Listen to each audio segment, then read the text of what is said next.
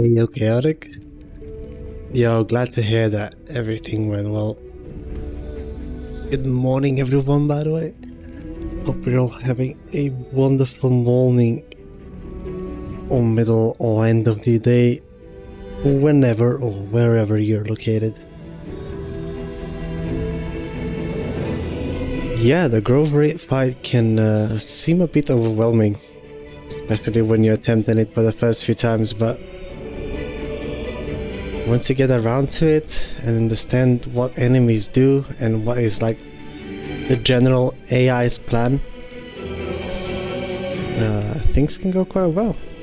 And of course, just because you're solo, that doesn't mean you're completely robbed out of allies, right? So I'm super glad that it worked out well for you.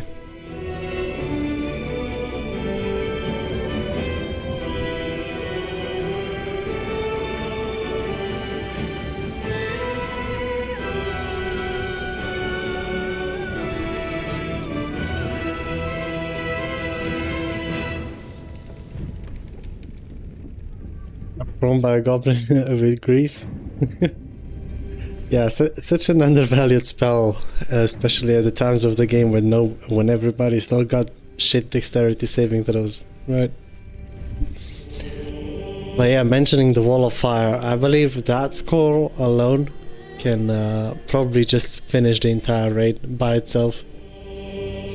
Maybe not the two spiders, but you can get that bad boy all the way from the Goblin Booyag to the other, the one with hold person, to the other side through the barrels and everything before the raid starts, and then you jump up and you blow the horn, and the entire raiding party will burn to dust in like 2 or 3 turns.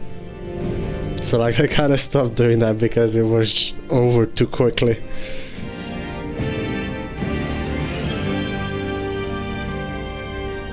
The Wall of Fire is a very good scroll over there. Also, another example where it shines really nice is it's gotta be the Halsin's Portal defense, but when it comes to that one, I still kind of prefer to use Sleet Storm.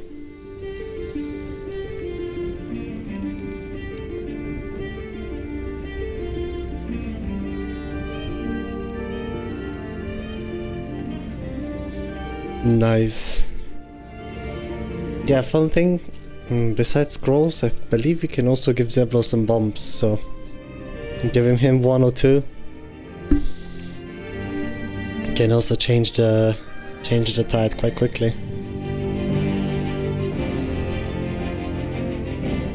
Alright, let's get going. My game capture is not working. 1 sec. Let me fix that. I was messing about in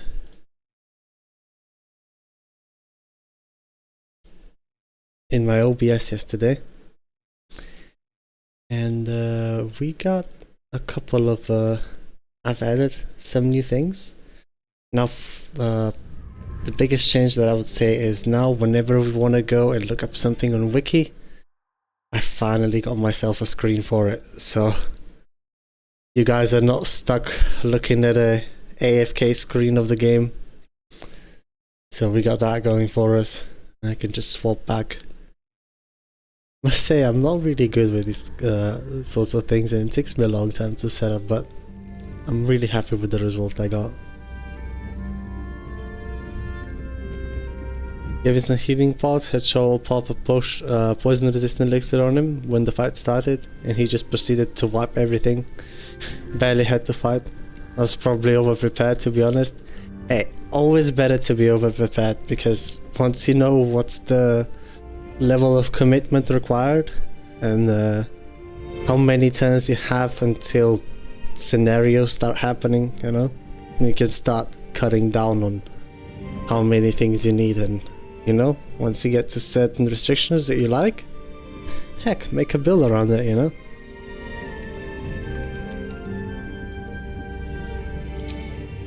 Alright, let's continue.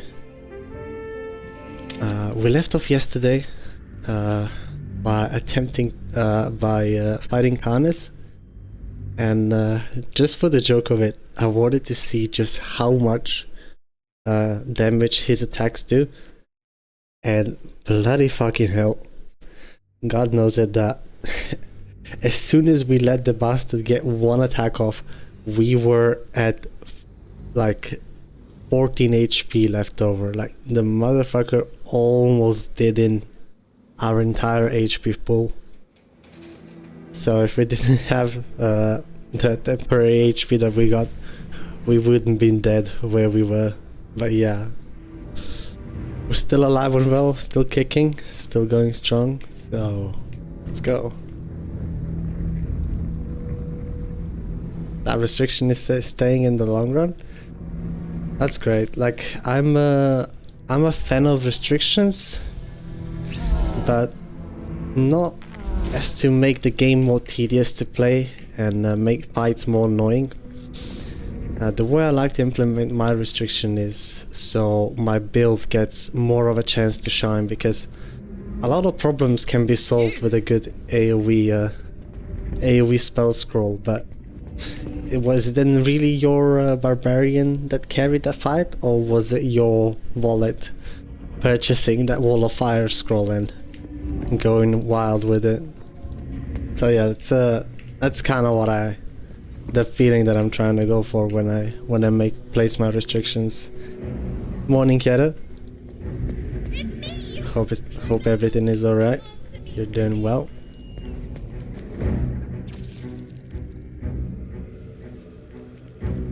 Hey, I know you. You're... So the more and more I play Monk, Sorry. I have to say that Knocks the wind right out of me. shit is still so the damage is just so consistent and so good. It's like I don't even feel the need to use half of my class features that the game provides for me. Nevertheless though, we decided yesterday to respec from Drunken Monk to Open Hand, and that is mainly because I did a little bit of thinking, and a lot of class feature that Drunk Monk gets benefited, carrying a stat stick in the main weapon, and they're also very key point intense. And I'm playing karlach, and I have limited amount of soul coins, so I wanted to make sure that I have a monk subclass that is not forced to long rest as much. So we decided going back to not back to, but switching over to Open Hand Monk, which should be a little bit easier to manage resource wise. A hangover from a work party, but good enough. Hey yo, if you're hangover from a work party, then you know it was a good one. It's usually when there's a work party, it's like everybody gathers, half an hour, maybe one drink, and then it's like let me get out of here. I'm not paid to be here. I don't know how. We followed Zevlor out here. Then, well, still can't find him. Just till you find Mum and Pop.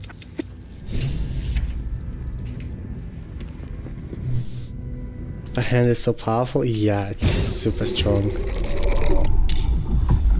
I absolutely love it.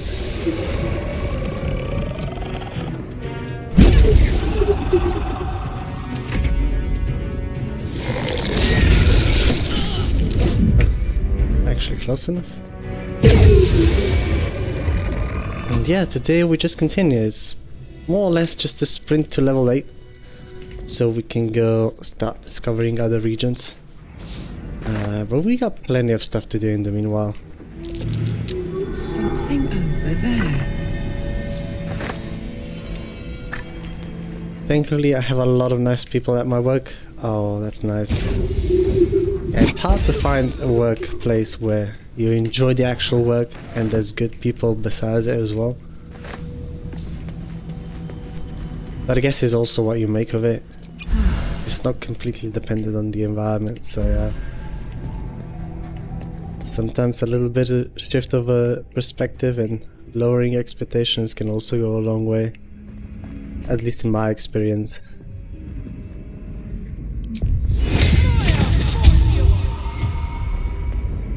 Don't call the doctor yet. I've got potions, sutures. I know I can do this. Oh, you're You recognize the corpse being tended. The girl Arab. not dead, merely medicated to ease the pain. Yes, yes. Not much left now, but you're welcome to look. Now. There isn't much more things that I would want to get in terms of items. Pretty much got almost all of the DRS we could bind to our melee and unarmed attacks. So from here on out it's just basically slapping everything to the ground, really. Kinda glad that there's been a subtle change of pace, as that I don't have to think as much. God knows that in the early parts of the game, especially and also in the early morning, that is not something I'm capable of, at least not so well. I'm going to take her out right away though. Pigs have fun. Oh, so unarmed attacks we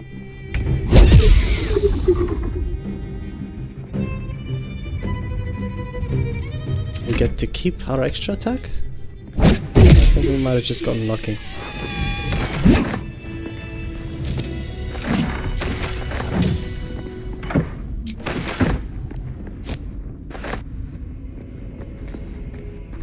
My favorite part of the game, that moment where you can just start killing everything. Yeah. It's like, it feels so good. It's like I've reached my power spike now. Let me go ham. I think we've just about arrived on the spot. I'm gonna send this to shot. I don't think I need that much initiative against a bunch of undead. I also want to swap for gloves of soul crushing, and I don't know if I need to reapply this, but I'll do so just in case.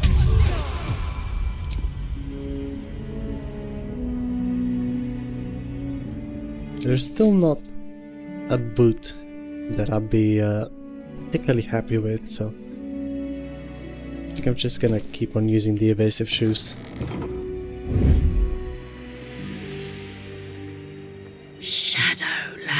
Swapping off to my gloves of crushing, just because the shadows are immune to most of the stuff that the Helda's gloves do. So I'd just rather have some added flat damage on top of it. Start off with that to trigger the surprise round. And we're going.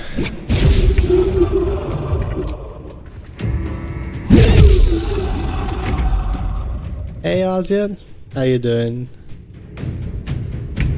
Karlach voice lines are so funny. Yeah, it's like, for that reason we went to audio and we turned everything else down and put the voice in chatter volume higher up so I can get more of them. Also, the noises she makes while she does the swings.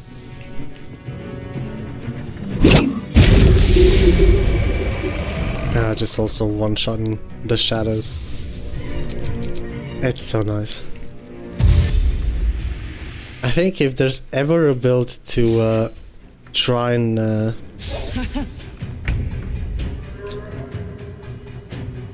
fight the 3 tomes on, this is probably it. So I'm going to check real quickly which ones give us inspo or talking them down, and I'm going to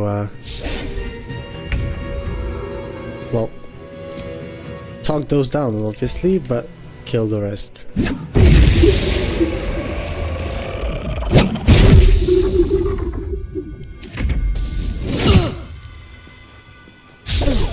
These guys can't really do meaningful damage to me.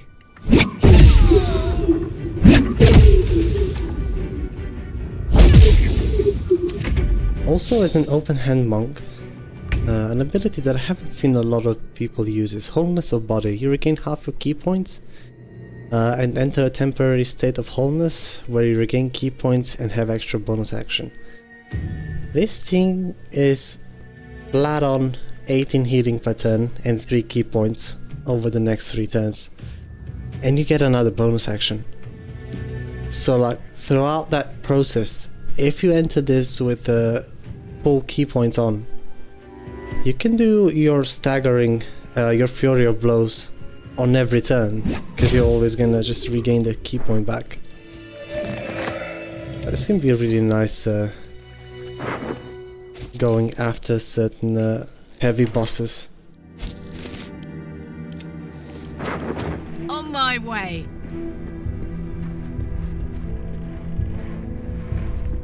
See, my theory with that one, Bunny, is I use a speed pot preemptively, or do it in my first turn of combat, whenever I still don't have when I haven't taken the damage yet and I can afford to spend an action and lose out on some damage, because I know I'll have sustain, therefore I can ditch a couple of defenses, you know, and go ham basically.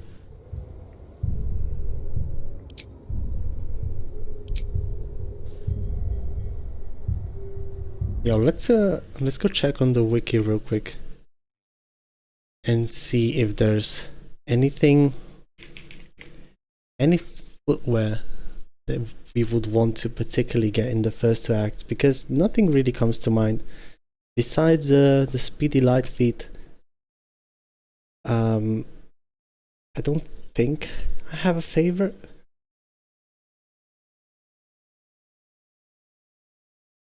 Like, of course, boots of speed are always an option. You also gain immunity. You also gain freedom of movement with them. I just wonder if there's anything else. We could go and test out the Linebreaker boots to see if they work on unarmed attacks.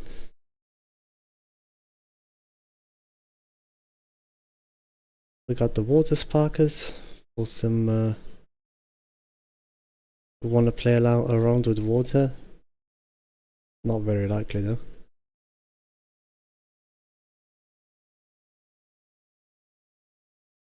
Vital Conduit boots though, on the other hand, for regaining temporary HP with Thorn Whip. So like whenever we start combat, we can just Thorn Whip and gain 8 temporary HP. It's probably good for initiating. I mean, in Act 3 we're probably gonna have Boots of Persistence. But for now, getting the Vital Conduits might not be the worst idea.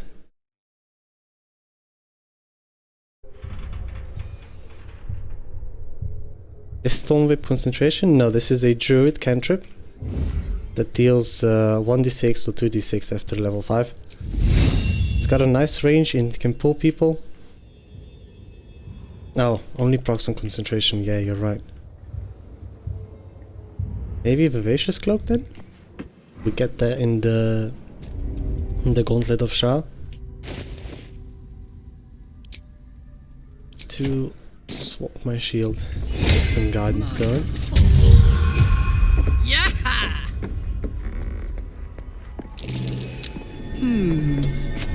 What's that? There is a certain ring found on this charred corpse in the morgue. It gives you +1 to your deception, so if you got bad charisma,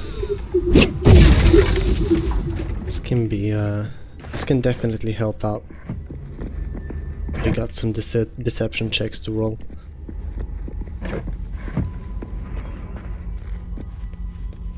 Now these zombies, I know they hit like a truck, so I would want to make sure that I have as much AC as I can going in this. Maintaining Gloves of Crushing solely because the zombies cannot be bled. I can deal the extra necrotic damage to them, but overall I think the average of 2 is more than resisted 1d6.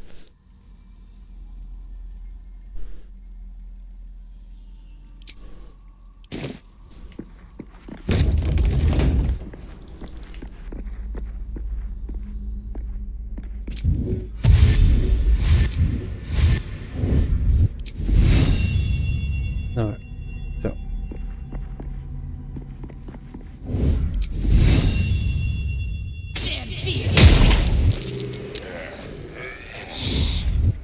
Stealth mode activated. that worked.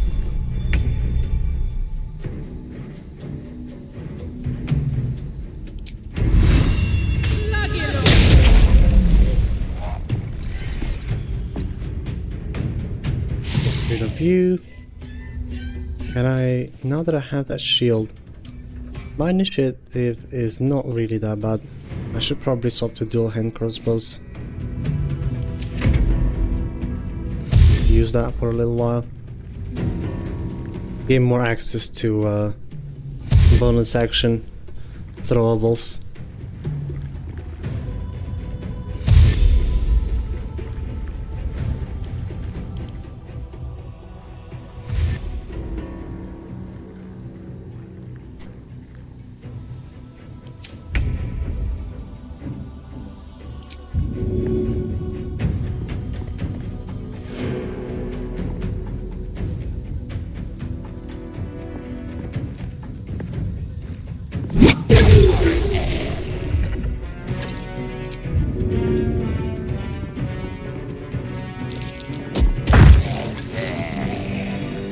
Throw this one over there, he's going to go prone.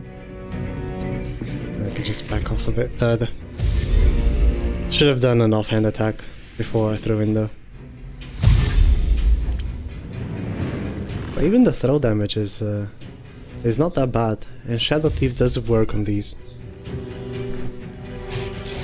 Very nice.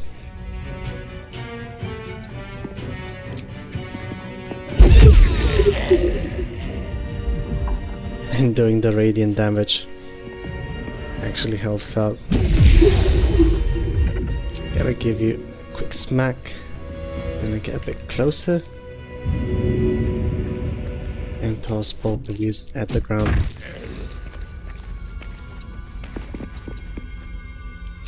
Just back off a bit more. It's not as great damage as just hitting them, but taking away their movement speed and making them dash to make their way towards me can definitely help out. Turns the action economy in my favor. Okay. And my cat, just as every morning, right on cue, is on the wardrobe, looking out the window, having suspicious thoughts.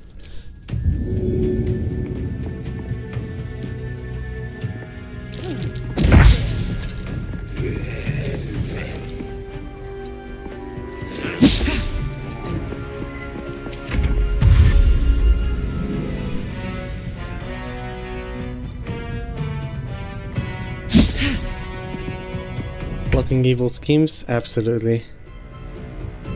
Or it might just be that he's an attention horse out of it. You could tell, right?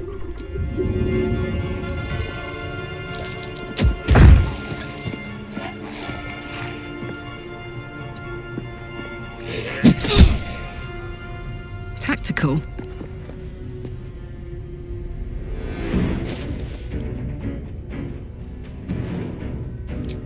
Had some suspicious meat, but we lost it at some point. However, yeah, these guys can hurt, so be careful. For attention, as a treat. See, the thing is, he just meowed and insinuated what he's going to do, but he's not actually going to do it. You know? He just wants to let me know then that whenever he wants, he can and will get my attention.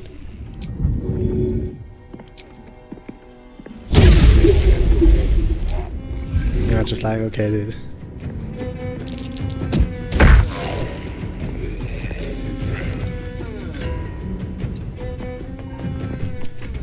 Hey. But what they're not aware of is that I carry a secret weapon. Ever in need of a cat? And some cat gaping on camera? Hey.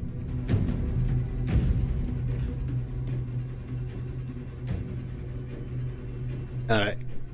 Get off of the table. Come on. Down here. You too.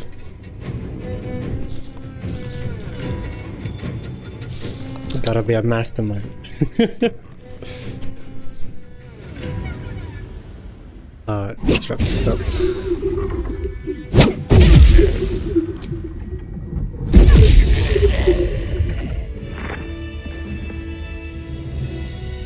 Hello, hello.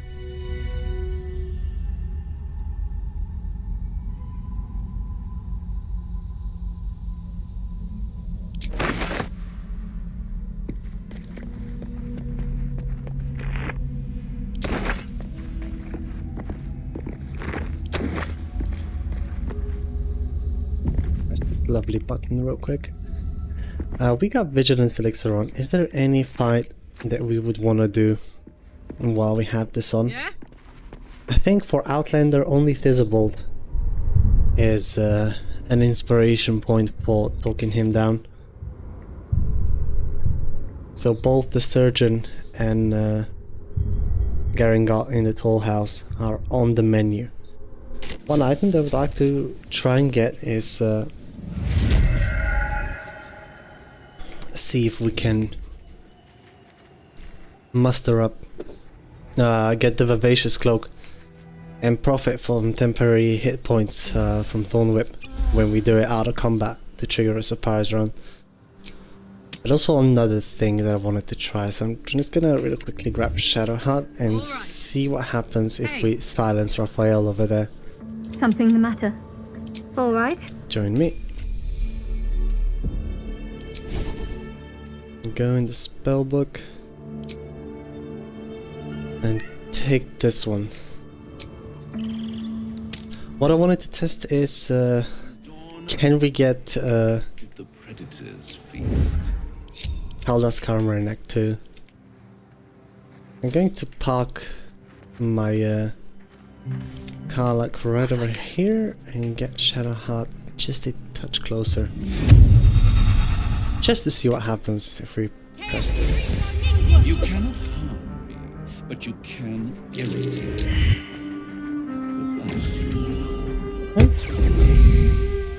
Oh. Oh yeah. Well, he said bye, so I guess that's a no. Alright. It's gonna attach one last level on you. I'll take ability improvement, put it in wisdom, so she gets +1 to her medicine checks. And I can send her off her way, on her way. Something the matter? Unlucky. We tried pickpocketing him yesterday, and he does not have Helda's armor like in his inventory, because I know for a fact he does not wear that piece of armor. I just wanted to see if it exists on this current version of him when you meet him in the Shadowcast lands. Didn't grab Helda's in Act 1 because I didn't know how. The way you do that is you have to disrupt the first conversation we have with Raphael. Now Raphael can spawn on 4 different locations after you had somebody help you out with your parasite. It can either be Nettie, Omelum, or Priestess Gut.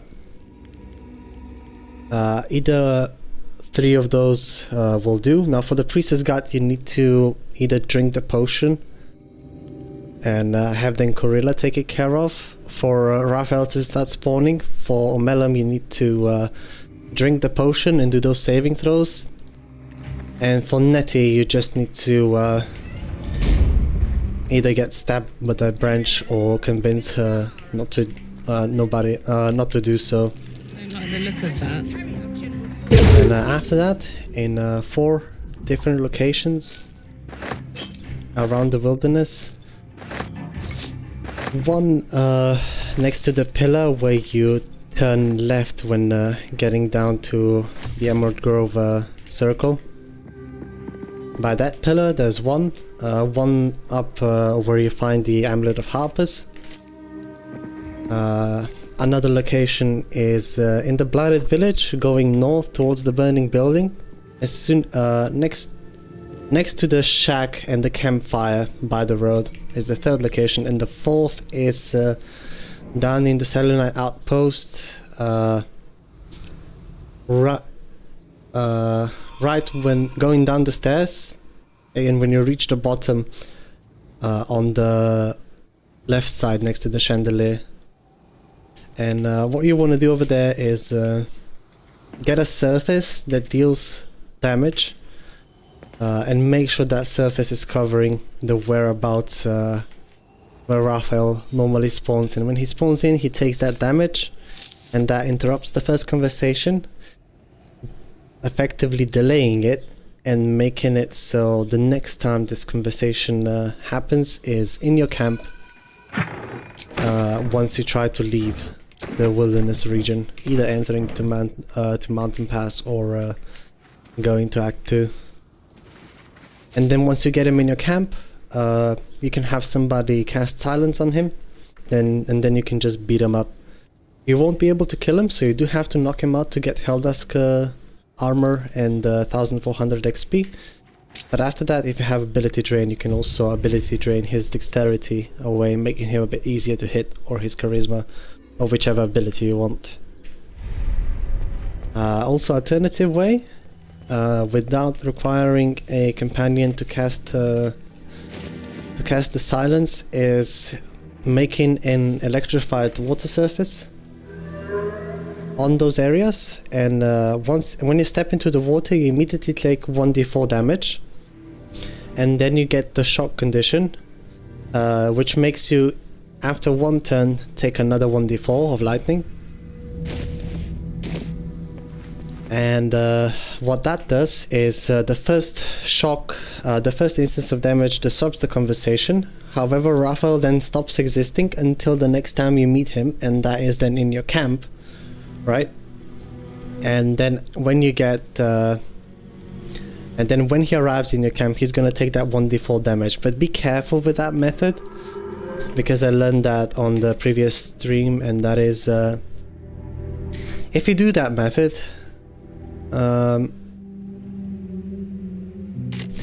and you don't have a conversation going with some unbreakable conversation with some other NPC, like Mizora for example, that will directly pull you into conversation with Raphael. But why I'm mentioning the electrified water is that method is one of the methods to do it without a silence. And then if you have recruited both Will and Karlach, and Mizora is set to come to camp, right? Then once you do the long rest attempting to leave the region through one of the paths out, both Raphael and Mizora will come to camp at the same time, and because you'll be stuck in the conversation talking to Mizora, Raphael is going to take that 1d4 lightning damage, and that is going to remove the question mark from above its head, effectively breaking his AI so you can swing at him without him initiating conversation. And then if Paladins are still alive and Karlach is in your party, after you're done swinging at Raphael and talking to Mizora, you can talk to her and she'll say, hey, those Paladins are still alive, I really want to go back. And then you can go back and not actually traverse the regions, thus not affecting any time-sensitive quests in Act 1. And that's how you can get Helldusk armor as early as level 1 if you wanted to.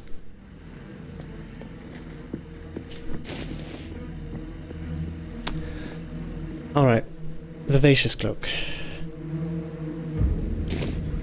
Have to do this next time. His armor would be sick for a solo fighter run. Oh yeah. We'll do a caustic bulb on the ledge where the guidance amulet area is where he spawns to work interrupt his cutscene. Yeah, that's where it works. Just be mindful that you splash out a wide enough area, because Ravel has a bit of a widget space to where he can adjust his position. So make sure you splat the whole, you know, a decent portion around where he spawns with acid, with caustic bulbs, just to make sure that he does not spawn right next to the surface, because once he spawns in, if you get pulled into a conversation, that's it. Like, there's no, you either lost it or you reload. I don't. I do. That's why we're still standing around. Maybe use 2 bulbs? 2 or 3, yeah. Just to stay on the safer side. Yeah, Nautiloid has 3 of them you can collect quite reliably. And also 3 void bulbs you can get on the Nautiloid.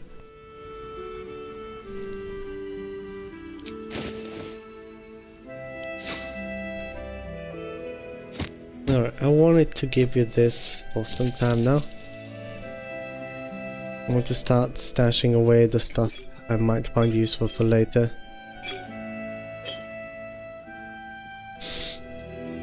I'd probably want a couple of more health pots. Mage armor scrolls, very nice. Always useful. We want to do some unarmored stuff.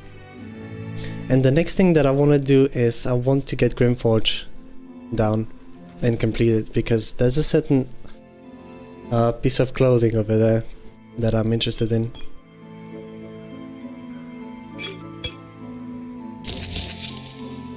I'll buy this off the get-go.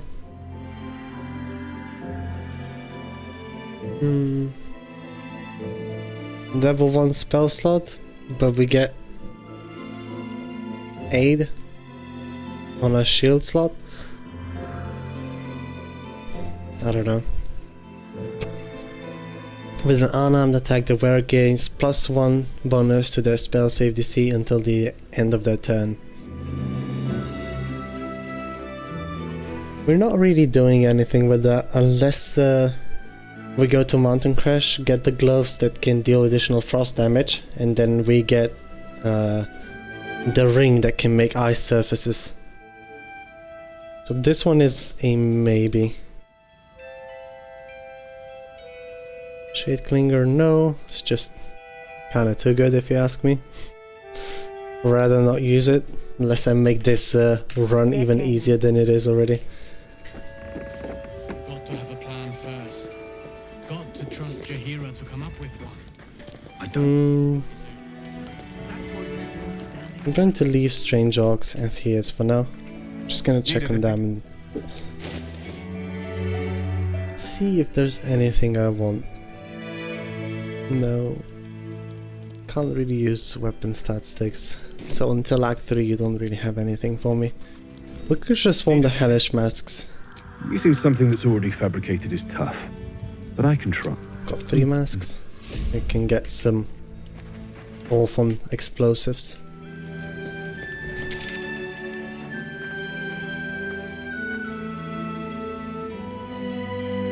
Alright, Grimforge time. Let's get some testing out of the way, shall we?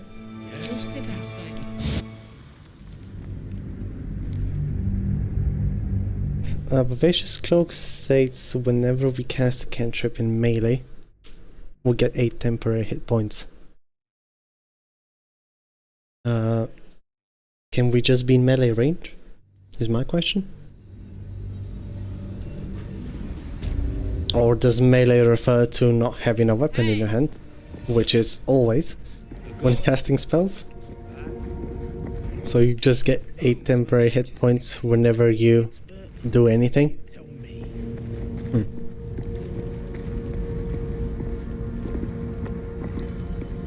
Alright. I've got enough speed pods. I got a couple of more health potions as well. We got initiative elixir. I'll probably want to swap that for elixir of bloodlust.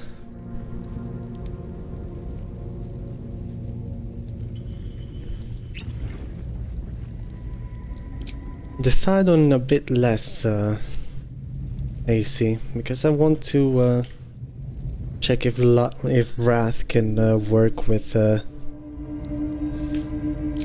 unarmed attacks.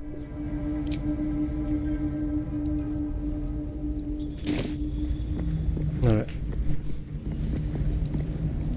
First things first, Shapeshifter's Boon, and we got a couple of rolls to make. That's the rockfall, is my guess.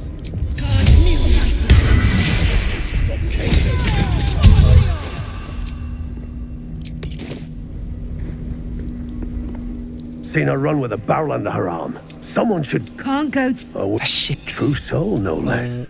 My strategy for Grimforge Take me as debt off her. normally is to side with the slavers and start this quest, get the promised split of the reward, and then I kill all of them but one. So when we free Nier out and we fight him, one of the slavers is still going to be alive.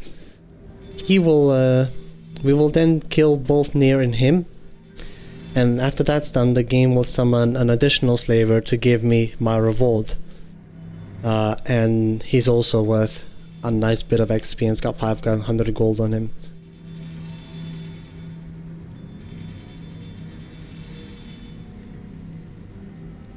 I ain't parleying with more twat souls. If I didn't know better, should split your head open and poke around in. You Go don't on, let need me to try. ask twice.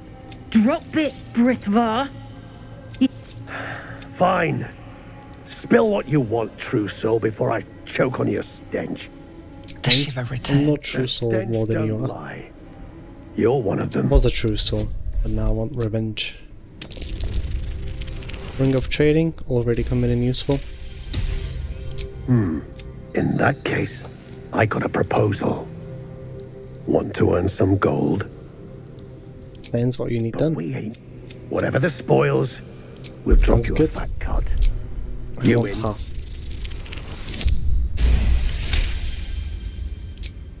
Fine. You still standing about? Will give me the quest, and it's also 30 XP. And we are ready to go shank the eye, but before we do that, I want to go to Sergeant Thrin and give her boots back. That also finishes up her quest Never thought I'd see and these back. allows you to Here then, choose now from move. 2 rewards. He's stuck in there with poisoned thoughts. Take care of it. 60 XP. The slowest of you lot is Armor of Uninhibited Kushio. While patient defense is active, the wearer can use their reaction to make an unarmed strike against any attacker that misses. one by one.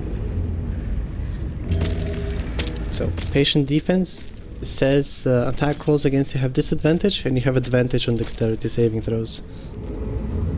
I'll peel your balls like potatoes if you don't move. My And you that's the worst. my problem with that is patient defense is 1 key point, Clean up and this it lasts for 1 turn only. So like 1 turn to use to make 1 reaction retaliation attack, 1 riposte, slowest of you lot is getting tossed at to the cost of a key point that might not even happen if things don't go your way. Seems like a bit much. But I'll take it nonetheless. Try it out for a combat or 2.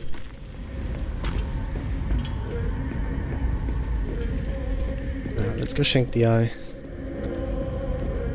If you can find it, that is. Shit, of course I ain't sure. I ain't even trust you those days. But Gotta go find the eye. Oh, the eye is just stuck over there ever since we got into combat. Just refuses to move. I think I'll take it. Can I eat you from up here? Is this a valid spot to try? Do we have a death pixel anywhere? Ah. Nice fail on the athletics check, by the way.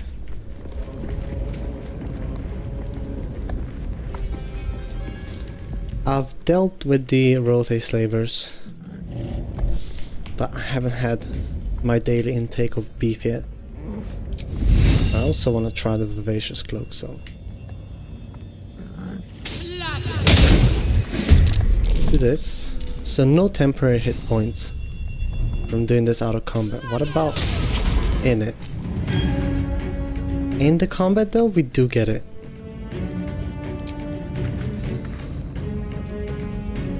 Don't tell me.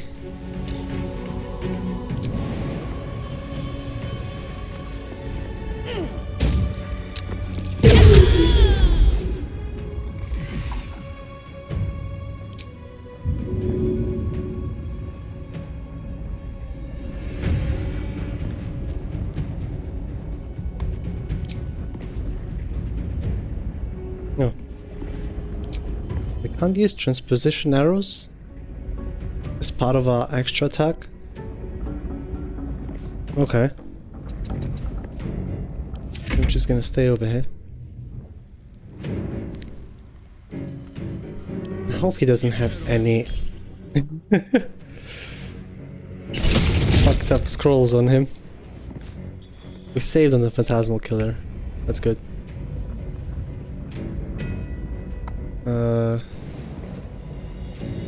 I think I just back out further here, not gonna lie. No, no, no! Ugh. Oh, misclick.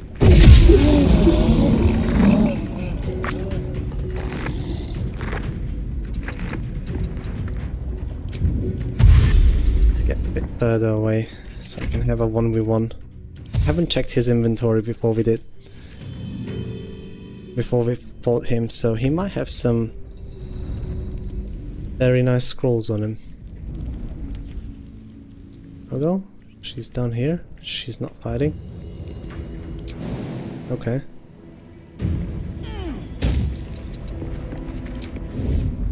Just going to go over here and hide. Make him find me. And if he won't, we can just wait out his invisibility.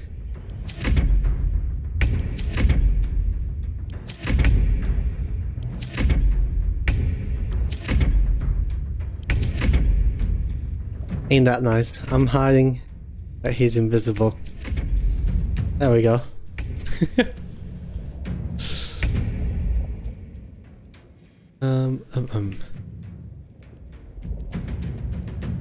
No surrender.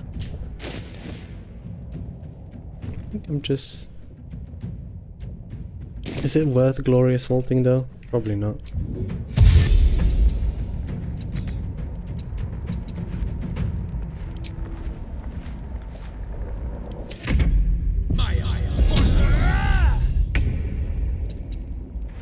There's the enlarge.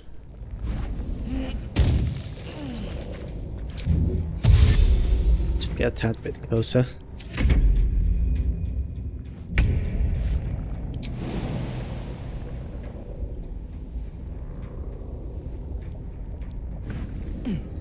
Heading out.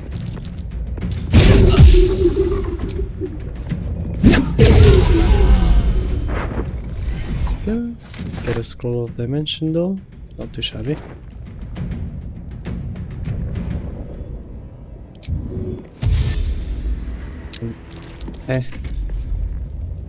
Okay. Go further back. Let them group up on me.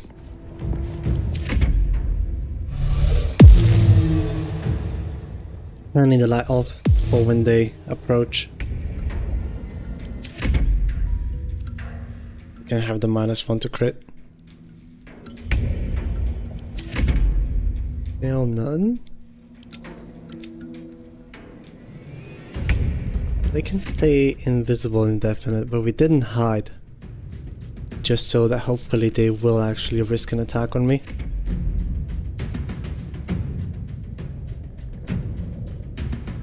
There he is.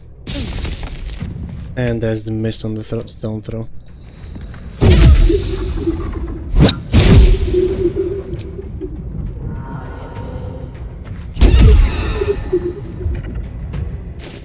Thank you for messing yourself up.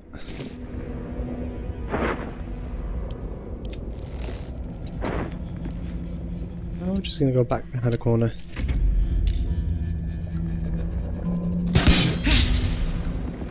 What is up with these archers in Grimforge? If you go behind a corner, a lot of the time they will just straight up miss their first hit. Or like, shoot it into a wall. It's fucking weird. Alright, I'll wait for her to make her way to me.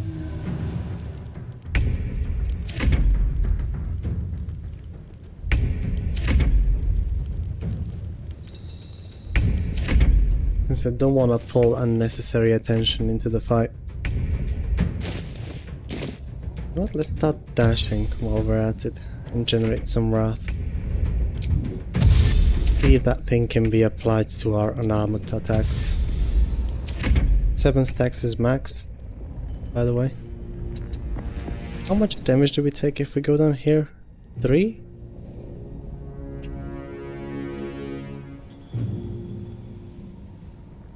I got 1 DR.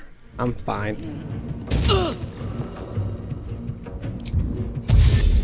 We're going to dash again.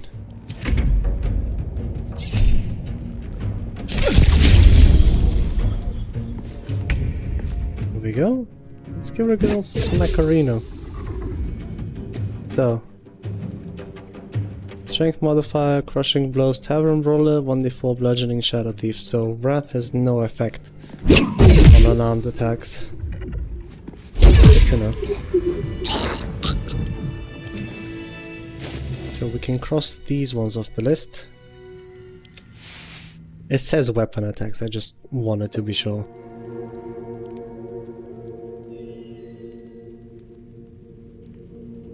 We're going to fight the Space Spider Matriarch while we're at it as well. But I'll try to make that fight before we need to go and take a long rest, so I don't spend too much bloodlust elixirs.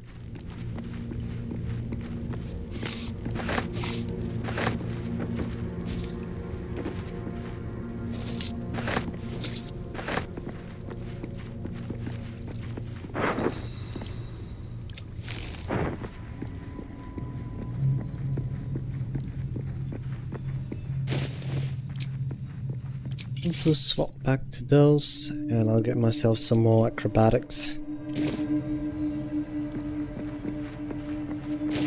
So far, one of the more reliable, more of the better options that we have for boots is gotta be the Speedy Light Feet. But for that, we either need Expeditious Retreat or to cast Step of the Wind.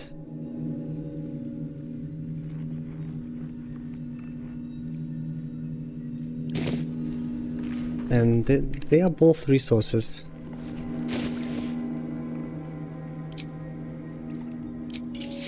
However though, if we just don't get hit, right? Shouldn't be a problem. Flawless reasoning, don't doubt me. Just need to remind myself not to cast too many someone. Concentration spells. How did you go first?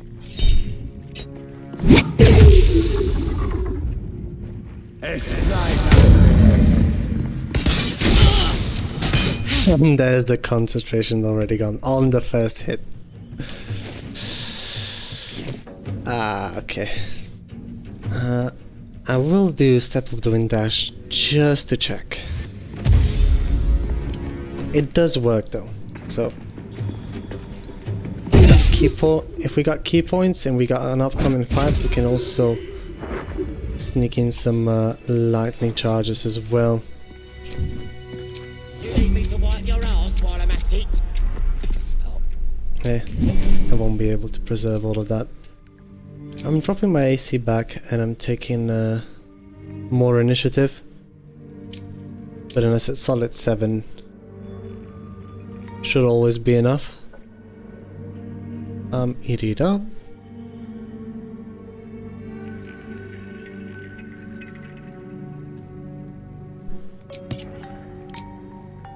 I think I go to Ring of Flinging. I should also go and get the amulet from Minotaurs for slashing resistance. That won't be really handy, but I'll have to. I've already gotten my key points off of for that.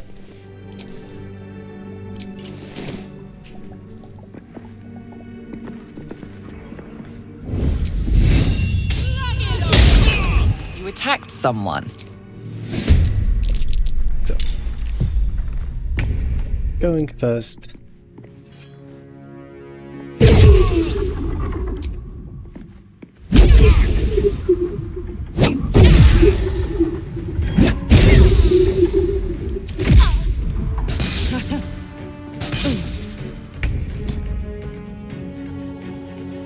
There isn't really any difference as to which one I take.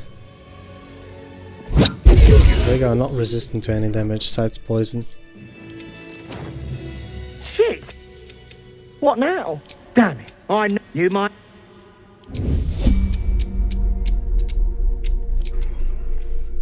I'm not going to let him leave though. Easy does it.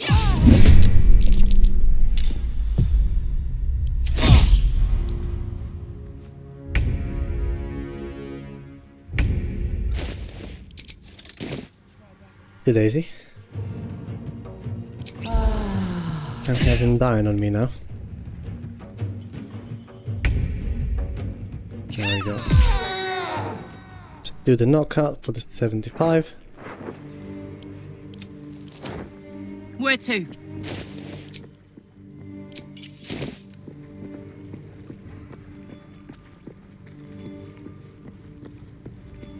Getting peckish. Peckish? Oh, you got that right.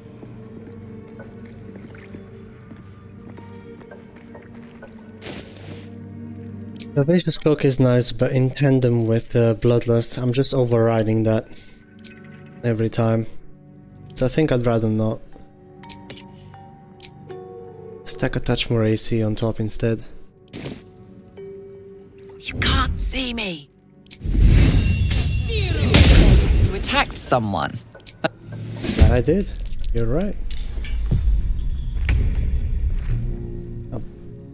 The hammer dude is the one with the bomb.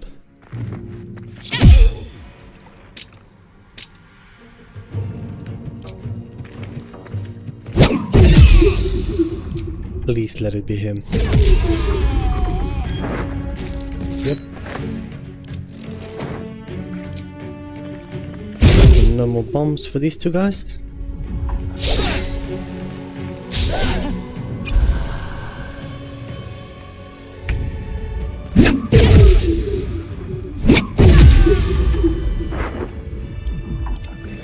There we go. Send that to camp. None of these gnomes have anything on them, right? Deep gnomes killed under the yoke.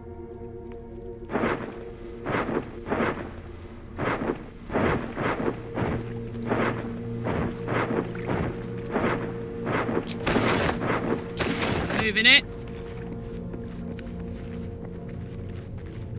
We should go get the explosive barrel, room powder barrel, before we deal with Nir. This one that's done, she's the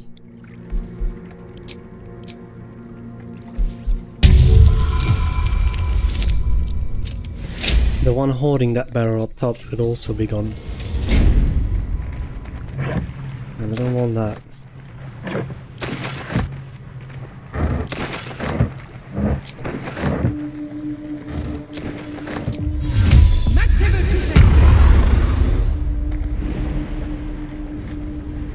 Looks like a nightfall feast. A Sharon party right before ritual murder.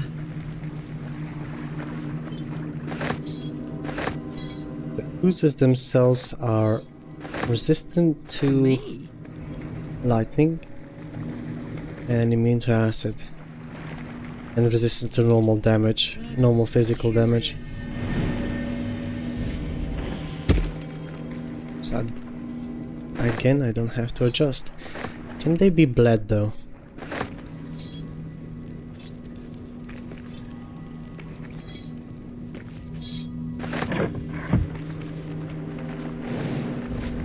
That'd be a very good question. That's curious.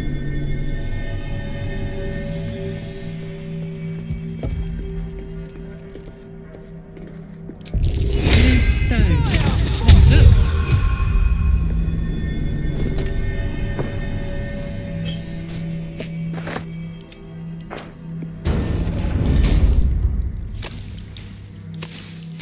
I'm going to fight them. I think I'm going to start with the one up top to make the two down low dash on their first turn. I got a bit more time to smack the other one down. Long and low. Again, we have the problem of elixir. I'd have to swap to vigilance because I do not want to get surprised. Now, I don't have an easy summon on me. Oh. Getting surprised over here reduces my AC if they manage to land some acid on me by 2, and at 21 AC, we are quite squishy. We don't have that much HP for the level that we are at. I think that fight is just best avoided for now.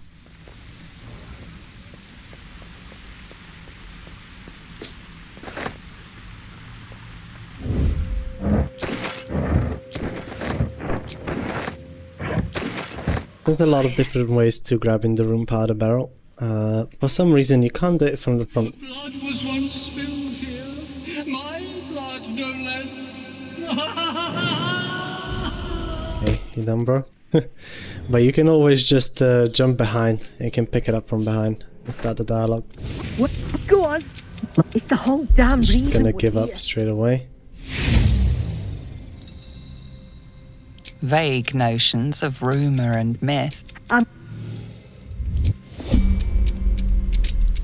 wanna turn on non-lethal again.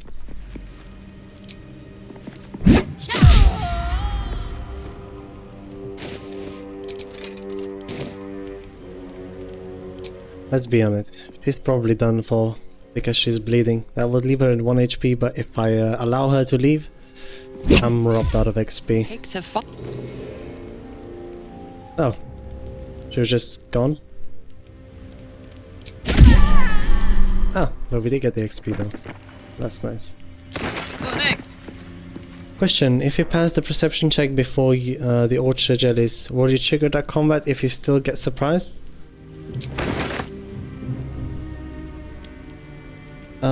I don't think so. No. You shouldn't, right? It would make sense. Just need to check if I actually succeeded the perception check. I have, so probably get to fight them now. You know what? I'm willing to test. But your words make a lot of sense right now. Jellies cannot be bled. They're not resistant to necrotic. But overall, this is just more flat damage that we can inflict. So I'm sticking with this. And let's loot the rest of this place. Works that way in the Blighted Village? You're right, the last time I had this fight in Blighted Village, I wasn't doing solo on runs. So, as you can tell, it's been some time. Just a bit. Now also, the shipping crate from Zens, right? After you've gotten 2 tadpoles out of it, there's still 1 tadpole inside it that you cannot obtain in any way. Good idea, karlach. So what you can do is just set it on fire.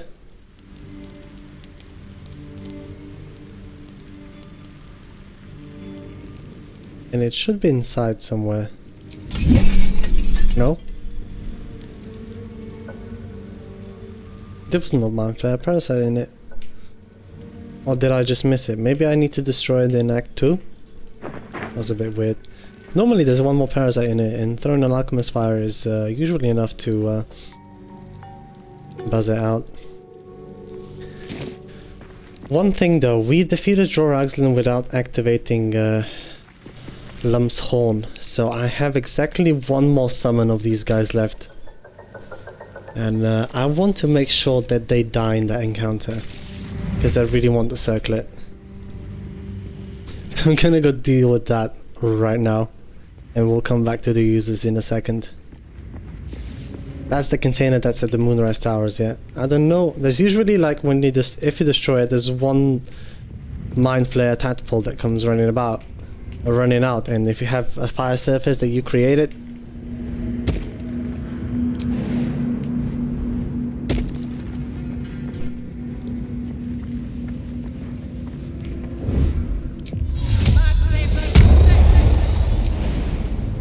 he will usually get burned on that, and with some cold a week it will instantly die. It's worth like 110 XP, so yeah. I'm just waiting for the fire elemental to find its way around about the place. There he is. They turned this dude perma-hostile in patch 8, and to be honest, that has his uses, especially if you forget to sacrifice lumps somewhere to get the circlet.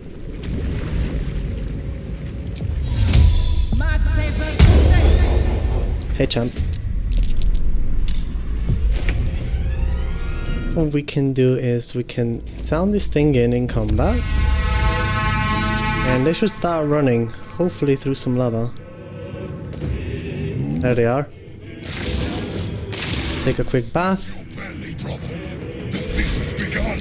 And they're gonna get into combat, and we can let Lava Elemental deal with them.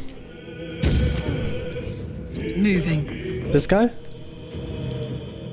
Yeah, he's resistant to piercing and immune to fire damage. He's weak to cold, but my favorite way to do it is still with some Ilmater arrows or Bone Chill. Invisible. So I'm gonna go invisible here. I'm gonna let these guys fight it out. Been afraid to do him? It's not him that is that dangerous, it's the lava that he creates under you. That if he decides to create on his turn, and he makes it under you, there's nothing to do but to take the... what's it now? 10d6 potential fire damage on you, so like... fire resistance for this guy. That's it. And if he starts his turn in the lava, he fully heals. Or like 100 HP is what he can regain, I think. I don't know if there's a way to turn this off, except destroying the lava, but how would you go about doing that?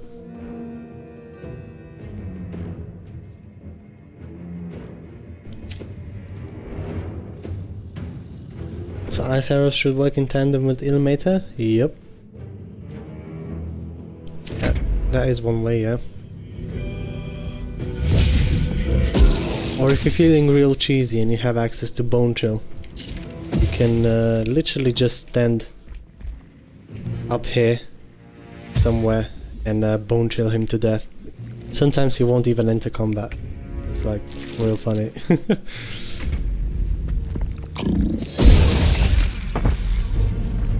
But I want to try and kill him the proper way. I just want to get the right gear to do so first.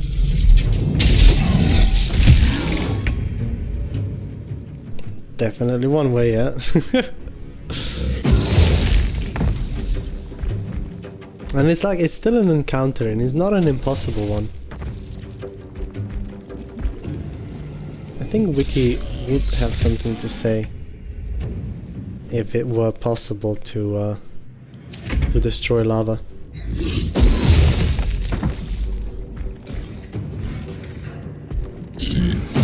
But again, like, as long as he's standing in there, you either have to OTK him which is probably what I'm going to have to do.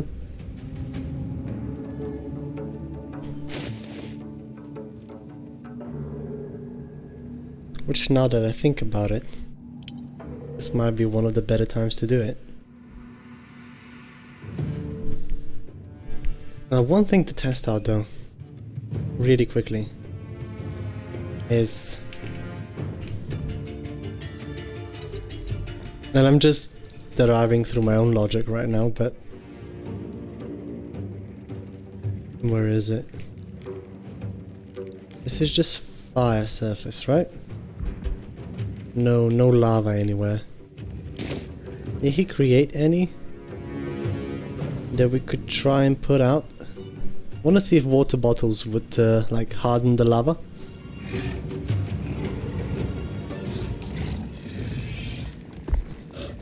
There's not even any under him.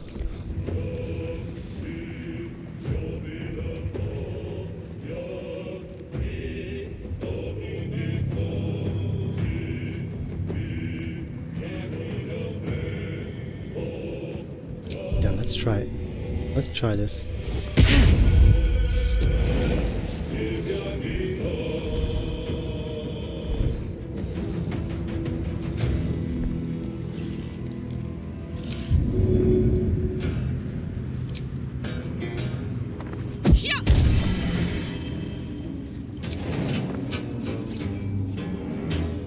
He's not standing on a surface.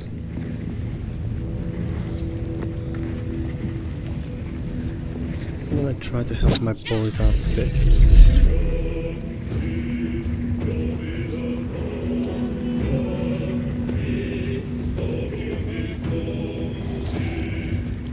Elementals are probably immune to psychic. Most likely staying on radiant is the way to go.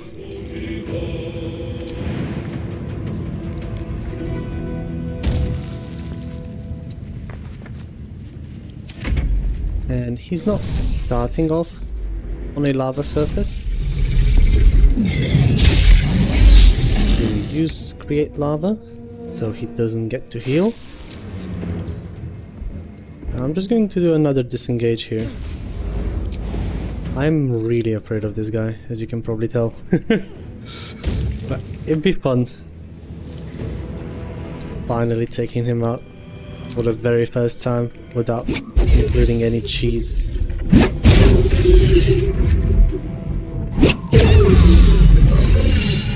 The deal. Shall we extend our contract?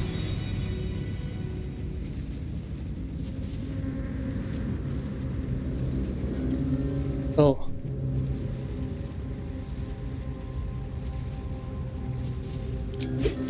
Consider it. You know my terms.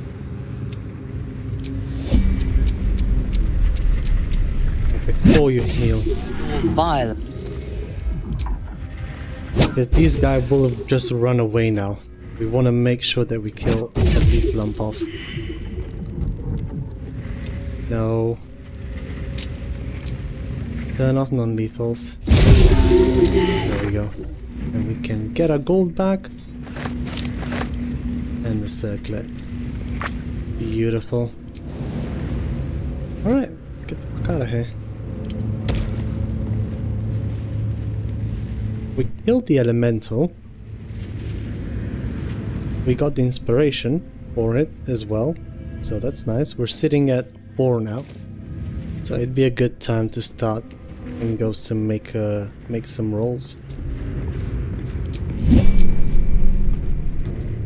And the last guy should just go away now.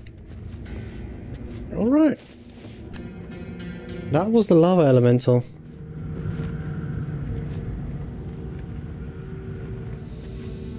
I have a question when it comes to his AI. Is the create lava that he has on him on an action or a bonus action? Wait, let's check it out real quick. A lava elemental. He's got create lava That's on a bonus action. So he can both dash towards you and create lava to heal himself up. I don't believe these guys have the ability to jump. He's got a multi-attack and just a normal swing. That's mean? Yeah, exactly, right? Because I was like, okay, if he has to dash, then he can't create lava. But I was sure that I've seen him do it before. In removing lava elements, access to lava is a key to defeating one.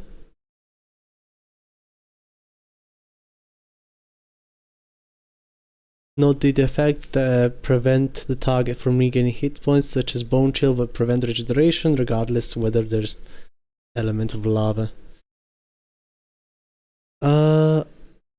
Okay, more of this. Draw on a plane of fire to melt the ground and create a small lava surface. Melt the earth.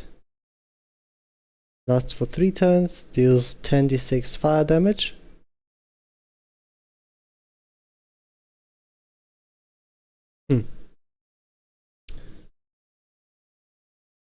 See, now I'm wondering.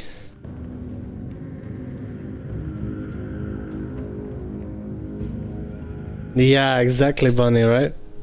Like, if he can create lava and heal fully up on each turn, If you insist. and do a multi-attack on top of it, it's like, what are we even trying to achieve then? And since they don't have access to Illuminator arrows, what do I do to take his bonus action away? He can't jump, right? That's normally the way to take a bonus action away from an NPC. And what else is there remaining for him, you know?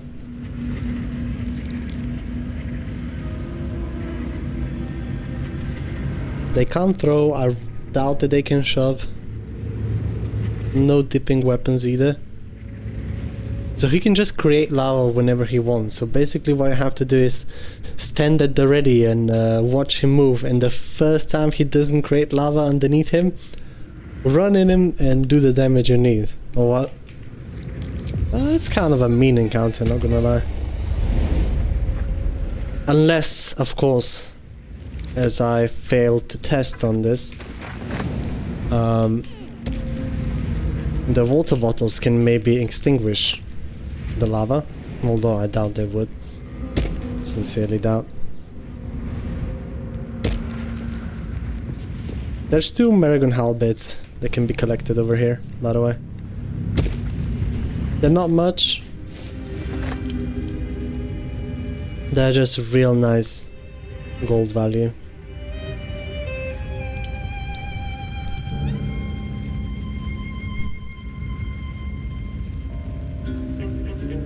Yeah, this guy in the previous patches, some people were struggling to get into combat with him.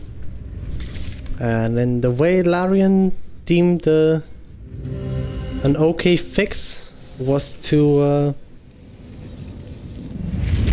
unfortunately, go and make it perma-hostile. So, now as soon as he sees you, you better be ready to do whatever you wanted to do, because you might only have 1 turn before he creates lava. So yeah, normally I just avoid him, to be honest. It's hardly ever worth the risk. I leave him at the side, and then if I really need some XP, I'll go and deal with him. But if I don't, it's just forget that he's there.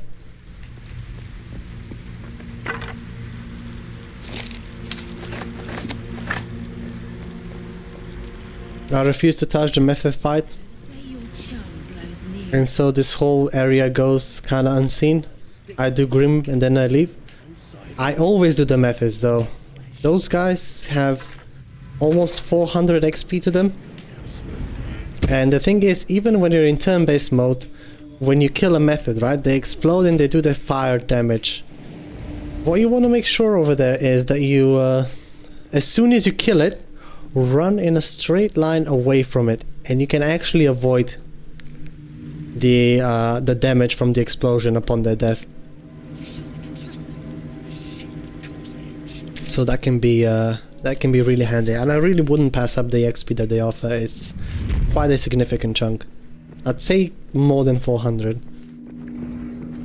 Well, each of them is 75. You summon 5 to begin with, and then 5 more. You do the math. Is there a way to avoid the surprise round? You can always send the summon down there and let them take the aggro. Like a mage hand will do just fine. You don't want to summon it down so you don't get pulled into combat yourself, but if you make a summon and then control that summon and take it down there, you can trigger the surprise round. The summon of course will die, but invisible me. You know, still the methods will be summoned that you can turn the tables, do the surprise round yourself. Shovel exists for a reason. See, I was just about not to be that cruel, but yeah. In short. Looks like someone climbed up here. Our escaped gnome? Shovel is my personal meat shield when he does when he's not breaking pots out of combat. Yeah. I say that's probably one of the better uses for low level summons.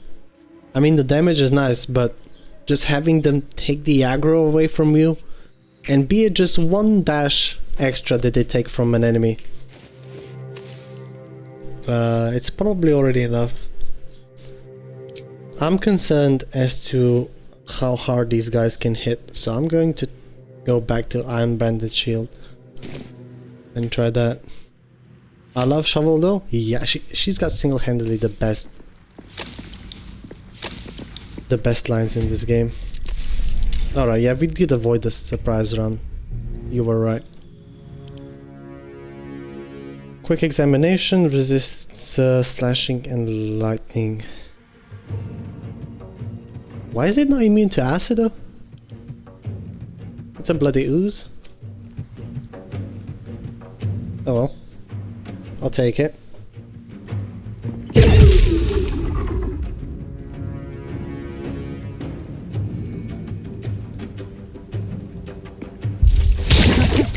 Probably should have taken this out so I can get my the effects of my Shadow Thief and Covert Cowl going. Yeah, there we go. There's a +1 d4 bludgeoning that everybody wants.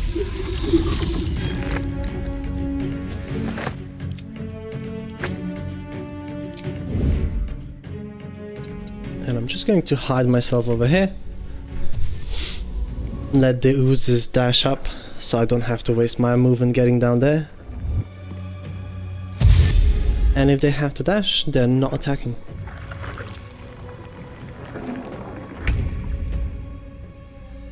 Beautiful.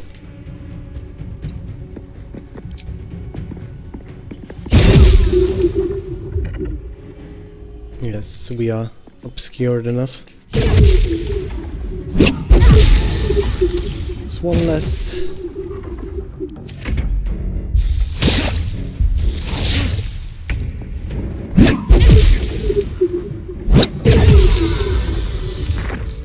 And that was it.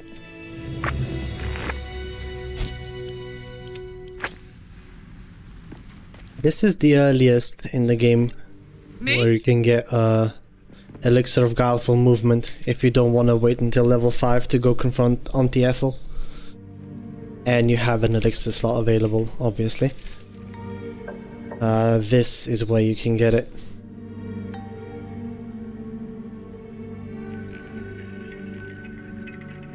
Alright, so back to the waypoint.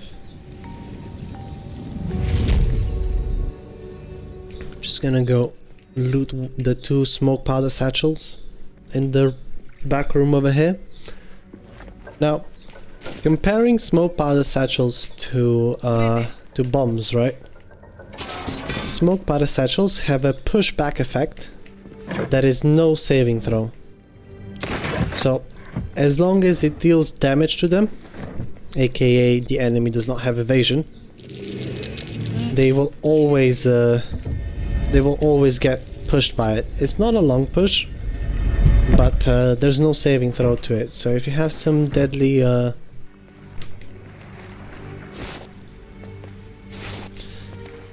chasms next to enemies, you can set one of these bad boys on the ground next to them.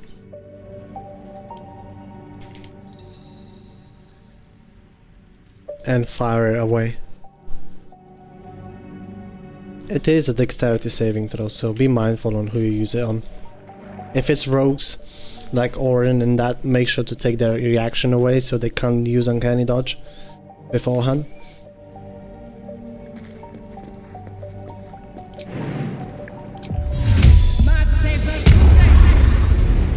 Alright, do I want enhanced sleep? I probably do want enhanced sleep for this fight. It's time to play around a bit.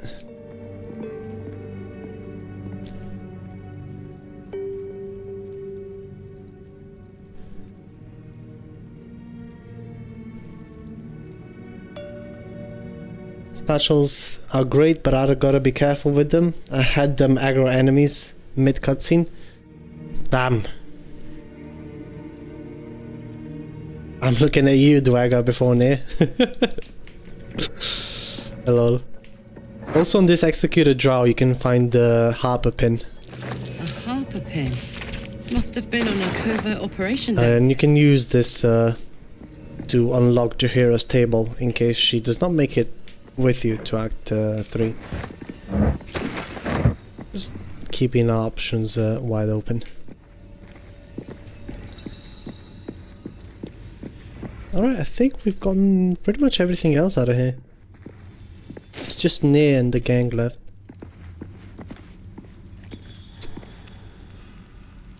Alright, so to begin with, I want to check their average initiative. It is +3. So the gear of choice that I want, I'm keeping on Bloodlust Elixir, by the way. I want this.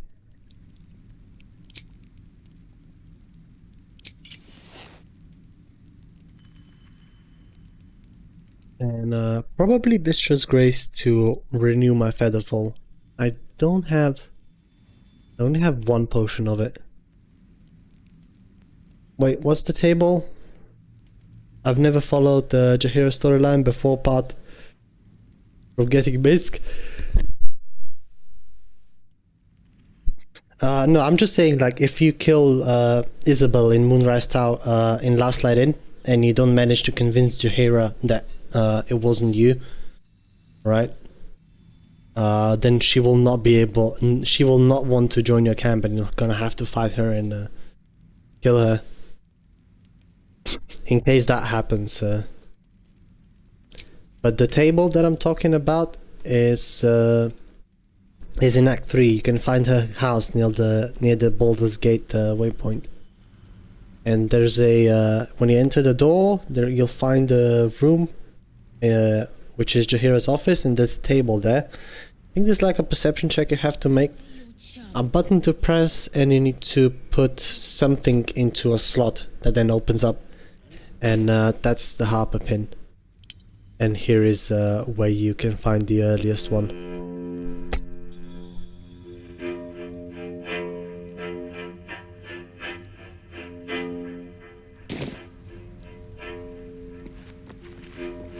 You know what? I should probably add spoiler warning to my tags down low. Because I sure as hell talk a lot about the storyline.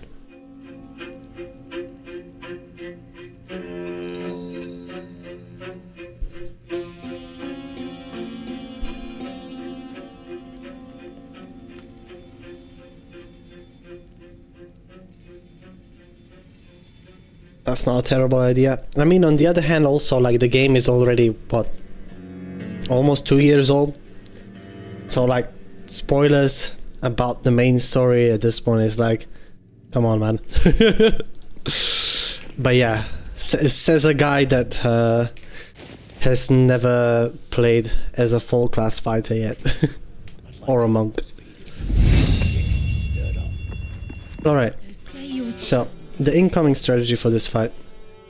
Good initiative, 2 hand crossbows. Let's go grab another one real quick. 1 sec.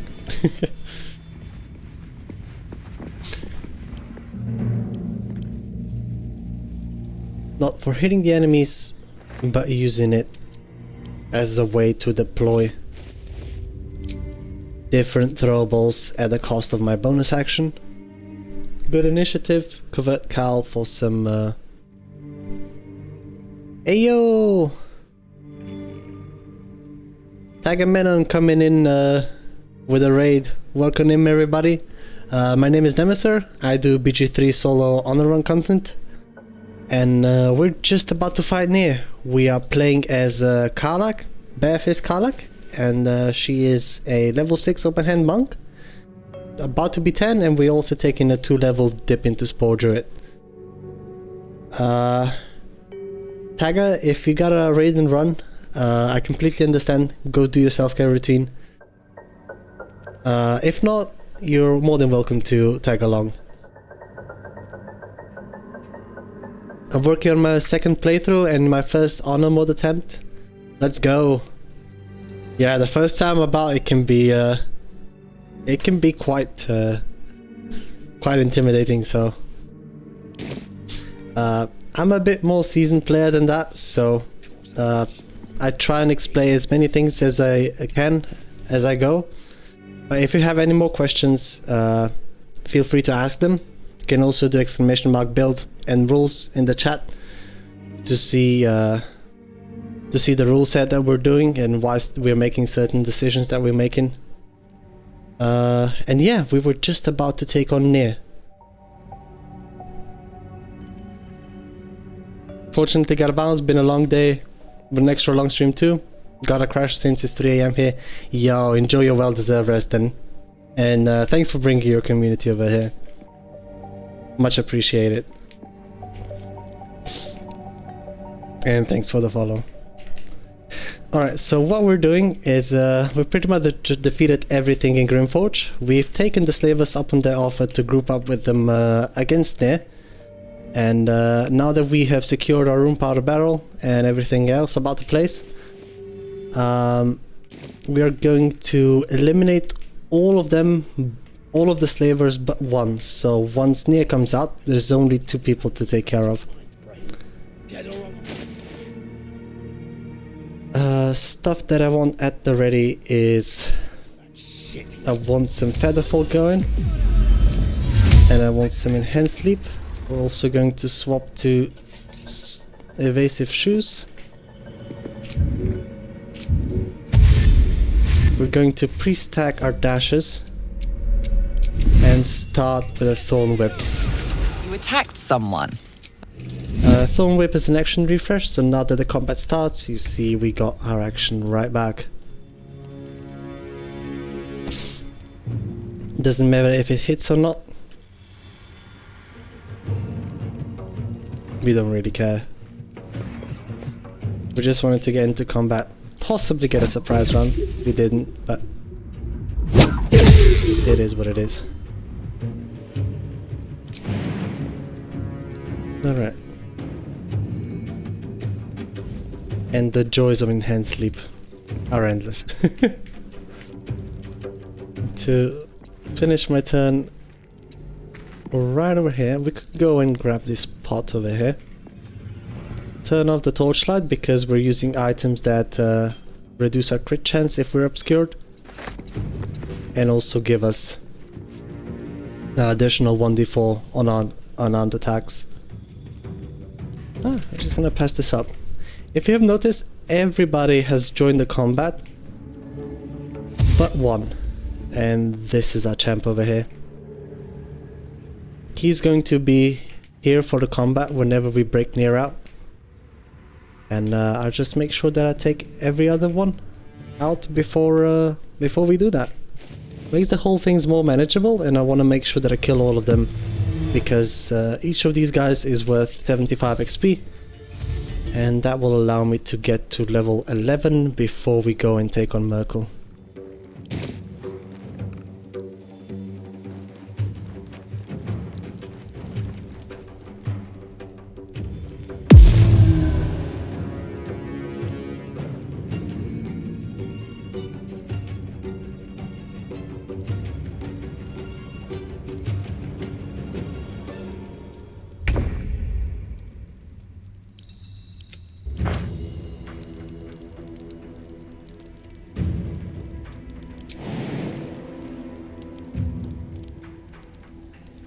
I want Sergeant Thrin out of the fight first. Mainly because she can cast poison spray and that is a con saving throw and our constitution is quite low.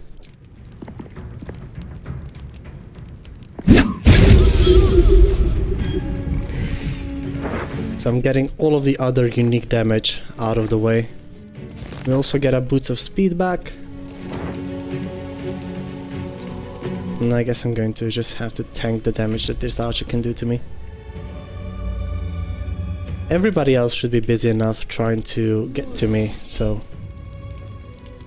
I'm completely fine on that department.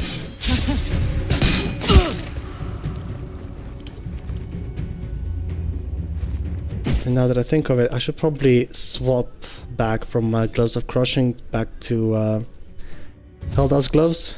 Those gloves can possibly inflict bleeding upon an unarmed hit. It also works on throwing. And together with the buff we have, called Boal's Benediction, we can get free advantage on enemies after we hit them once.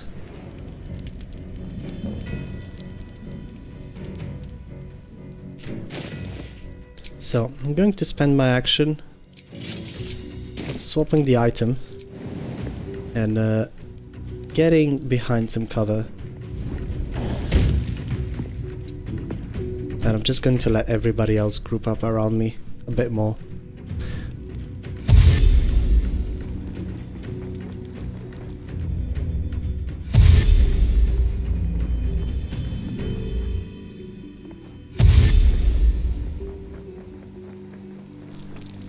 Everybody's making their run for it. Or staying invisible.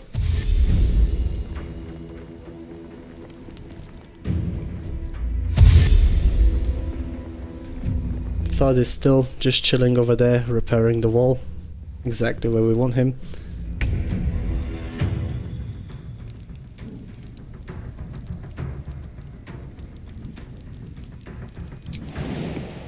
So, to use my jump to get to the archer here. Give her a good smack. No bleed though. That's okay.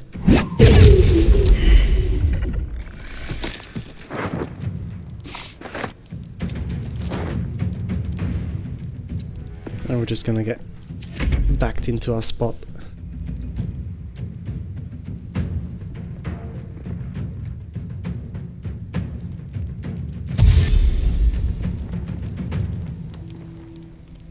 Also, a very strong combination is Karlach as a monk. Whenever she consumes a soul coin, she can deal additional 1d4 fire damage while raging or when her hit points drop below 25%. But what the game doesn't tell you is that those soul coins also add additional 2d4 fire damage on top of it. And that's what we're doing to ensure our damage output.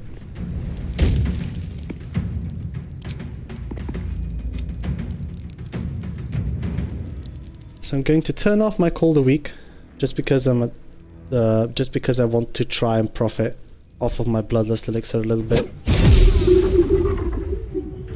Some temporary hit points would be nice, but I don't think that we can muster up the average damage necessary.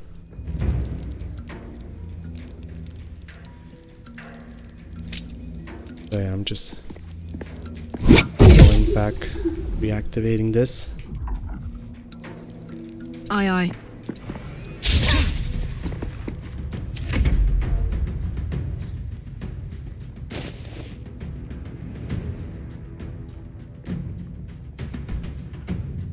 And now that she's low,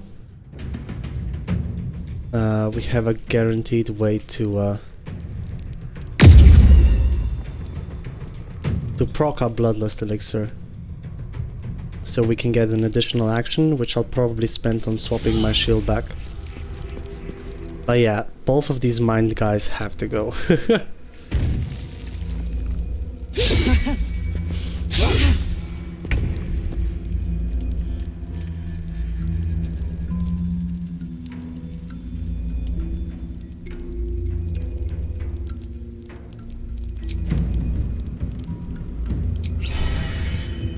I'm going to pop a speed pot to get another action, and we're going to do Wholeness of Body to heal ourselves up and get another bonus action.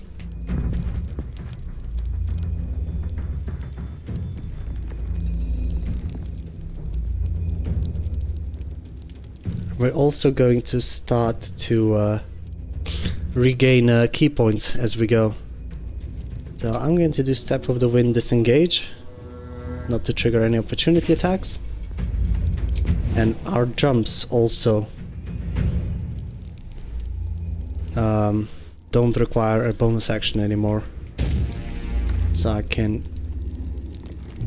catch up with her, get my Bloodlust proc, so I get an additional action on top. And I think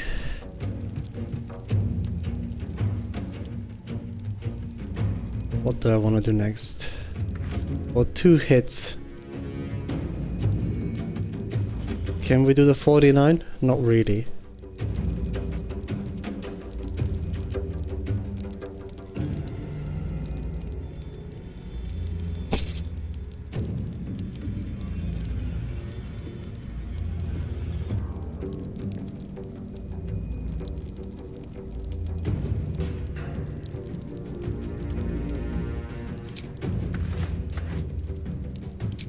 I'm going to go over here,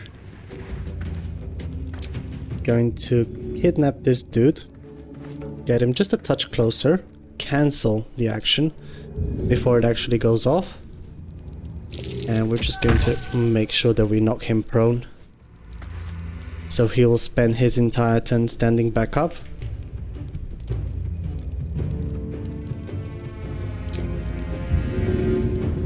And a nice Alchemist Fire, just to get some good damage going. And since we still have Featherfall and Enhanced Sleep,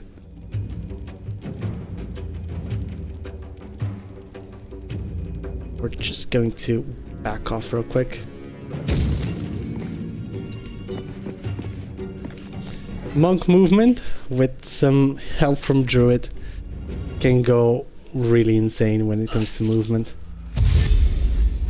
Alchemist Fire should get their HP just low enough to where I can kill them with 2 punches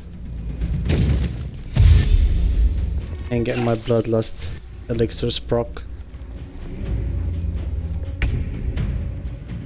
Alright.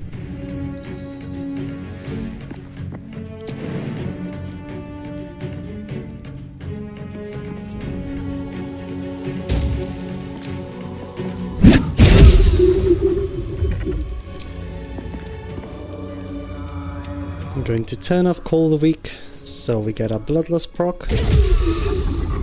There we go. We also gain our temporary hit points back. And the rest of these guys are invisible, which is a bit annoying.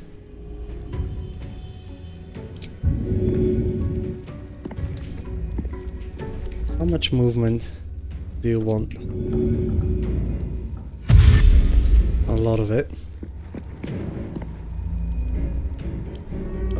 Doesn't large also affect their weight? It does. So what I just did was probably not the best thing that I could have done.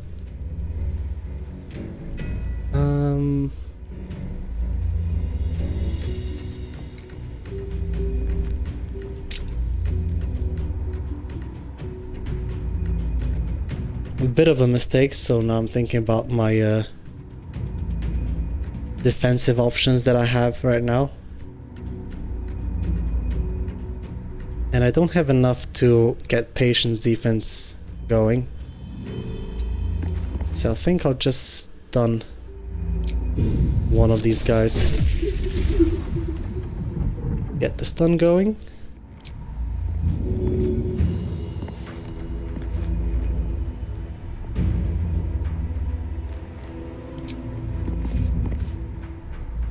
And we're gonna start wailing on the other guy.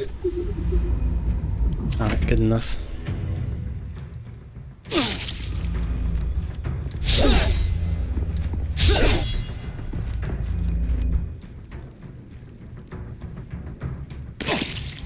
This guy's stunned, so he does not get a turn. Turn off my Call the Weak.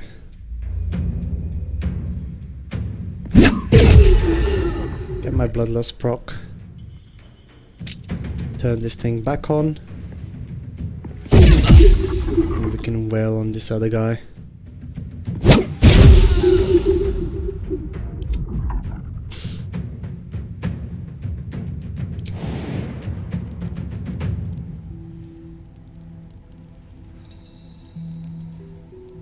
Since we still got Enhanced Sleep going for us,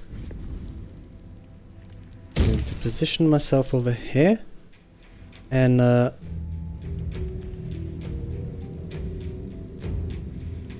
one thing that this game won't tell you, like, you can no longer ping enemies. However, you can try and find the invisible ones by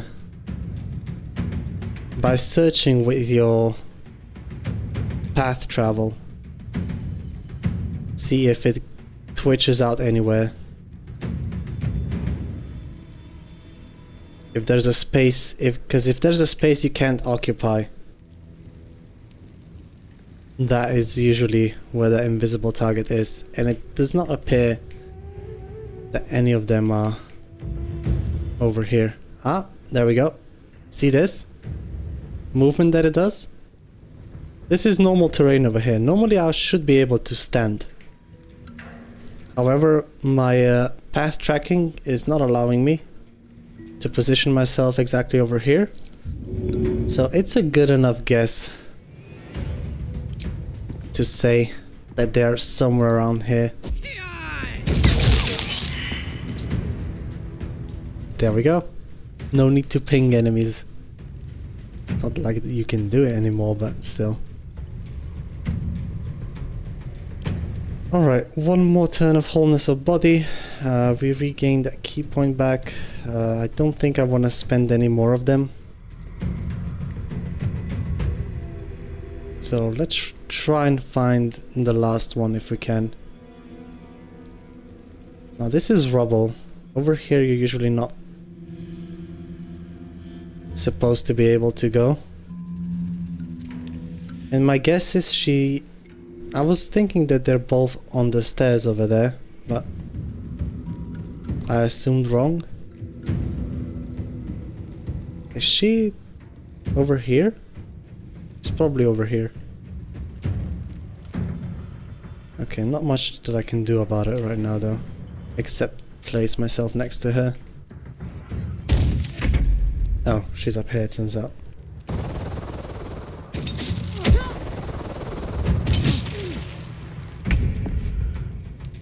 Take a lethargic turn. She's going to spend her turn shooting at a wall. Okay. Just gonna park herself right next to her.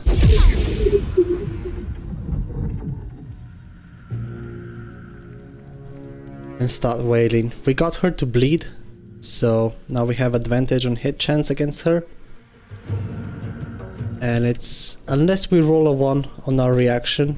Oh, never mind. We're just gonna kill her off. That works too.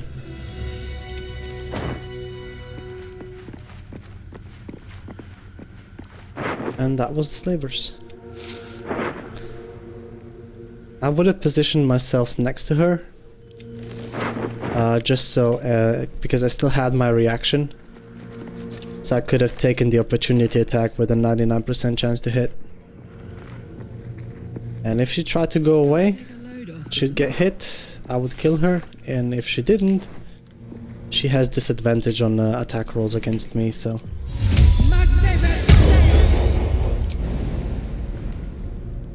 all nice and well at the end. Shadows don't suit me. I don't want to accidentally trigger a crime response for looting stuff over here.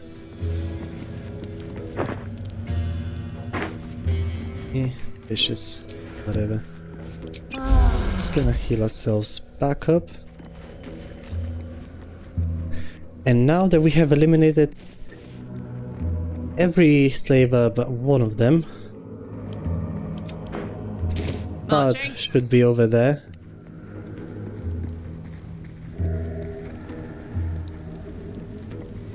And not hostile to us because he didn't join combat. Nobody with a witness tag survived. But I do want to be sure. Alright, so we can still talk to him, so he's not permanently hostile. Mission accomplished. Take the last Devilfold mask to turn that into a bomb. Also a bit of XP. Now whenever you pull near out, Apprentice Lorinda is one gnome that is guaranteed to die in the cutscene.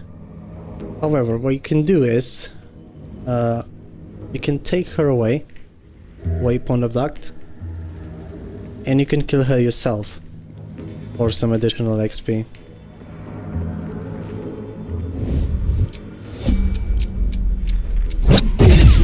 Your action. And we're just gonna knock her out. I'm not looking to fully kill her. The reason why I'm doing that is 75 XP. Let's go. Nothing more than that.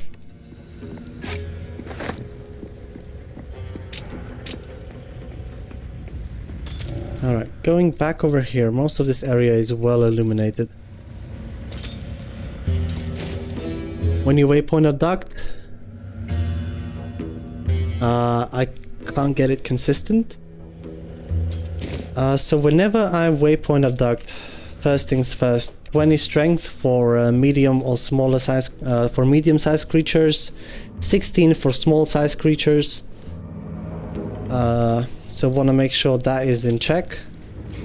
And next thing, whenever you waypoint abduct them, so if I wanted to carry him about over here, I'm going to aim for further from when I'm going. Left click to initiate it, and then right click to cancel the action whenever I want him to stop. So I right click over here, this is where we stop, we place him back on the ground, and if we were in turn-based mode,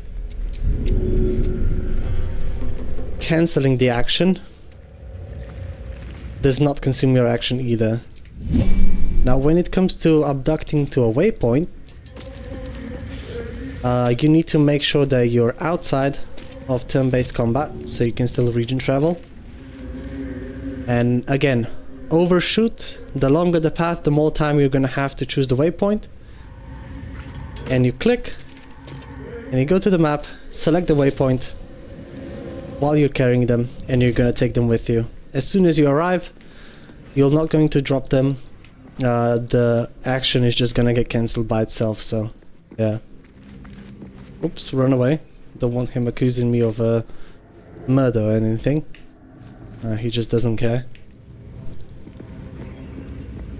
But yeah, the key is to overshoot. Don't try to be accurate, so you have more time to more space and time to cancel the thing. Alright, a bit of rearranging of my gear.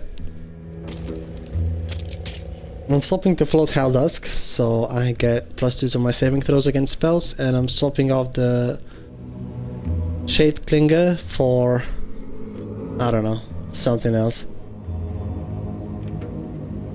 Don't really have a preference right now for the gear that I got, so I'm probably just taking Crusher's Ring. Wasn't overshooting? Yeah, because you're always like when you waypoint adapting, you're always cancelling at the end of it, so you know, is the difference between having 5 seconds to cancel or 0.1. But yeah, I still have 2 smoke powder bombs for the first act, so I'm going to use one over here, and we're going to disguise ourselves. Oh wait, no, I'm not taking out the slaves just yet. I'm going to place one over there, and if you shoot a bomb with a fire arrow, it's going to do a thing called a multi-bomb, where a bomb will explode multiple times in the same instance. The way you achieve that is that you deal several different instances of damage, several different instances of damage in the same action, right? So over here we have piercing plus fire, and then the normal explosion, so the bomb will explode 3 times. Oh sorry, 2 times. One for the piercing for the shot, and the second one for the fire. You can achieve that by throwing bombs onto the fire surface. Lightning charges also add another one on top of that, or being on a high enough place. Gravity will also add another instance. I try to avoid that, but just for the sake of conserving resources and blowing up this wall, I'm going to do it over here. Finally! Beltron, can you hear me? Alright, I'm going to pre-dash real quick. Wait for Nia to come out. And I am happy with the gear I got, so we're good. This is the slave that normally dies in the cutscene. She's back here. She's not even knocked out. Worthless slaves! Your incompetence has been my ruin! The last time I checked on her, she was taking a nap. Alright. Stop. No more innocence needs to die to here. For the weak, true soul. Was it your hand that slayed Nir's servants? Or is there a sane explanation? Your scalp buzzes as Nir's mind reaches out. Not to you, but to the nearby Dwergar. I see treachery at every turn. Not every Dwergar proves faithful to the absolute. Nir is not without mercy, true soul. And these strike them down. Prove your faith. And I'm going to side with the Dwergar. Now, it is 1 tadpole negative to side against him, but there's plenty of tadpoles if you're only playing 1 character in this act, in this game, in the first 2 acts, to get every little ability. So, I'm doing this. Heretics. Let Nir be your end. Near be your end? Meaning the end is near? Alright, Thud is still on my side, because I haven't taken him out, and he didn't see the combat that I did with the other guys. So, what I'm going to do is I'm probably popping a speed pot over here.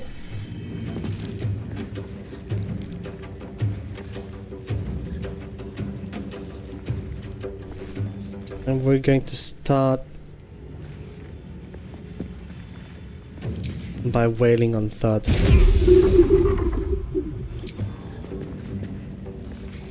As soon as you attack him, this turns him hostile. And now we'll also get the XP for killing him. There we go.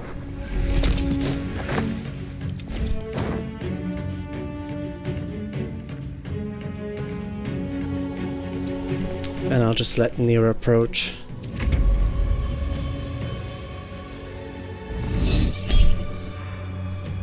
Dissonant Whispers. It is a level 1 enchantment, so... But I don't think I'm using my reaction on anything else this turn.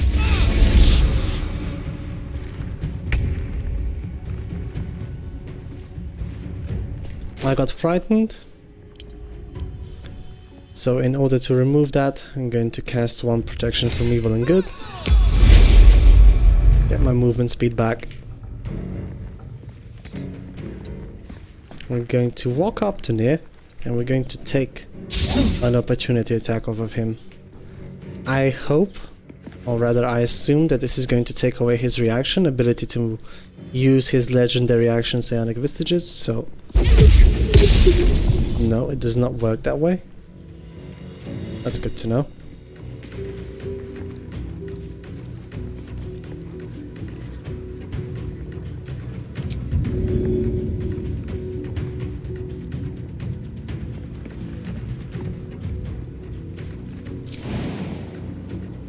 So I'm just gonna jump away. Let him catch up with me. And heal up a little bit. Next way I want to test to You're in my thrall.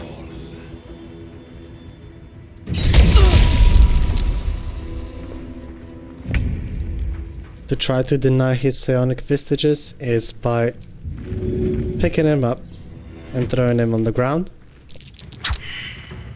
Oops, fail. Let's try this again. So we got the prone. No reaction. And now we can wail on him however much we want. Fortunately, I only got one more attack left, so I'm going to use that to reapply my speed pot. But let's get a bit further away before we do so.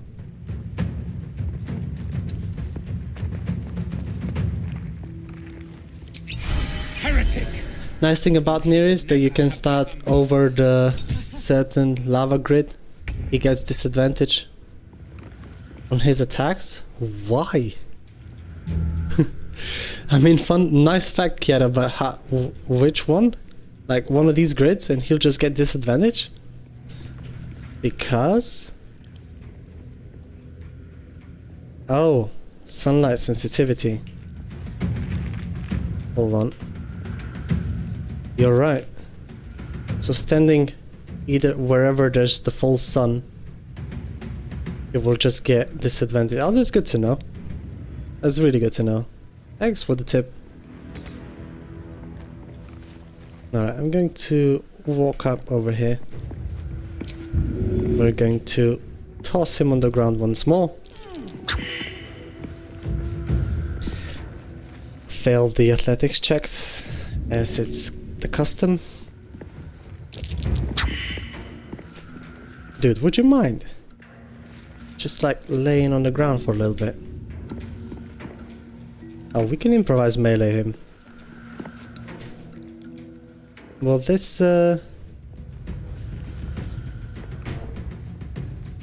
toss him on the ground. I've never used this to try and prone someone, so I'm kind of curious. It does work. Okay, so I don't need to do that with disadvantage. Turns out I was just wasting my actions there.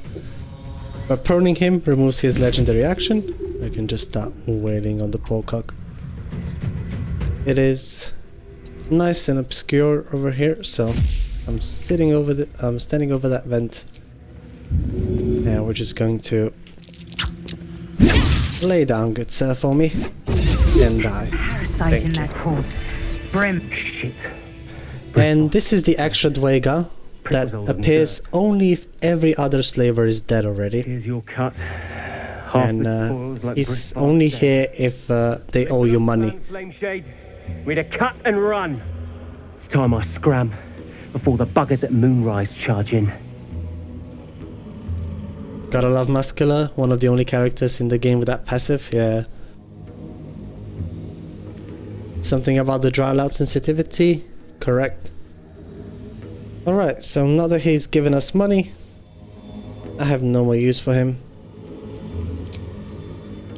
Just going to attack him real quick.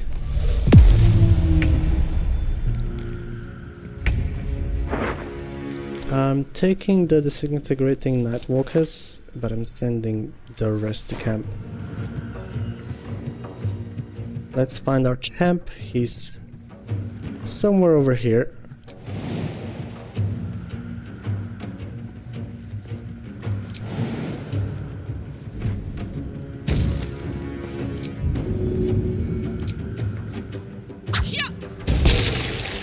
So we're gonna reveal him with a quick spike ball. Also gets him to bleed for 1 turn, so we get free advantage on attack rolls. And standing close to him makes him threatened. Bye bye. Thank you for your XP and the other half of the money. Alrighty. Do I want to lose protection from evil and good over here? I kind of want guidance.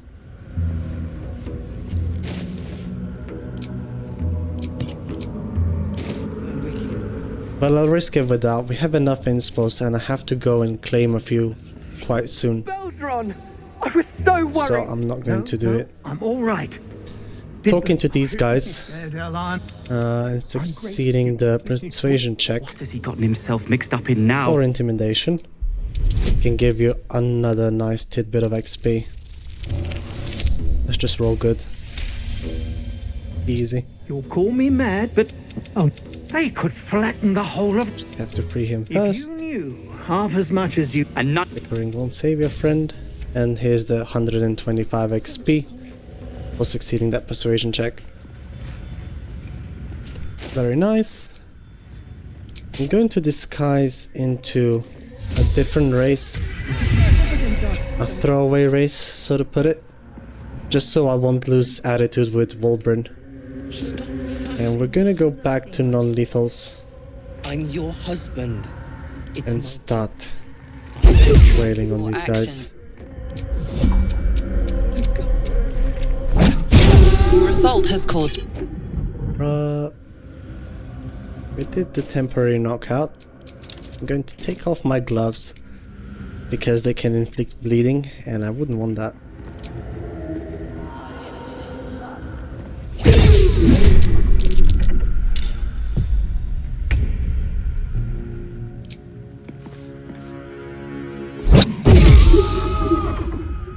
There's the next knockout. Another 75 XP.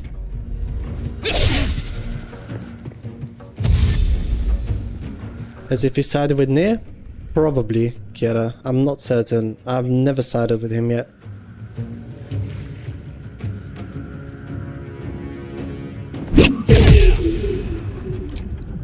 So, beat you unconscious as well, but I'm not going to beat Barkus unconscious though, because I had him bug out before, and I'd rather not risk it. So, picking up all of that XP now, I'm just ready to get the fuck out of here.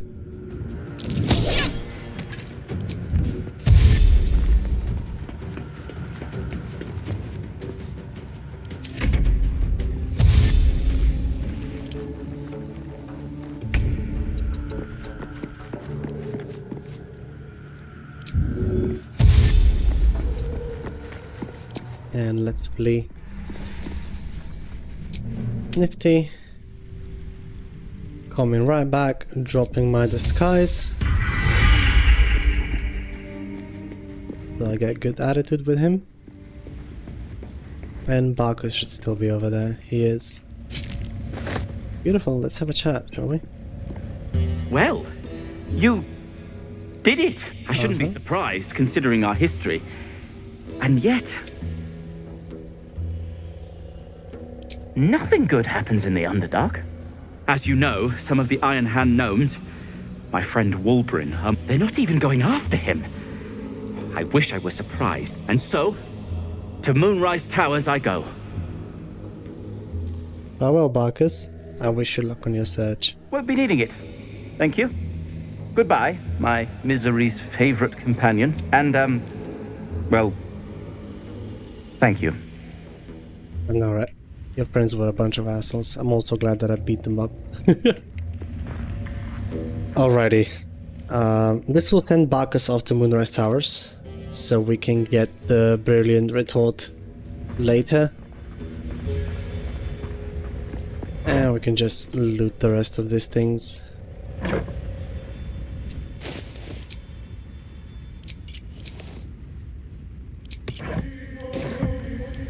I am ready to rest my weary head.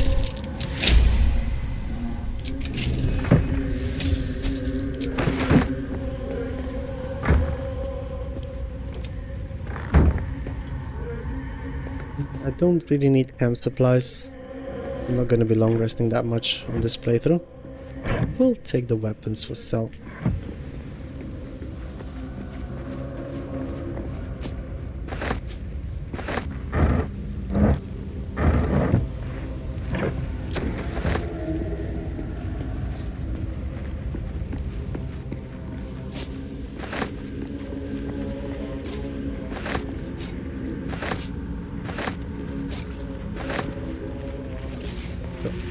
After the next long rest, Wolburn should appear in Last Light Inn, and that is also when I want to. That is the same long rest that I want to save the rest of Iron Hand gnomes from the Moonrise Towers prisons. No stuff on you. While I'm at it.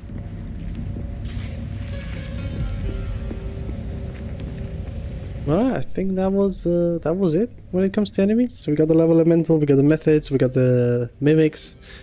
We did the 3 that are whipping the Rothe over there, we got the Rothe themselves as well. Everybody else is either knocked out or dead already.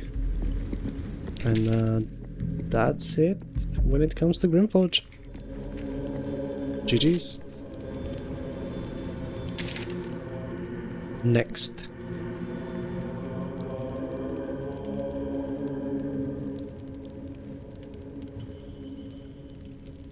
We have a couple of more things to do in Act 1.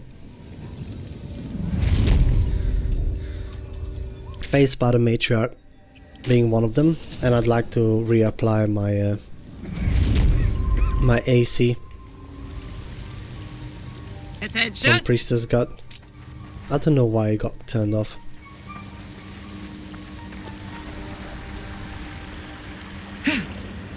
But yeah, all of you that might be new to solo on the run challenges, you can bring the priestess from the goblin camp to Sovereign Glut, and she can cast Shield of Faith, which does not require concentration, which makes it unique, and therefore can be applied to multiple targets and have it persist even if she was to leave my party, giving me flat 2 to my overall armor class.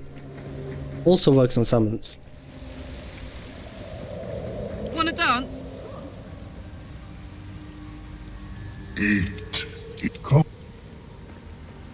La la la. Come. We'll be clearing out. No point in lingering now I've got the noble stock. Show me your wares. I'm not abusing games economy, I'm just stashing away things that I might want to purchase later.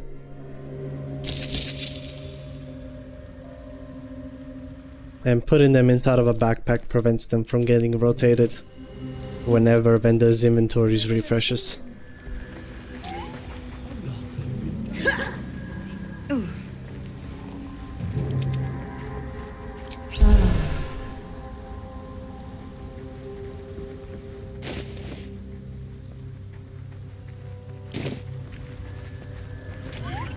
Welcome back. Have you made any new discoveries? Picked Misty Step blind.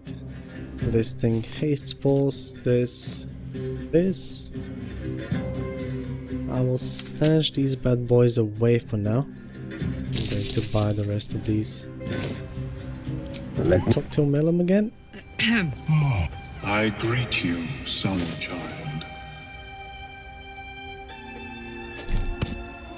I want to stash these things away. I want to get an amulet to recharge my spell slots real quick. I'm going to do a quick double check to see how many of each do we still have. 4 void and 6 spike. So I'd want to get 4 more of these and 2 of those. They're super cheap and very useful utility tools. So make sure to make use of them.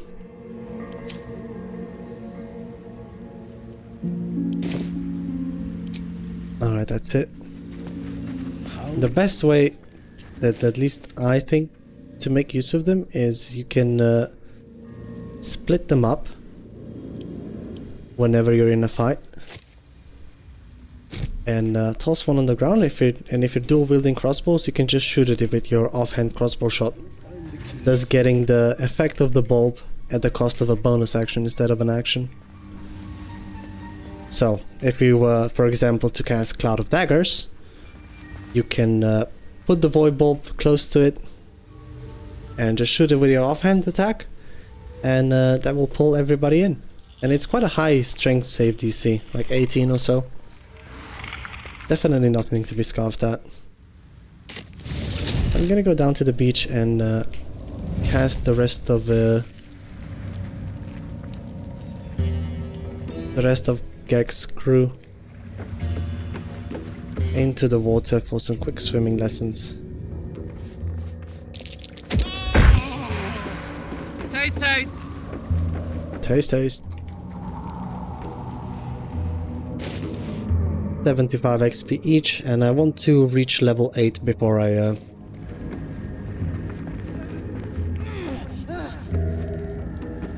go and discover other regions.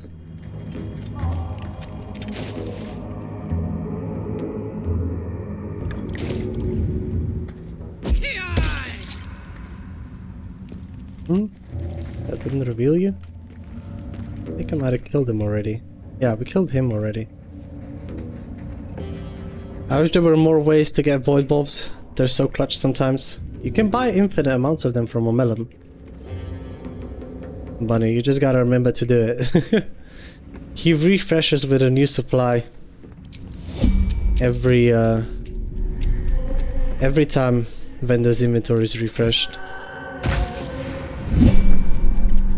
So we're gonna get you out of the way. And now that we've got pretty much all of the DRS effects that we want out of this, I think it is a good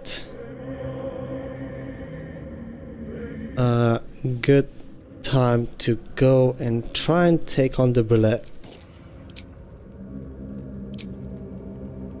No, thanks for the reminder.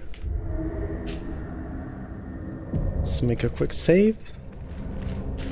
Now when it comes to Bullet, we need to get through her diamond scales, and we want to ensure that our unarmed attack, just the bludgeoning part, is first of all magical, which it is, level 6 monk, and second part that it can cross the 15 damage threshold.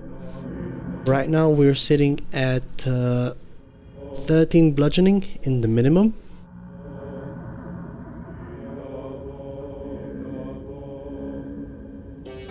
So the conditional shade clingers gets me to 14. So to get through her diamond scales, we need to roll 2 or more damage. And I think that's quite realistic, to be honest.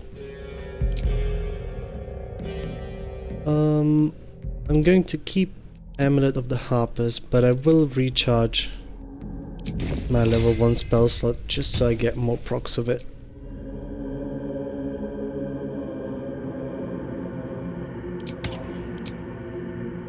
I'm going to keep this for extra initiative, and I think we are ready. Yeah. So let's go up to the Myconid colony. And the first encounter that we can do is right over here. One thing that I want to double check that I have is some that I'm unable to be moved by foes. That can be achieved by putting on Minty's Boots of Striding. And if you take them off before concentration ends, you're going to get this effect permanently. So we're immune to prone and getting moved by falls. So you can equip the other boots and still get use off of that. Going to keep my sentinel shield for extra initiative.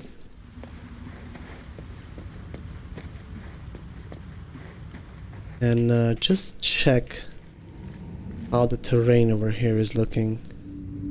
So we want to be somewhere over here when Bullet shows up.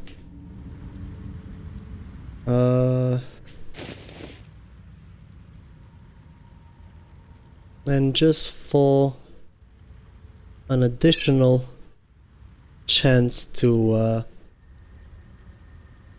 not get absolutely fucked in the ass, I'll probably want to get a stone skin scroll.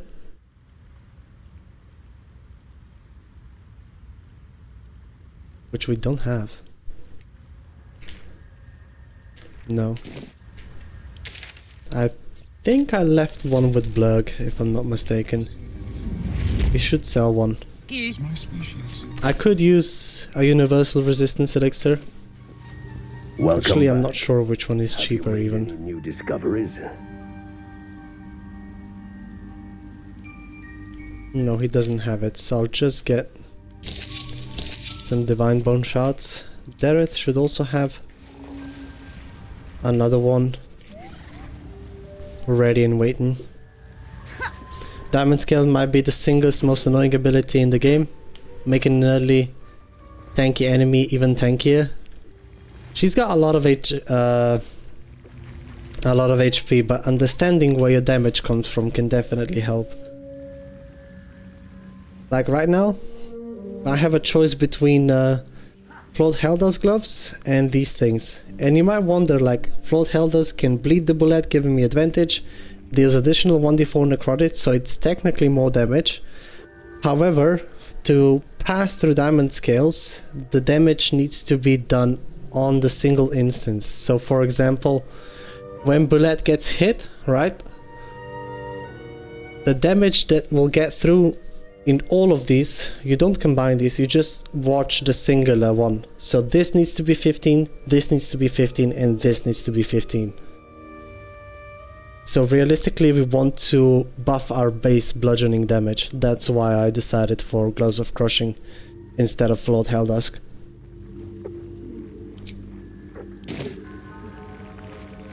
Will be no point in lingering now I've got the noble stock. Sharpshooter gambling might be the play.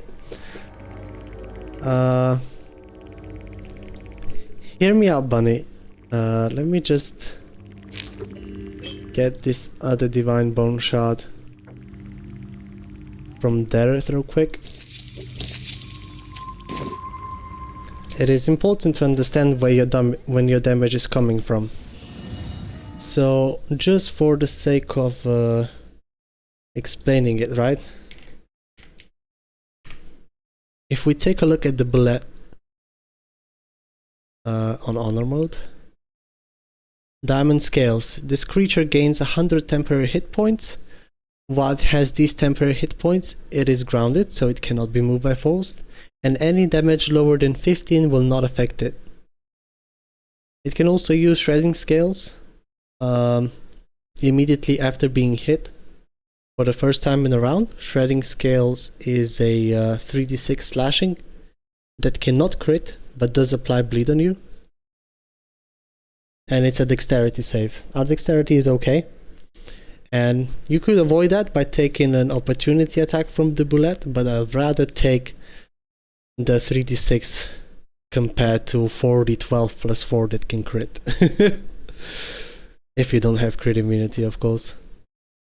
So yeah, and making yourself immovable will also, and standing close to the bullet, will also minimize the chances of her trying to use the deadly leap.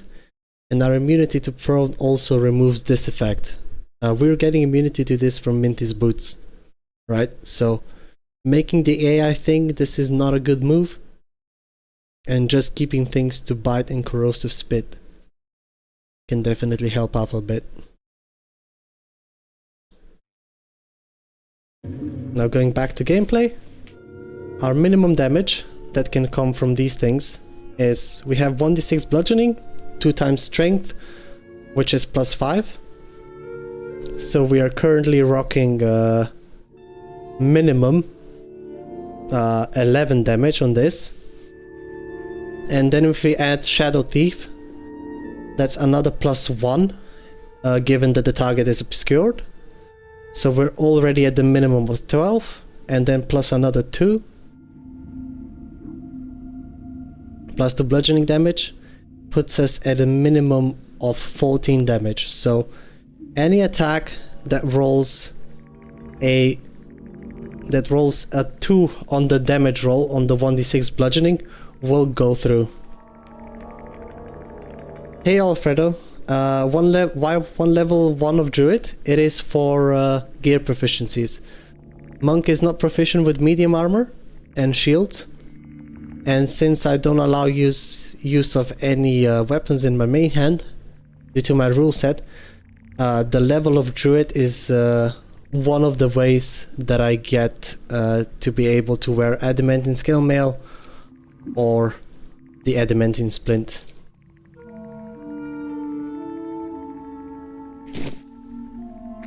But yeah, we are here to chat up Shadowheart real quick and get our universal resistance elixir. Something the matter? I'd like you to join me. Now, even though I have crit immunity from bullet, I am still far away from safe from being one-shot. So what we're going to do is we're going to get resistance to both acid and physical damage that bullet can do. Wait, where's enhanceability? And that is going to come in a form of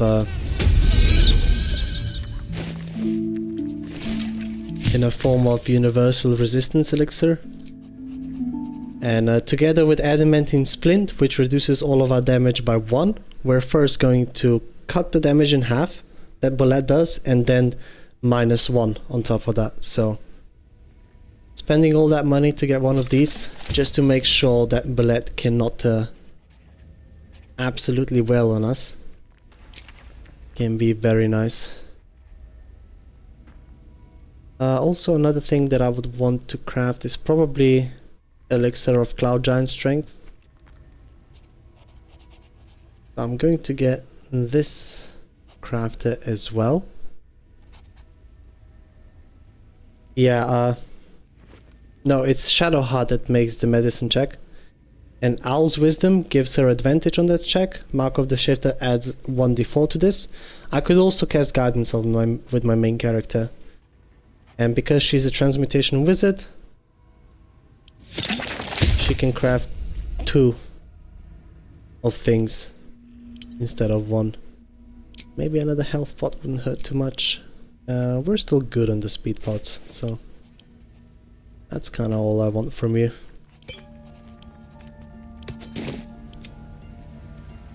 Something the matter?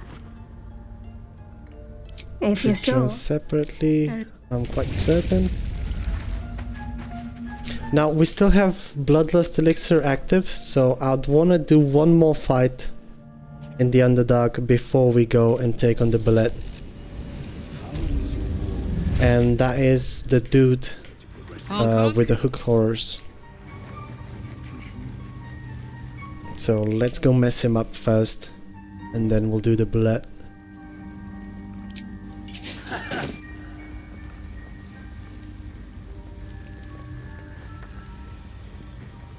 Just so I extend some more value out of my elixir. Also raising my base strength with Cloud Giant. We'll put it to 27, which is effectively 8. So 8 plus 8 plus 1 is 17. So every unarmed strike will go through bullets.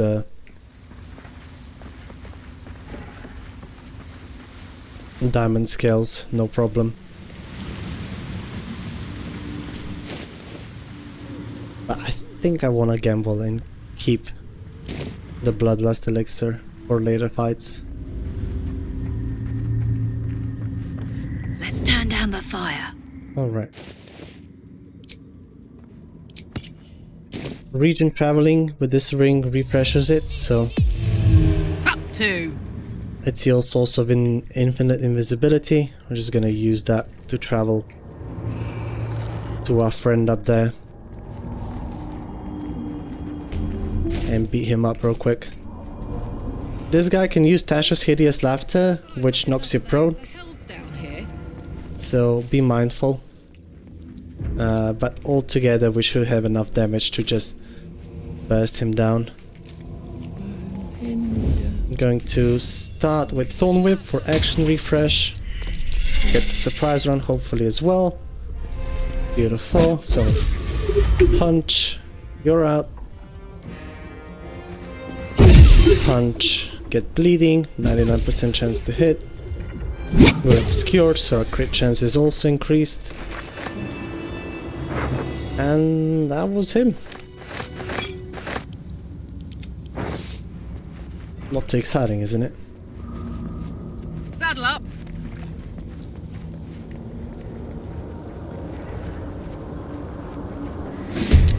No. I forgot about you.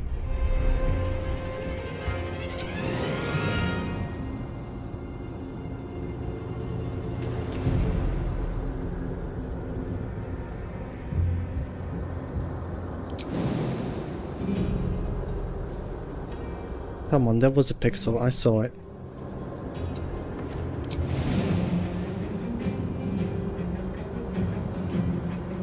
It works.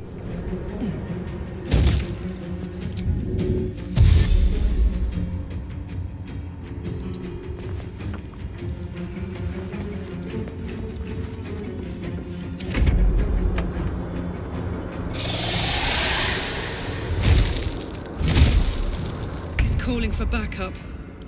Might even the odds.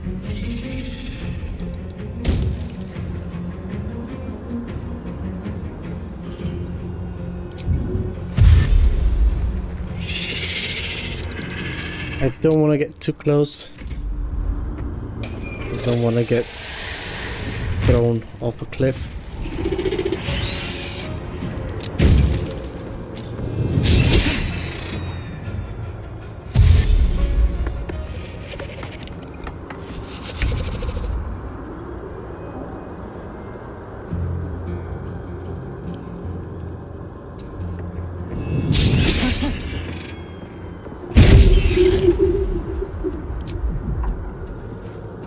Is this obscured, by the way? Not really, so my Shadow Thief is not doing me any favors here.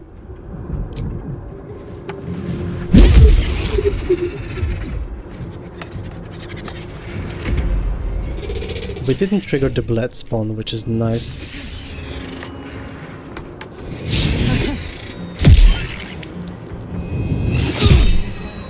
Yeah, that's okay. I can take a hit, no problem. To the turn, call the weak off, just so we get our bloodlust action.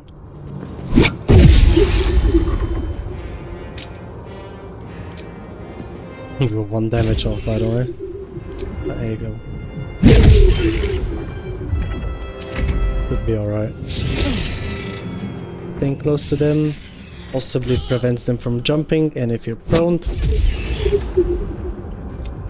they get a multi-attack on you.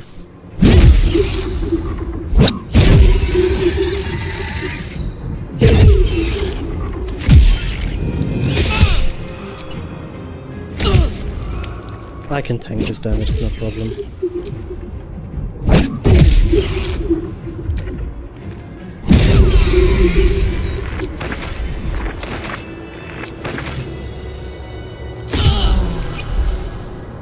So that was the hooked horse.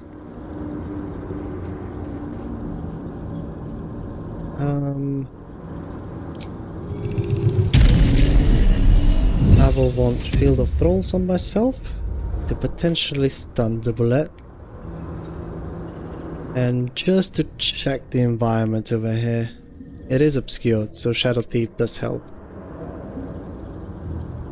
Alright, we're going to walk up a bit closer.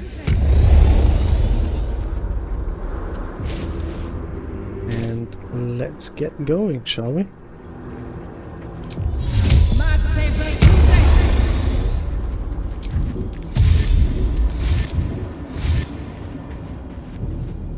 Come on.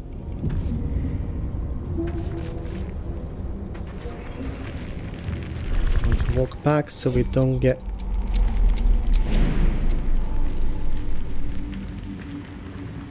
stunned on accident.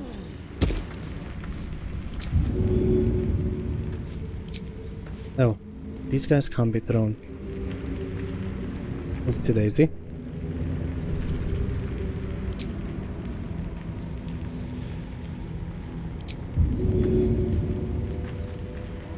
And I'm going to do a haste ball grenade for her, just so we have an action at the ready.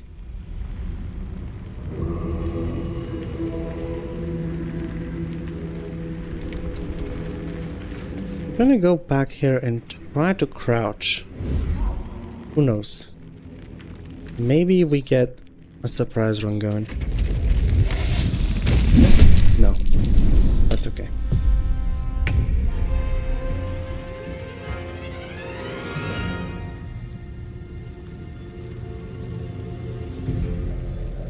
What's your max damage on the bite? 52.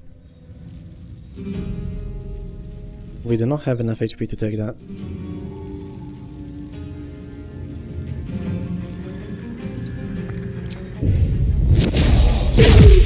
And to begin with a stun, we roll the 1 as expected. There's the stun. Now we can go and take the haste balls. Really? Jeez.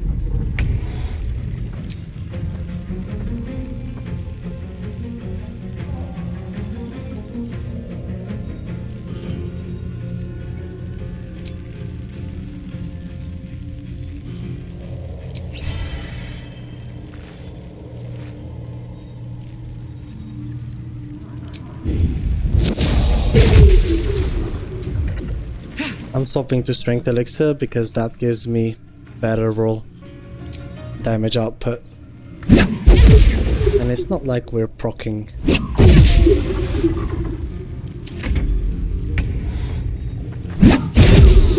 Bloodlust at all.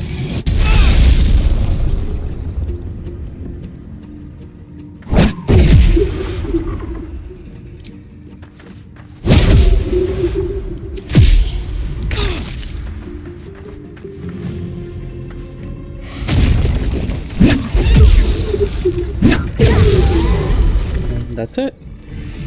It tried to burrow during my turn. Did you all see that? What a cheeky cunt. God damn. Like, I was thinking what should I do next, and she just started to burrow on me. Just like that. Wow. Ready to rest my weary head. Call a scam when you see one. Soldier? Alright, picking up force tunnel.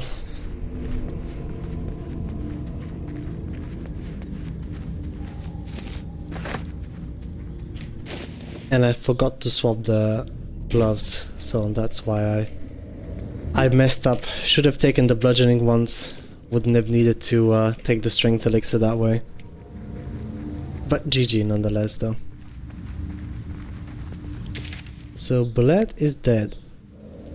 Now it's only the question of the spectator. And I believe like a stream ago or so, we were debating if we want to organize some dogfights.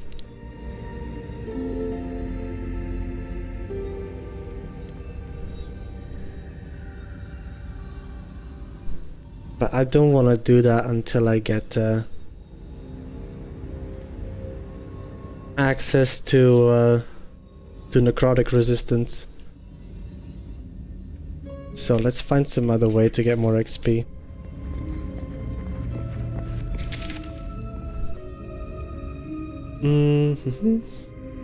That's it from the Underdark. The hag is still alive, but there's not particularly a lot of XP over there. Radcaps, a hold person. I will have to go and kill them eventually.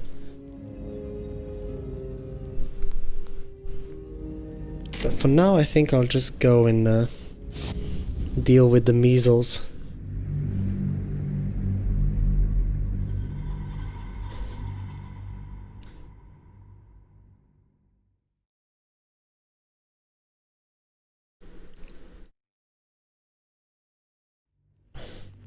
And I also want to go and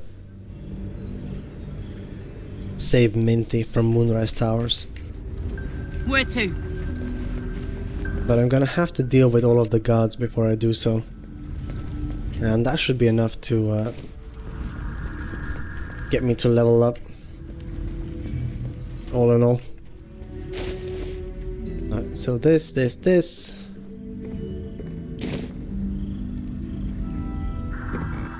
If you're alright by Jaheira, you're alright by me. Hey, she said the line.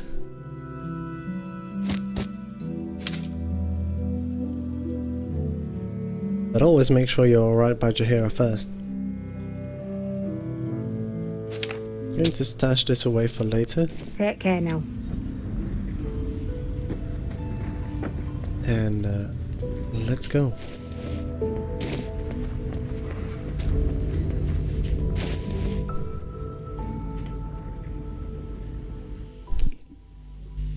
Anything you want to say? Get our protection from Shadow Curse back.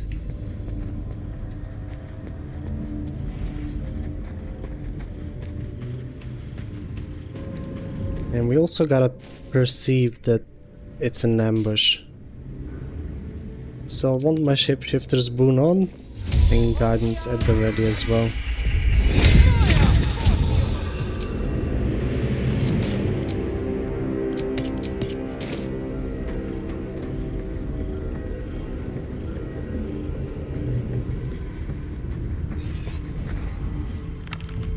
Did I walk past it already?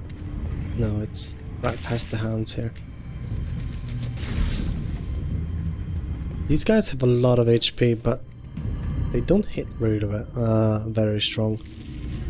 They can garrote, which can silence you, but That might be worth a look. I don't much care about that.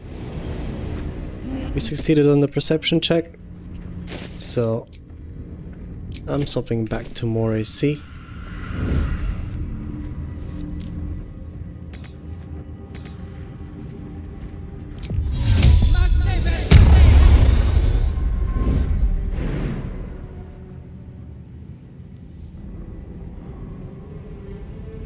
And there isn't any of them that we could exactly sneak up on. Oh, never mind, there is. There definitely is a way to sneak up on these guys.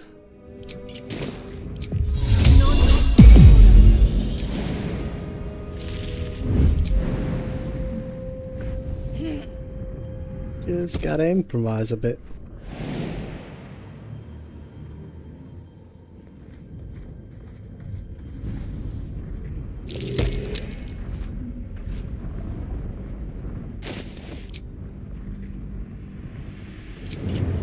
Back to our evasive shoes, make sure that all of this is obscured.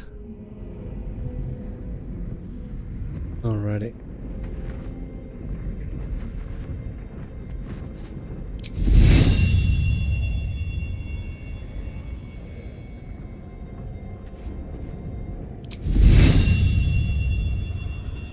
What do you mean you can't pull you down here?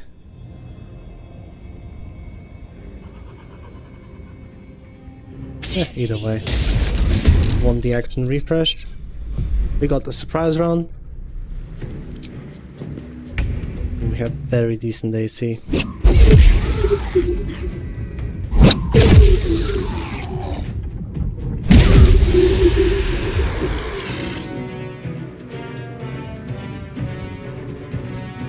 Soldier.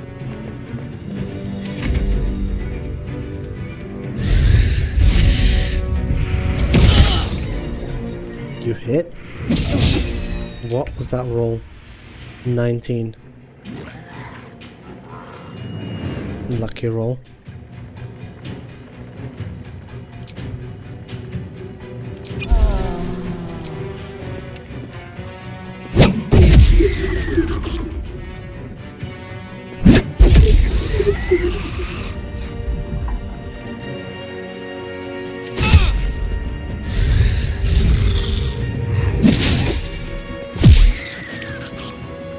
As long as he's garroting, he's not doing anything else, so...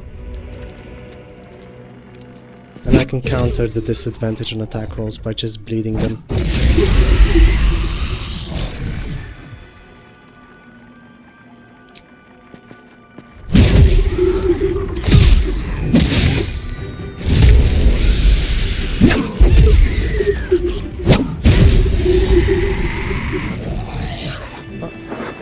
An inspo? Okay. Well, at least we got it. I guess. I don't want to go talk down Fizzlebolt. That is also an inspiration point. And we'll possibly lose a few of them trying to talk him down.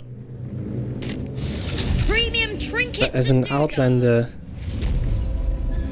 we want to chug the thing at least once. And for that we would need... Does Monk get advantage on the Constitution saving throws? Against drinking the Fizzlebolt's brew?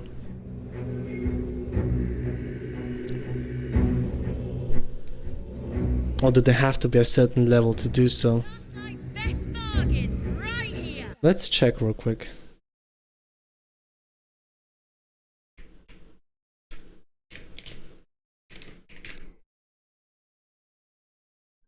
Fizzlebolt.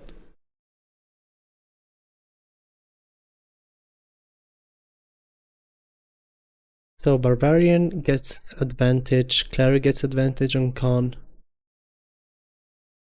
and Monk also gets it, so we don't need to make sure that we have advantage through other means. That just leaves us with a few stat sticks to go and pick up. One of them is Far Aloof. Gives me +1 to my performance. Shapeshifter's Boon and Guidance. The classics. And we could also get Bless. Premium trinkets and doodahs. From Whispering Promise. Because that is a Constitution saving throw. So Cloak of Protection.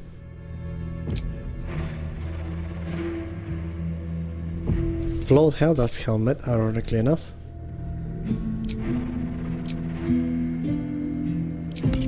Whispering Promise. Athletics.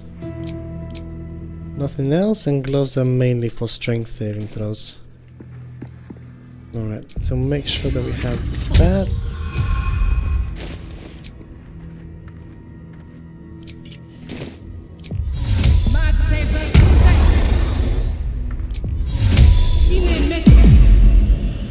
Must be a distillery. I'm going to get Bless going and jump straight down and have ourselves a little chat.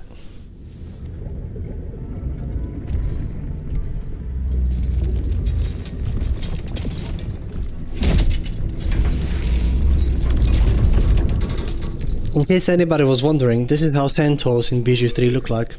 Go back down, wet your whistle, tell your story. My whistle? Where do I sign up? Only the best, oblivion and beyond. Go on, cheers, bottoms up. Leaning in, you can see how the creature's skin barely holds it together. The bulb. Go on, fling. Make it drunk. Oh, good health. Monk gets advantage, we got Bless. We could also get Heroic from Elixir of Heroism. Skimped on that one. But I think we have to pass at least one of those to get an inspo.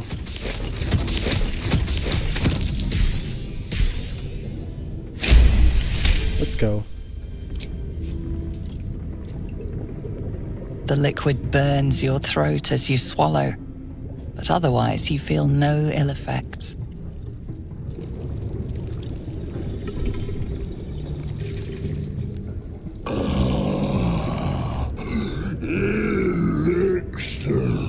I just wanted to hear you say that. Fun little thing, when it comes to a performance check over here, selecting the lowest one is always going to be the lowest DC. 16. And we get advantage, because Thaumaturgy and Thieflings exist, so... Very nice. Treasures in the top. You ask, your father kept bringing it. Questions done. Alright. Finished. Over. Didn't focus on the sleight of hand checks. They get 3, 5 at the minimum. And this one gets 4, but it gets advantage, so I think I'll take advantage. Let's go. 1 in a 400. Love to see it.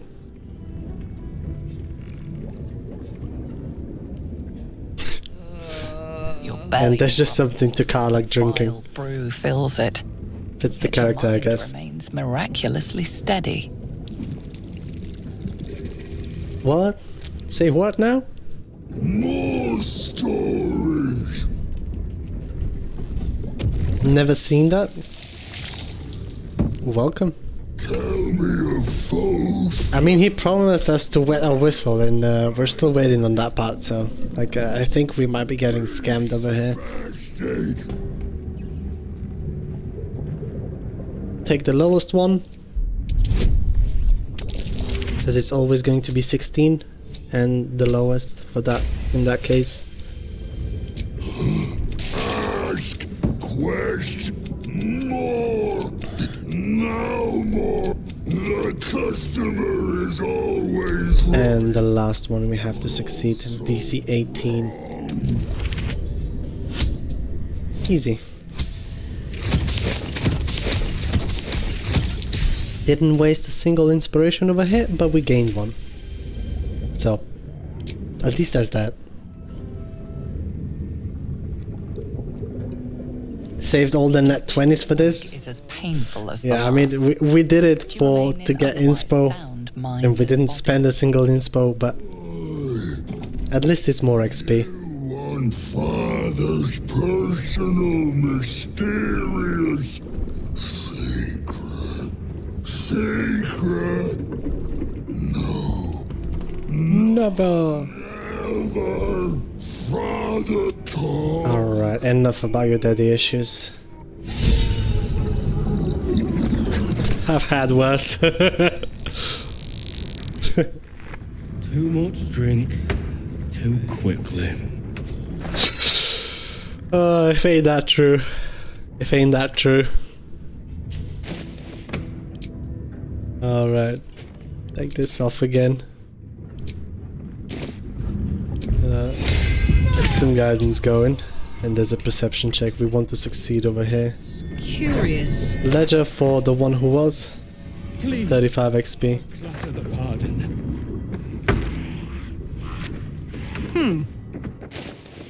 We are 1,500 off. Okay. Aha! Aha!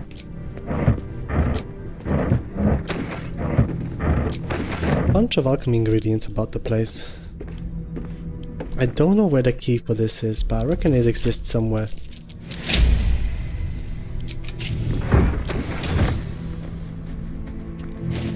Let's get a headband and mage's friend going.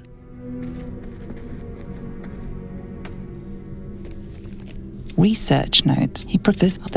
Unfortunately, a deep purple Investigation stain check that you can darkens get the some final nice page, bonuses in. obscuring the parcel's Oh, destination. mage's friend does not help. Good to know.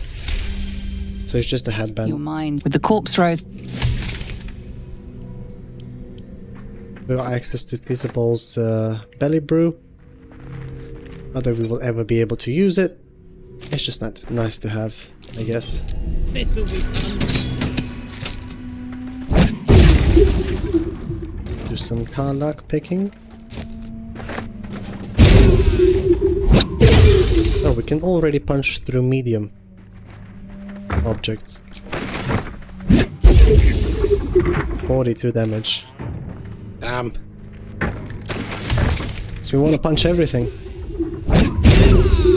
Someone drowned in alcohol. Ugh. Oh, don't complain. And the punch drunk bastard. A Tippler's Rage. While you're drunk, you have advantage on attack rolls. You also create a blast with each attack, dealing 1d4 thunder damage. Interesting combination to use with Drunken Monk.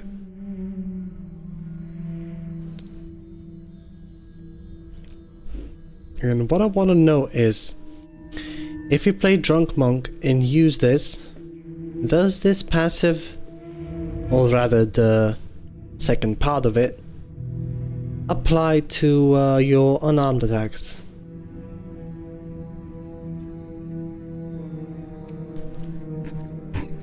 Thank you for testing.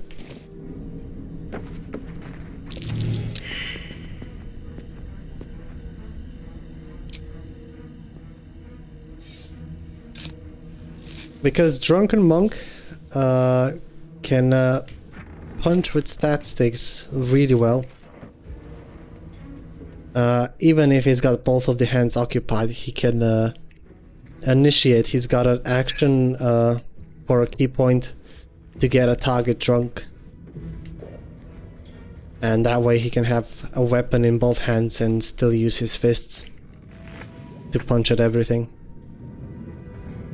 Thorm here to the trade tunes.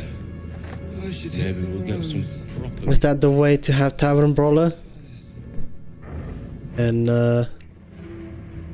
Tavern Brawler punch drunk bastard and hitting an AoE? Create a makeshift far aloof shriek condition that does not run out.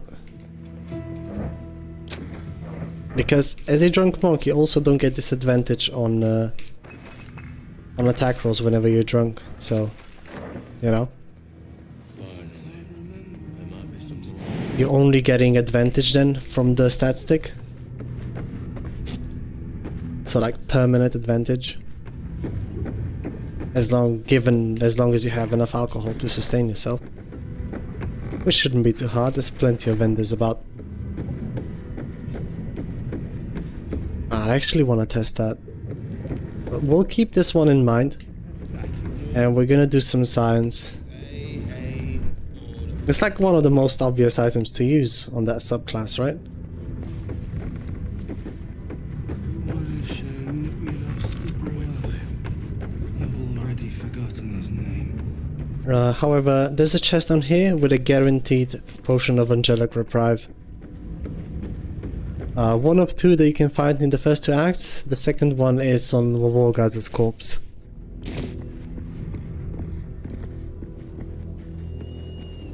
Alright, let's go and make Catherick pardon Minty real quick.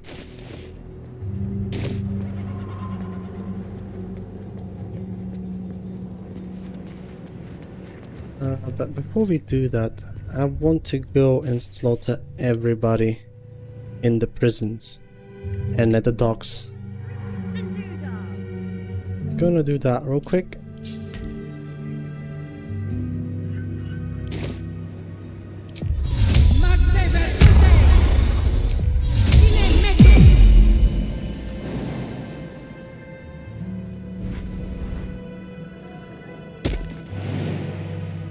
And hand sleep is so nice.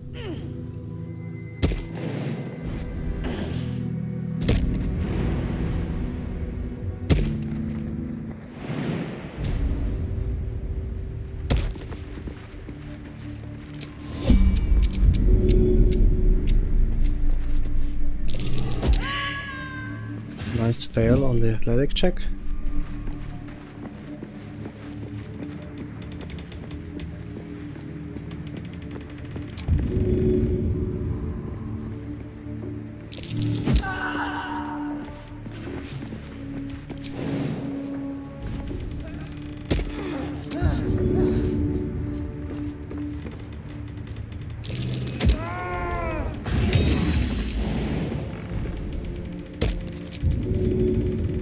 Throwing is so good in this game.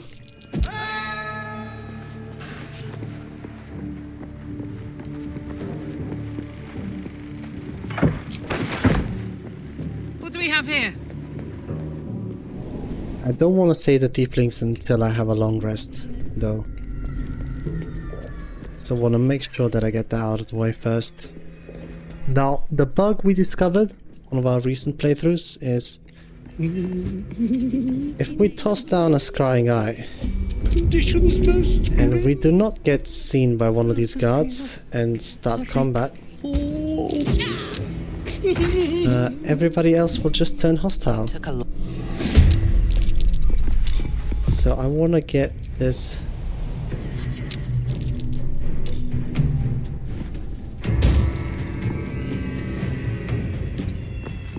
out of the way as soon as we can.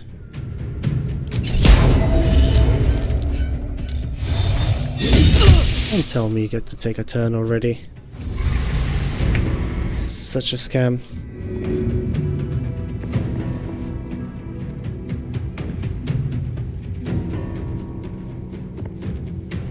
You know what? Just to be safe, I'm going to pop one of those first.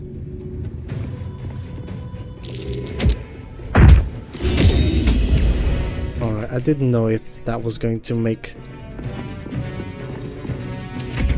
the dude disappear.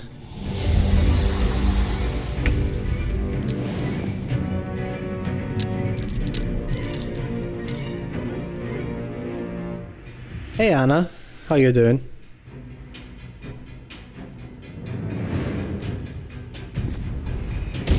We're just taking out everything in taking everything out in the Moonrise Towers. You resist, but you need to be hit for at least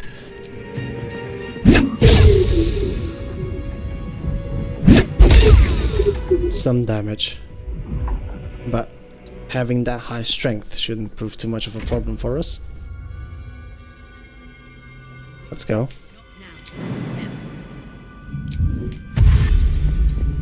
Managed to defeat Answer with Astarion on his own. Rogue is amazing. Let's go.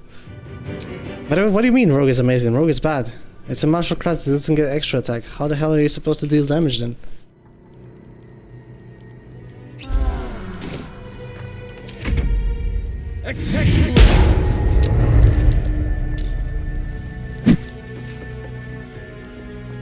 For all of you that are new here, I am just joking around. Rogue is actually one of the tankiest classes in the entire game, and with some good subclass selection and proper use of game mechanics, this class can absolutely unga bunga through the entire game with taking minimal damage at the same time.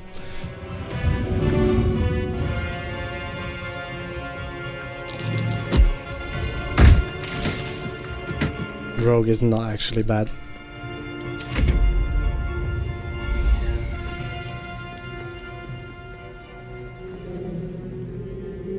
Alright, we're gonna get our champ to approach us a bit.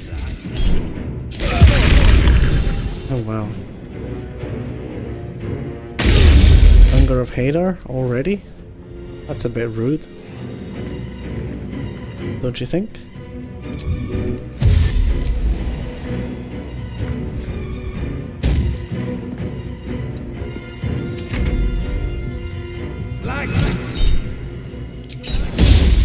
I'm not using my reaction just to force him to stay next to me.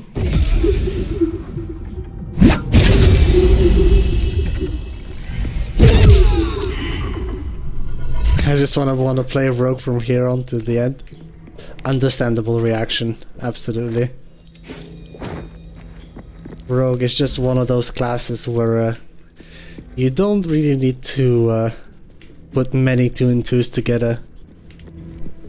And once you get evasion and uncanny dodge, all you have to make sure is not to use your reaction. And you're already taking minimal damage at the very worst.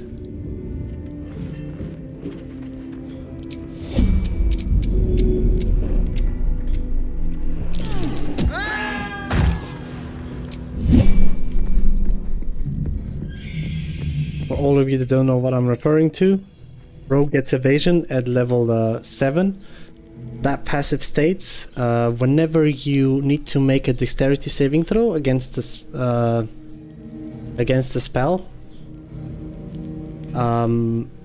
if you succeed the saving throw, you take 0 damage, but if you fail it, you only take half.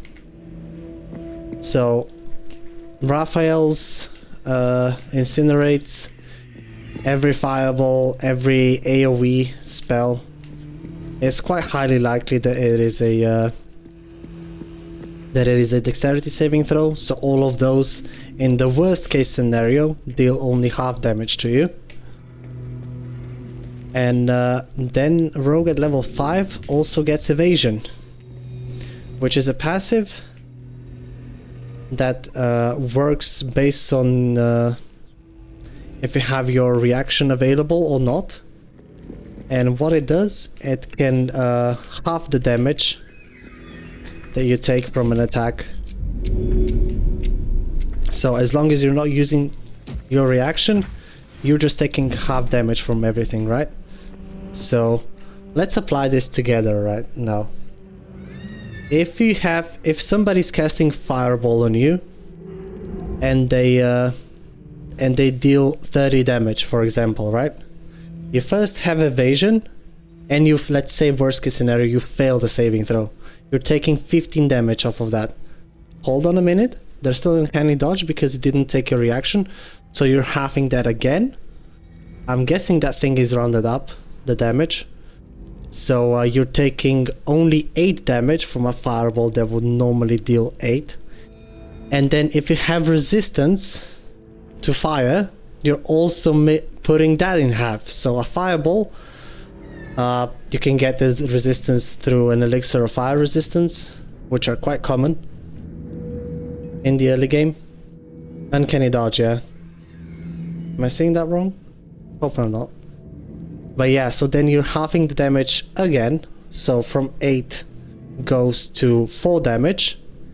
And then if you just have a few items that give you flat damage reduction, like adamantine splint, certain heavy armors, defender flail, or flawed Helldusk or Helldusk armor, which is 3 flat DR with defender flail, that brings you up to 4. So a fireball that you saved your dexterity saving throw is still can do 0 damage.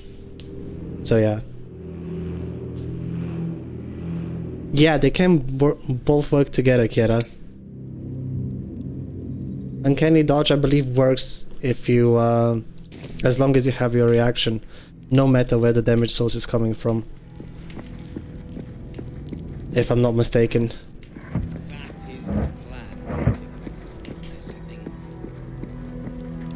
Hope I'm not spreading misinformation.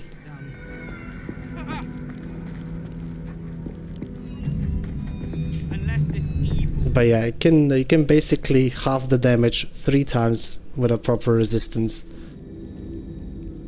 And the order in which those apply, first is resistance, then is evasion, then it's damage reduction, and then that gets halved. So yeah, in that case would be 30 divided by 2, 15 divided by 2, 8 minus 4 would be 4, and then divided by 2 is only 2 damage. My bad. I was off on that.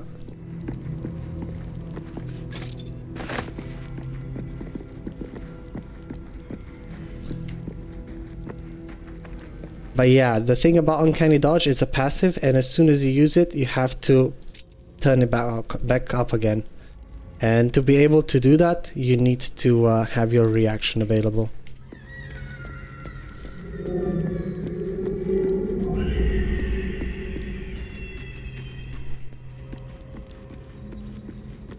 No, I'm glad. I'm glad that I'm remembering things correctly. Seem to be right on evasion. Yeah, I know that Uncanny Dodge gets applied last when it comes to damage rolls, and resistance is usually first. So it's like resistance, evasion, damage reduction, and then Uncanny Dodge.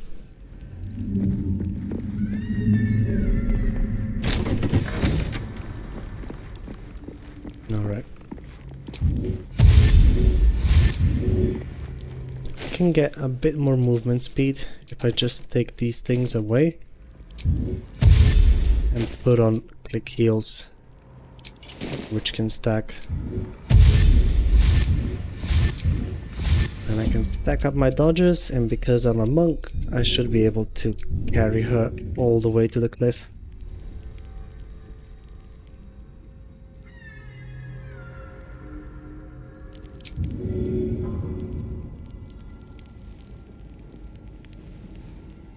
On console, thankfully, you don't have to re-click it. Damn. Is console secretly OP?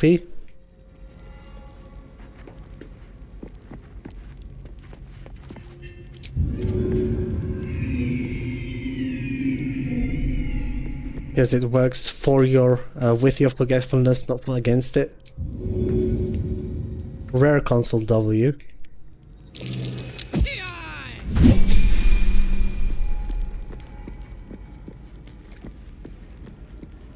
I'm very happy for the crossplay they added. I could finally start a playthrough with a friend on PS5. Let's go. Yeah, I don't know when they did that. But it must have been pretty recent, because I had a lot of people complain that they can't, or I've seen them complaining that they can't play with their friends who are on a different platform. Huh? What? I carried her from here? She just got thrown over. I'll take it.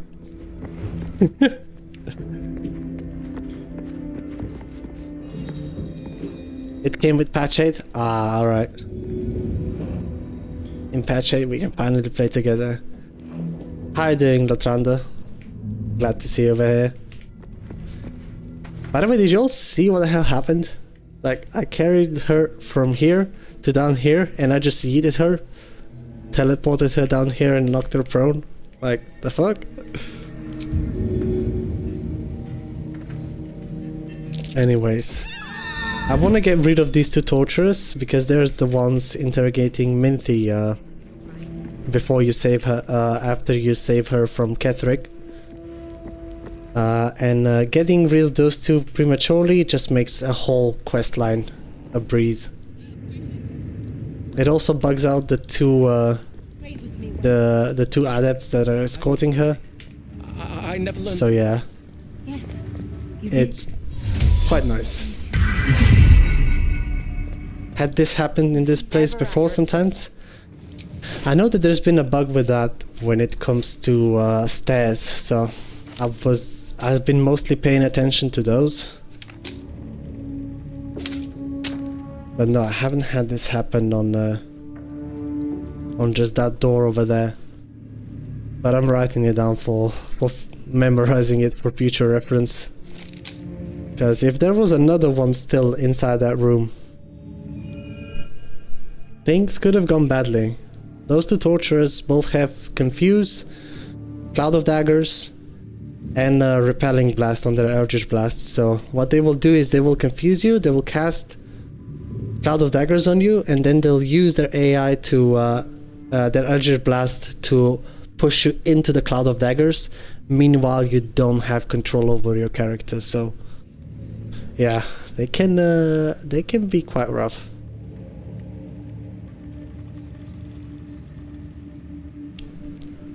So you want to keep an eye when you deal with them. An honor.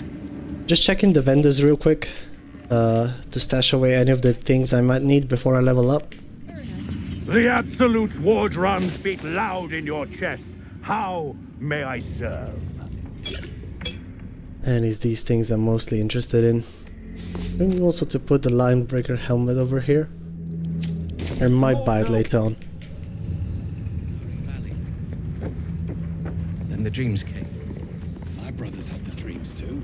I killed him with 2 HP. Left here once, yeah. Because I died once down over there, and because I wasn't in control of my character, I died, but my character just kept laying over there. And I couldn't reload, couldn't do anything. I was just a dead character with no party members present, and it was a weird thing, all in all. But yeah, we finally get to now level up.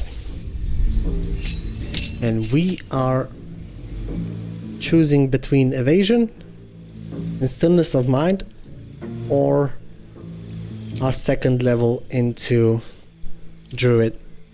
And because there's not that many scary AoEs incoming for the foreseeable few fights that I'm going to have, I am deciding with Circle of Spells. What that gives me is access to Symbiotic Entity. We gain 8 temporary hit points, and our unarmed attacks will deal an additional 1d6 necrotic damage. I also get Halo of Spells, which is a 1d4 necrotic, 2d4 if we have Symbiotic Entity on. And the good thing about Halo of Spores is this is a way to weaponize your reactions. So you can use this thing to pop a speed pot at your feet, you break it open with Halo of Spores, and you still have both your bonus action and your action to do whatever you want with. Also, another very nice highlight of this thing is you can use it to destroy ladders and thus deny access to high ground to certain enemies, making some fights quite easy, or turning the tide of battle. So yeah, super good. Also, an honorable mention about Symbiotic Entity: if you have Bloodlust Elixir active, the 5 temporary hit points you get from that get refreshed into your Symbiotic Entity. So this temporary HP that we're getting out of this is rechargeable. And yes, of course, it's get a set range spike bulbs. You put them on, throw them. You put them on the ground. You move them away, and you activate them with this thing, which is your reaction. Everybody in an AoE starts bleeding. If you have Wild's Benediction, you get advantage. They get disadvantage on the con saving throws. So if you're doing something like Thunder Wave or Cloud Kill, they will make the roll for it with disadvantage. So all in all, just utility through the roof. And you can be just outside of the bleed range, as Kiara is saying. So yeah, we're going to prepare Enhanced Sleep. Because it's our second level of Druid, we will also get one more prepared spell slot, but we're on 8 wisdom, so, and that gets calculated with current level. You get 1 per level, then plus or minus your wisdom modifier, so we're still on 1, but I don't miss that long strider that much, to be honest. Alrighty. Yes, you did. She gives them to you fully formed.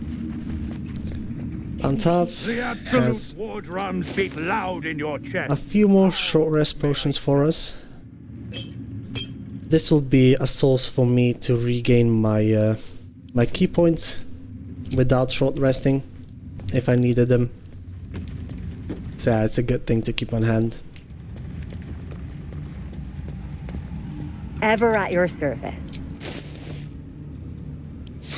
Roa has a Bloodlust elixir for me and a speed pot. I will take both of these, thank you very much.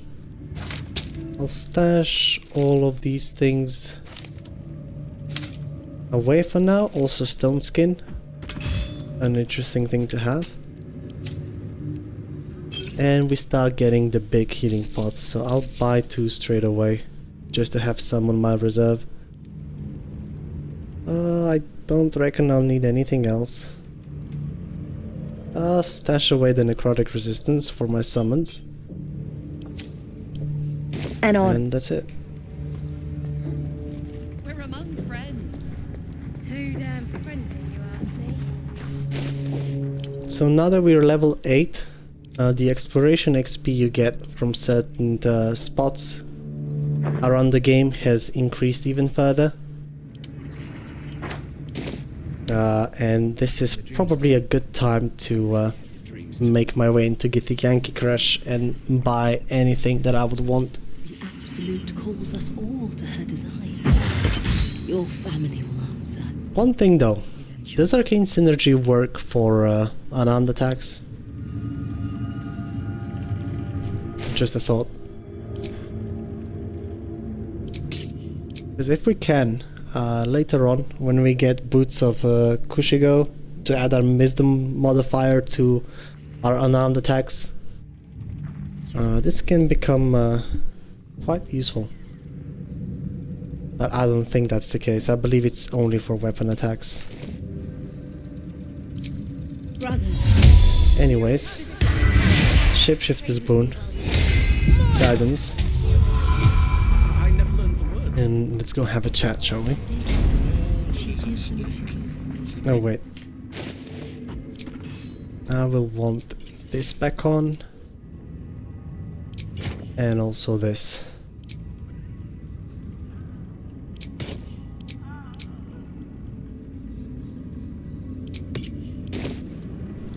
Alright, let's go. I will not be slandered! General, you saw my reports.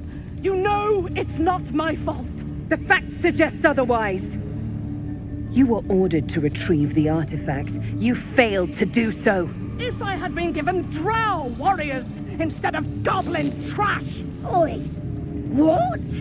You scrag! So normally, Prezek would appear over here. That's the goblin you find tormenting Wolverine in Act 1.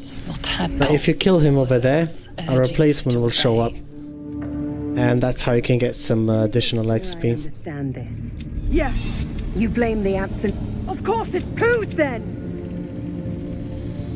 We're going to gently influence a rel real quick. We have 4 inspos, so we should be alright. Or we're just gonna roll good and it won't matter. Zarel's mind is a I'm being... Alrighty. Enough! Save Minty. Just kill them, they're worthless. Of course. You heard the General. Yeah, you ain't gonna do anything. And we're going to fight them ourselves, because that is the most XP positive. Each of these goblins gives 110 experience. You must learn more about his power.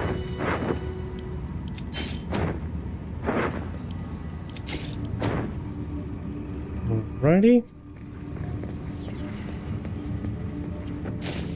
Field only gives me advantage on perception, but not insight.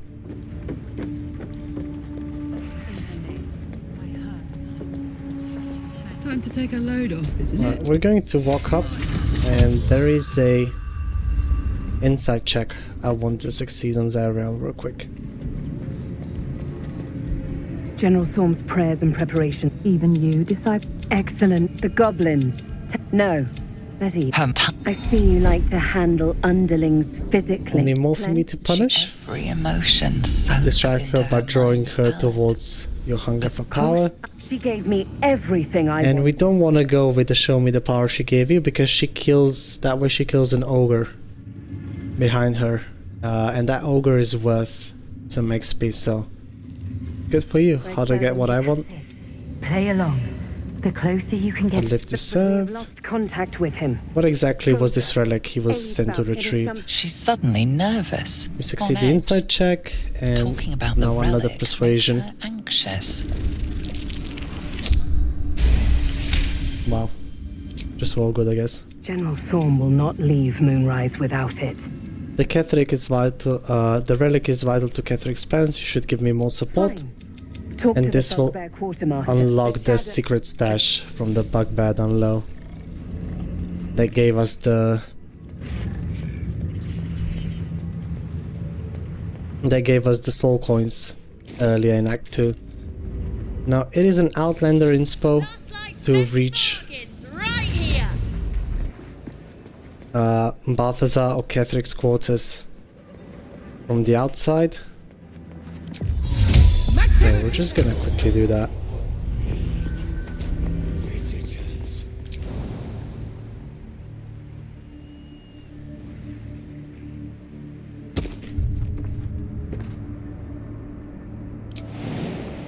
By jumping up here, going around the back. And now we got some lock picking to do.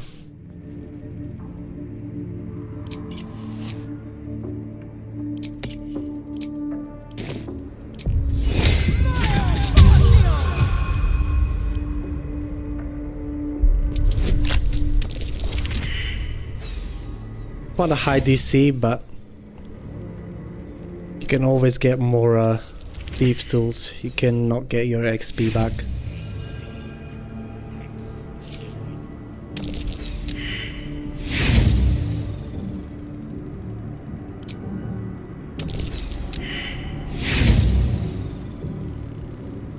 Well, let's see if we can roll a... Damn. I need to roll quite a lot. 3, 2, and then 1, 1. Yeah, even bonuses need to be high for this to succeed.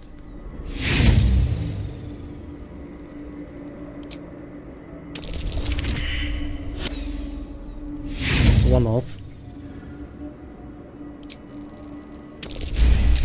There we go.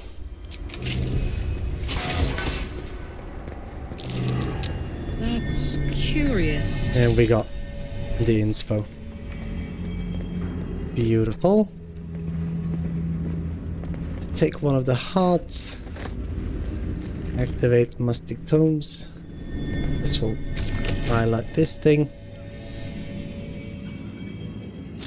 Can put a heart inside and it solves the puzzle.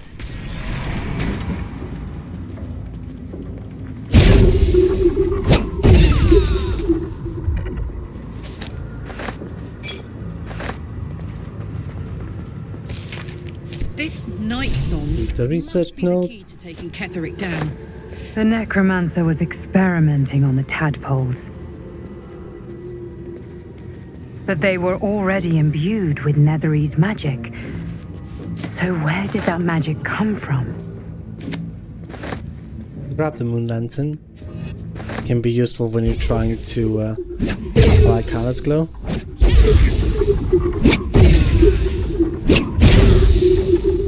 Oh, so we can punch through it. I don't know, but this is just so funny. Just bare fists.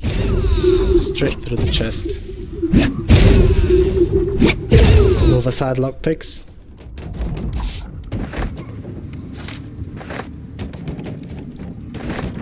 Another disc here from Githyanki's. Disc, there's the 95 XP.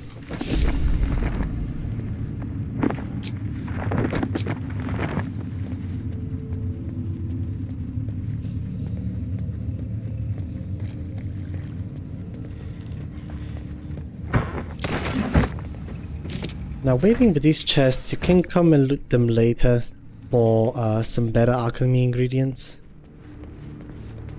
I can't be bothered to do that, but they do scale with level, I believe.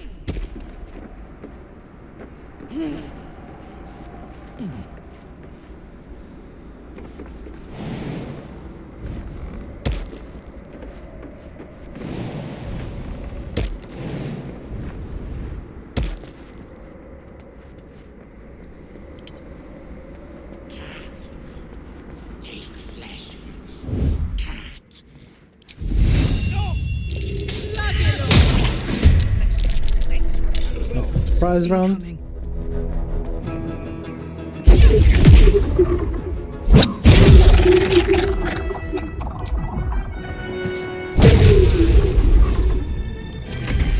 These guys can paralyze you, but we just have so much damage that we don't really give a shit. Hashtag just monk things.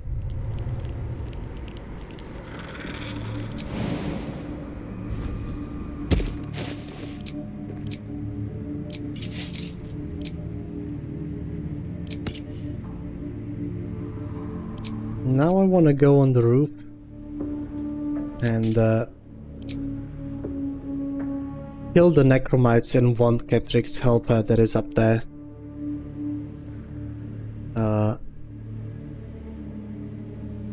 They have some things that I want. Mainly XP.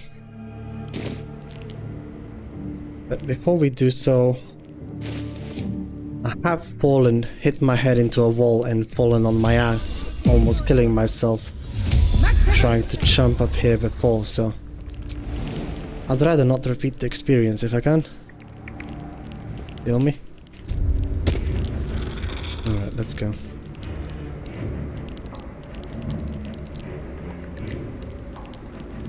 I think I'm going to pop one in this spot.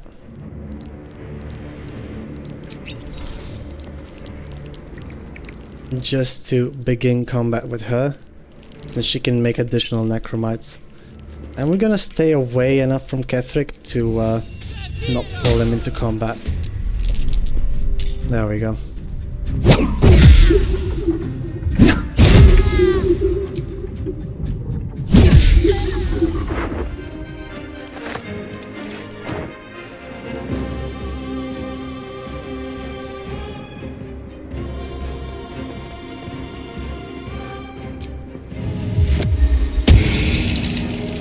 Move myself over here.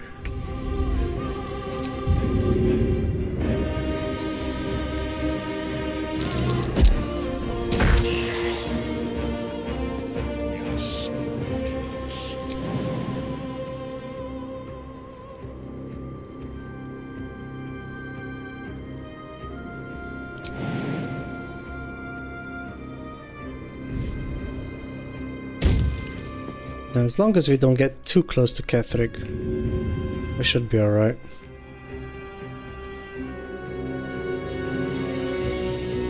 I'm throwing all of the necromites so I get rid of armor Vagathis, which can hamper my damage, or damage me rather. I'd like to save on the health slot, health pots if I can. Not getting hit is always a good strategy, it turns out.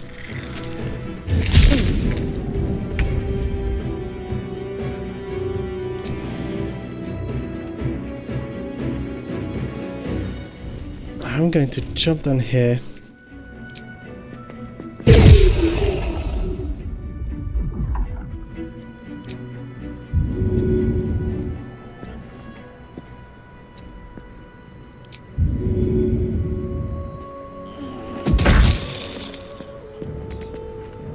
Go. I'm gonna let other necromites approach me.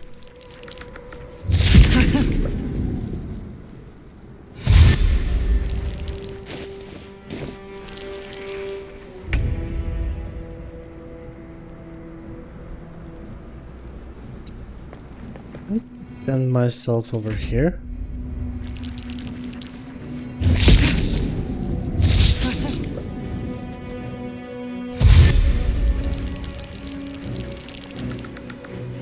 Go.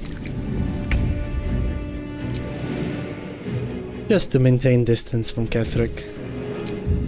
Don't want to take any risks. Oh.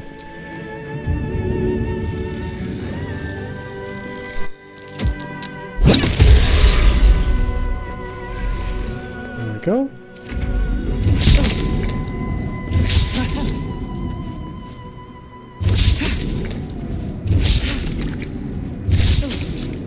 I wonder, how far can I throw this? No way. Eat, motherfucker.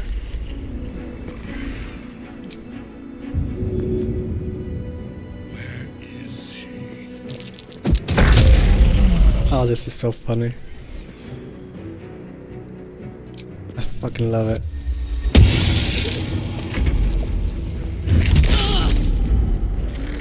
Oh, look at that. What was that? 20?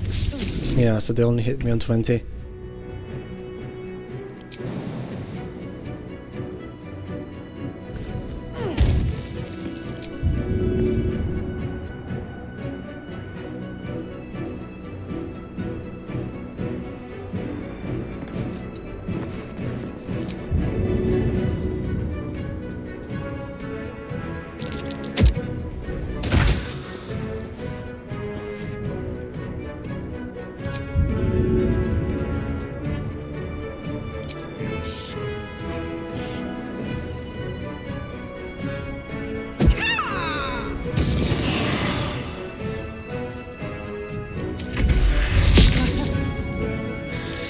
And each of these necromites is worth quite a nice chunk of XP.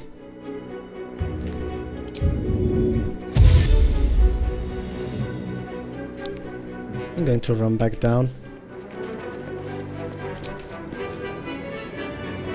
And just spend one of those.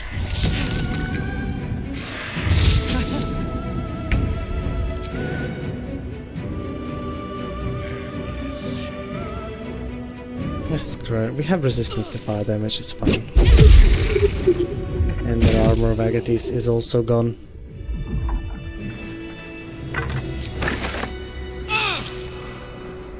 Nope. Where are you going?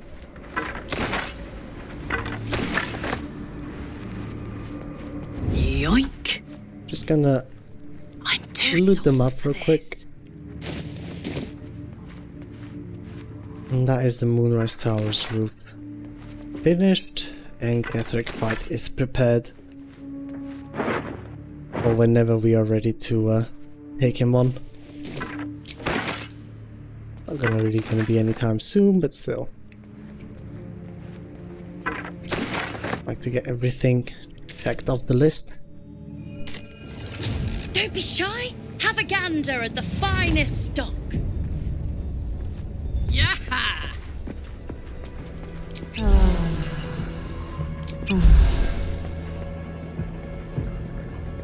Now these two guys have tadpoles. Tadpoles are good, but the ghouls medics can paralyze us. We want to make sure that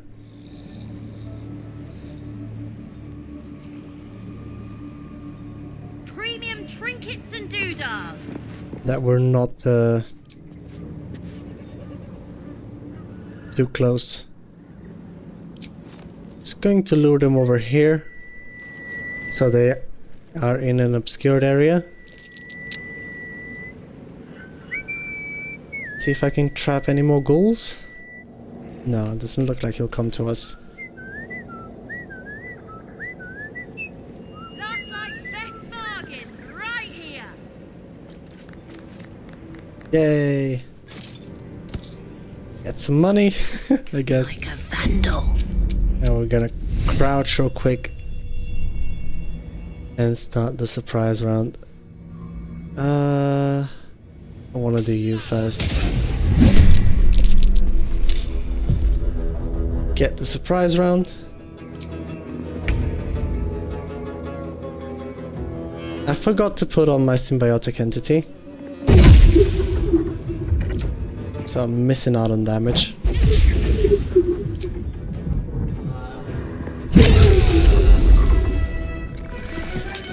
But we shouldn't struggle too much because of it.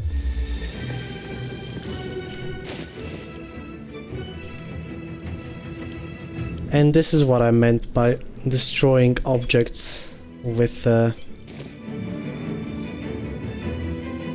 Spore Druid. You can toss one on the ground, does not take an action, and if I were to target this guy, it's 30%, but the objects are always going to be 100.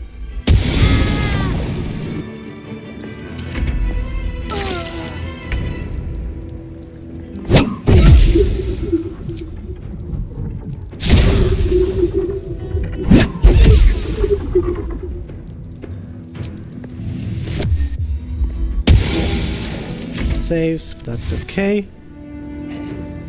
She should explode on her next turn. There we go.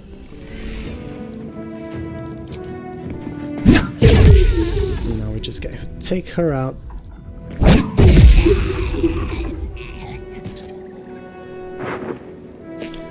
The reason why I didn't throw them off the cliff is because these two guys have tadpoles. It's nothing better than yummy gummies. I don't want to run through the fire to deal with these guys, so I'm just going to back off a little bit. Take the gold I earned with my beautiful, beautiful performance.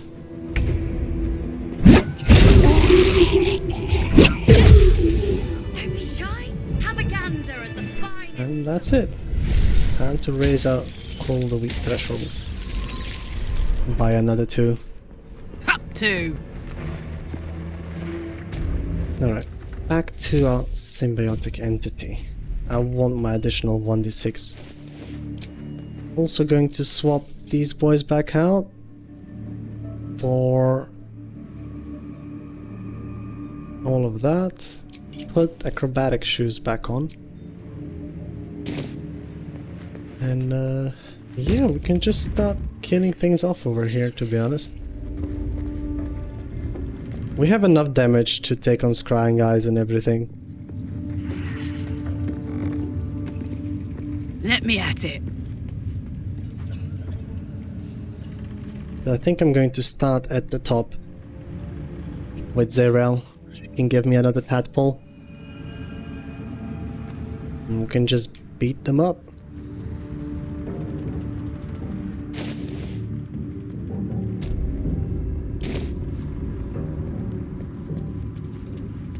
I don't know where and if restraint is a problem.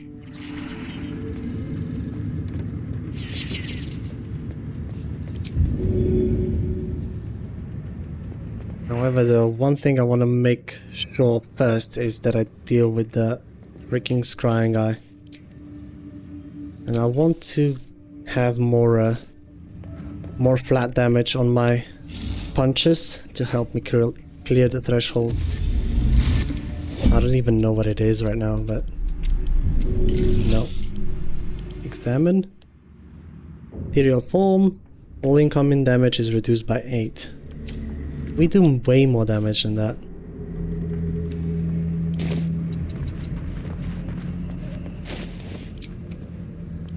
So I can swap safely back to those.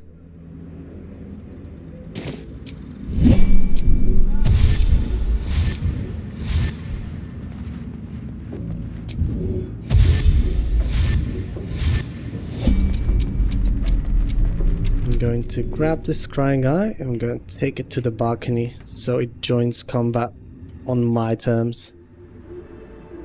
Oh.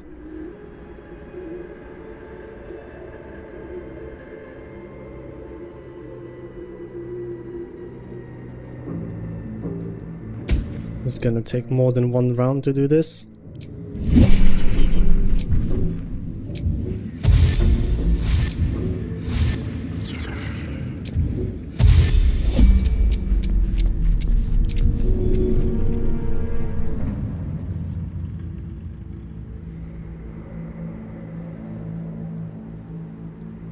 Well, well, look what we have here.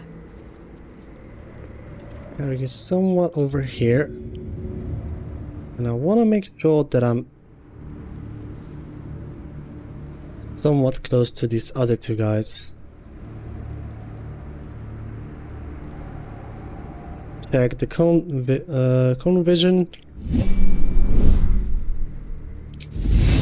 And start the surprise round. You were witnessed assaulting. Yes, attack. We got the surprise round.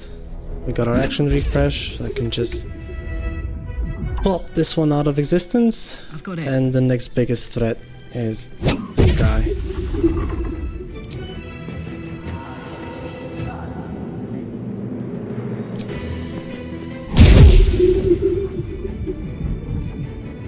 No bleeding though.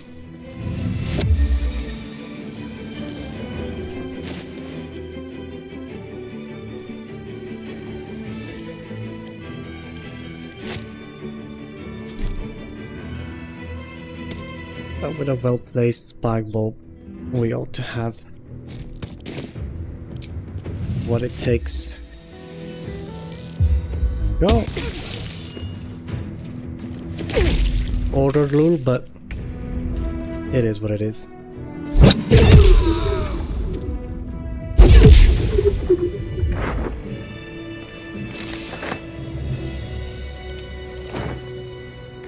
Monk doing monk things.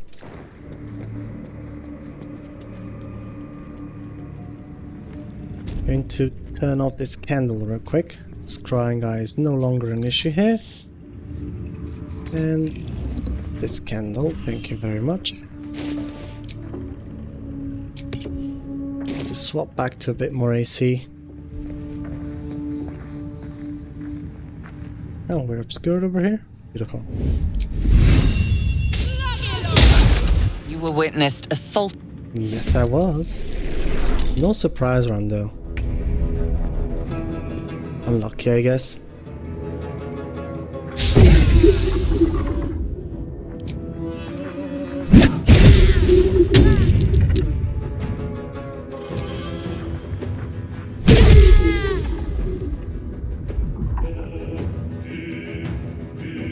Now she has fear.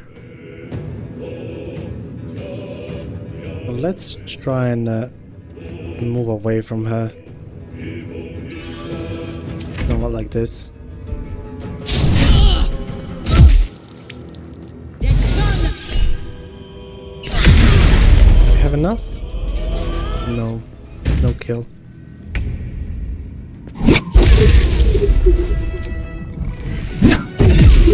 Probably don't want to apply symbiotic entity until I have bloodless elixir at the ready. So I can get that back. There's an illicit parasite in that corpse. You should take a look. Decided not to cast fear. Thank you very much for that. La la la.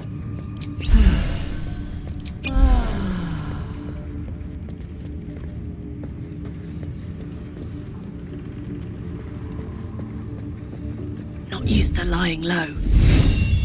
You were witnessed assault. That I was.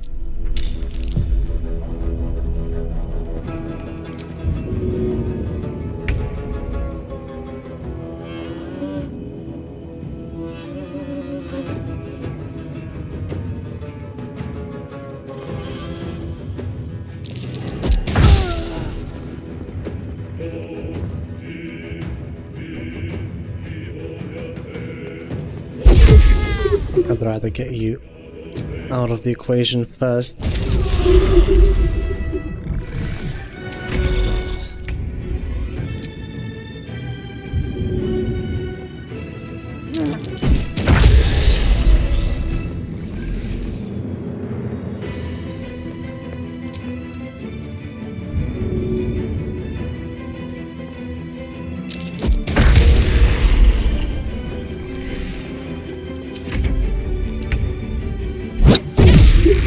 They didn't even get a turn.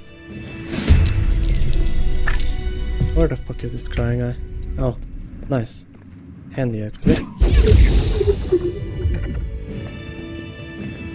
Karlach Monk OP?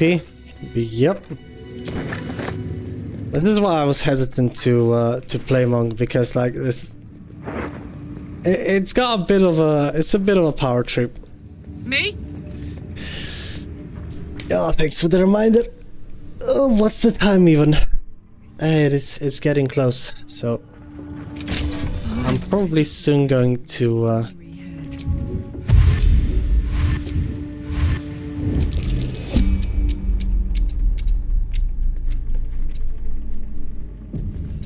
have a lunch break real quick, but we can clear out a bit more of the Moonrise Towers before we go and do that. Alright, getting over here, Stone Whip. Or not getting the surprise round, interesting.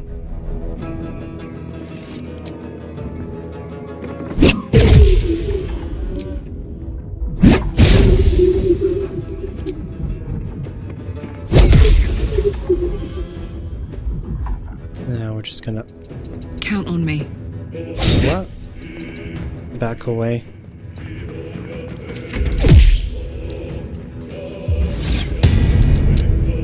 I'm okay if he does after enemy. And we're just going to finish you off with the spike bulb.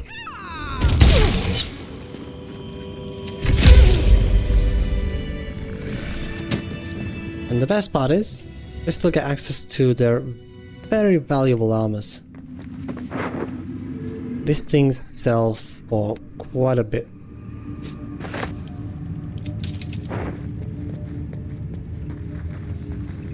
Let's do some karlach picking. There's a mimic over here, but if you surprise it, you can both be surprised at the same time. Oh, look at all those teeth!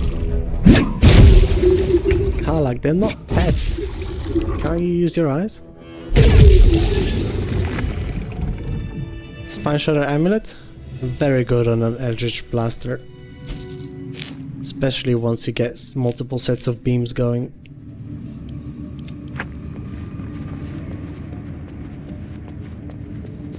Nice. Moving it.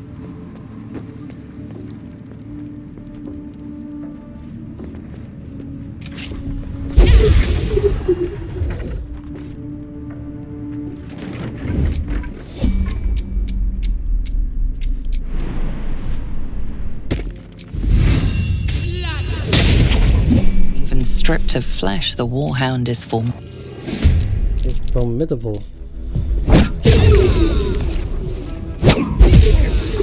Very formidable indeed.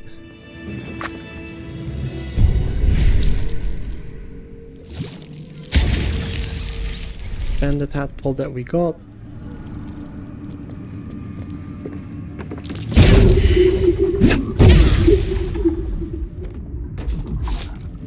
And this letter over here allows you to talk to Ketheric and make him nostalgic for his wife, and that will allow you to then later in the oubliette skip the Ketheric part of the fight and skip straight to Merkel.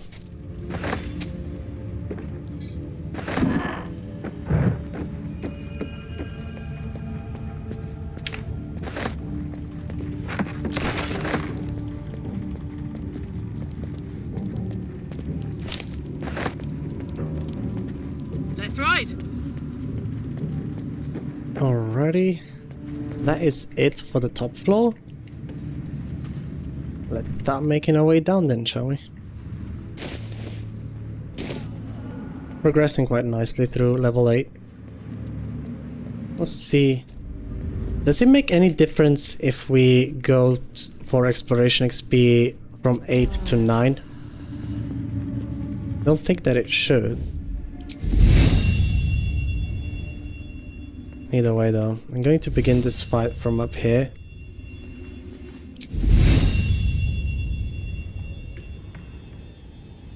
Just so I hopefully don't pull everybody else into combat as well. You're being arrested for... Yes, yes. Being arrested. Noted.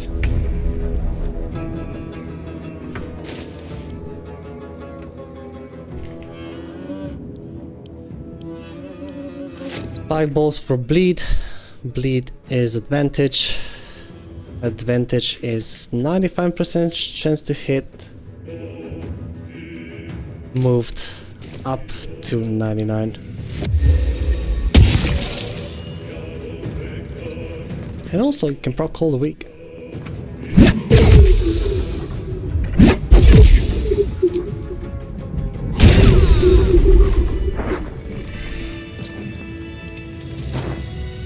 Hey. Send this to camp. Over here I have to take on 2 of them at the same time, and there's still scrying guys to account for as well. There is another inspo for meeting that cat as an outlander. We're still rocking the 4 inspiration, so like I don't want to take it yet, but I want to take it. I've got this. Potion of Angelic Reprieve. Very useful thing. I'm going to steal that. I'm gonna fast travel back to Moonrise Towers. So we get rid of the aggro or crime response.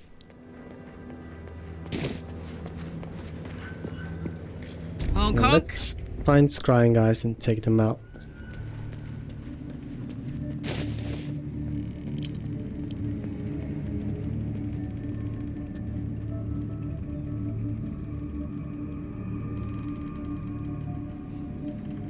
No, never mind. Of many hearts, one soul. Of many thoughts, one mind. Just waiting for the scrying guys to wander their way over here. We can get another tadpole over here. I wonder if that is Outlander inspo though. I should start reading up on those. Moonrise Towers. Made Steel Claw the hunting cat. Enter the oubliette. Enter the restricted area. Then it's just Gauntlet of Cha and Mind Flayer calling left. Okay, so we're not wasting any inspos talking to her.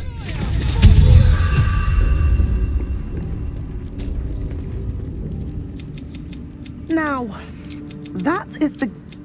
What would you like him to do? You feel... No, Barnabas! Sever the control. About this? Yeah, at least I get to sever the connections now. Like... Now, another parasite. All trace as the symbol glows. Power. I'm going straight for the attack. These guys are made of XP.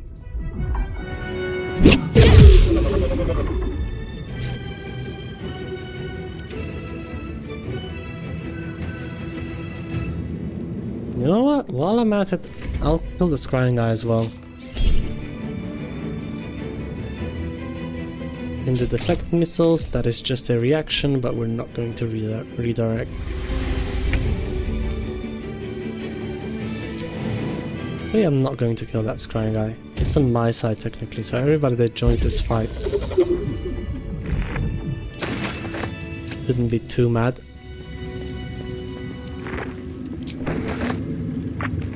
And here is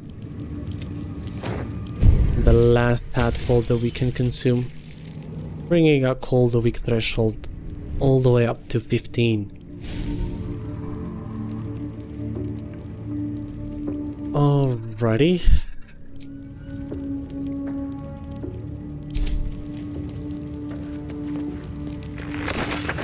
Take your ears as well.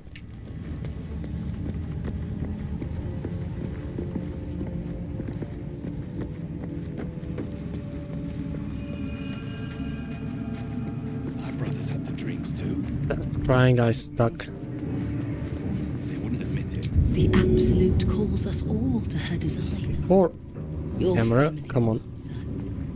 Eventually.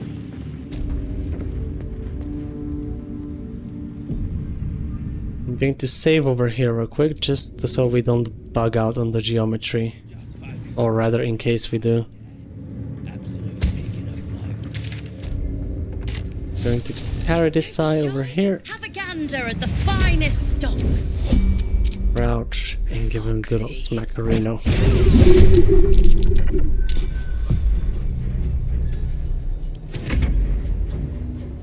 The surprise round.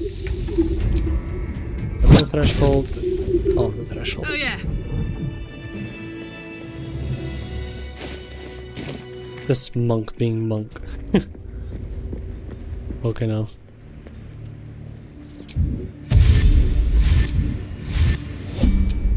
Nice. Now that you're over here, I'm going to carry you all the way to over here. And if you don't have a reliable way to take out the scrying eyes, whatever be the reason, you can carry them to the stairs over here, and even with 21 strength, there is a specific pixel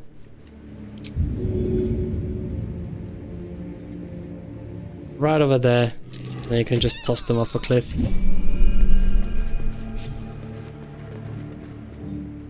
Now I'm going to remove this, it's bugging me.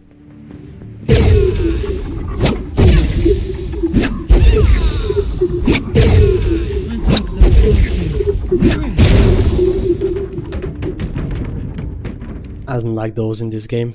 They unnecessarily block way too many different things.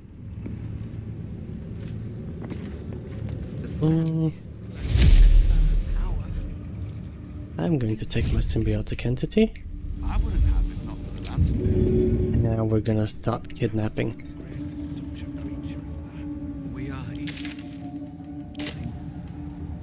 Even those we once called monsters.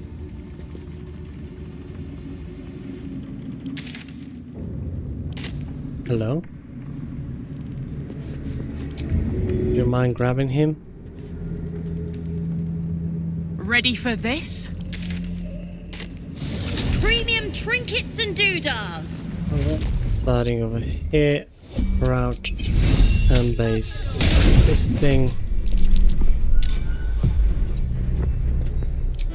Get the surprise round.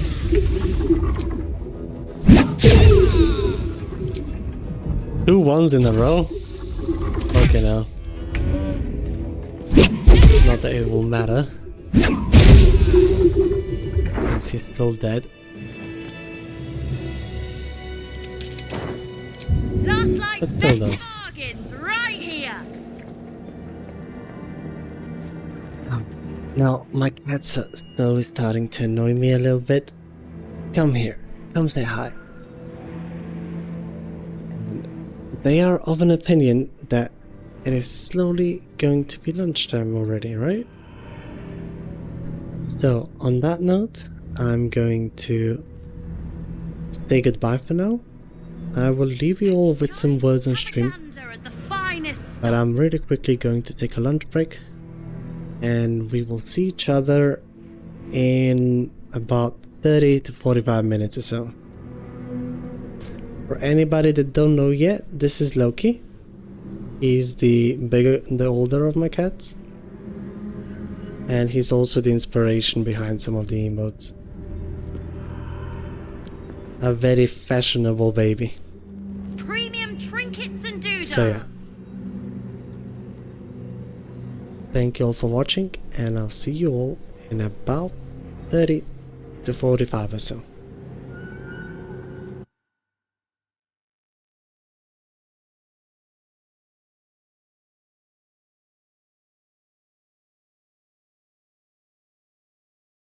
However though, cheers for... Let me just see if this thing works. It appears so. Yeah, cheers for now.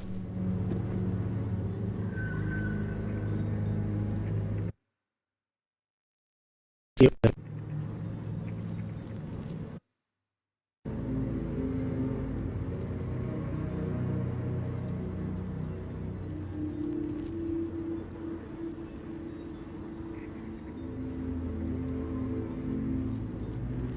Don't be shy. Have a gander at the finest stock.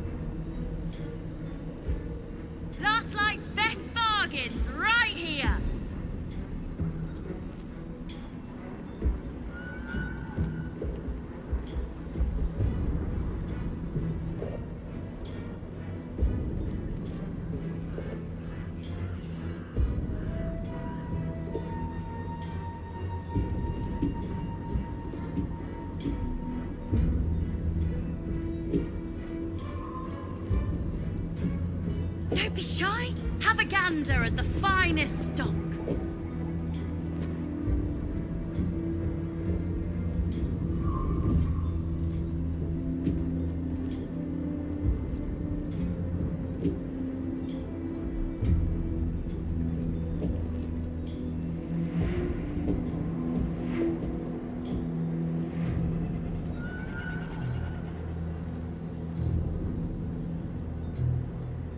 Premium trinkets and doodahs.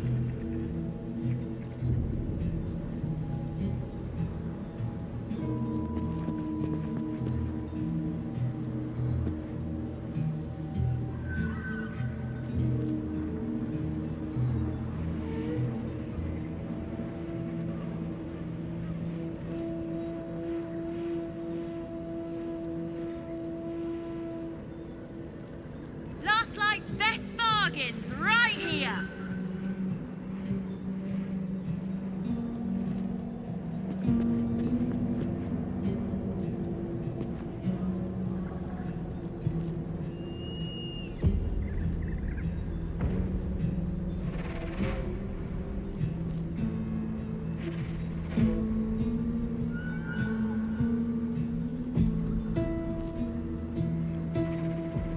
Don't be shy. Have a gander at the finest stock.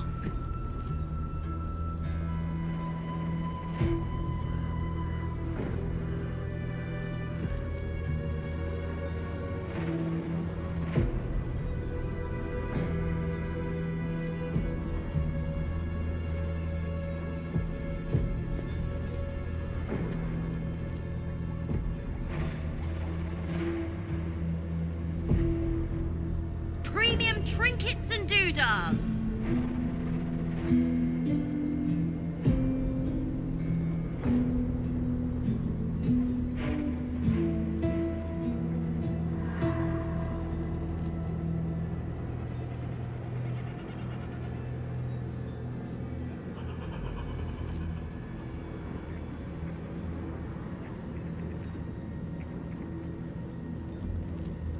Last Light's best bargains right here.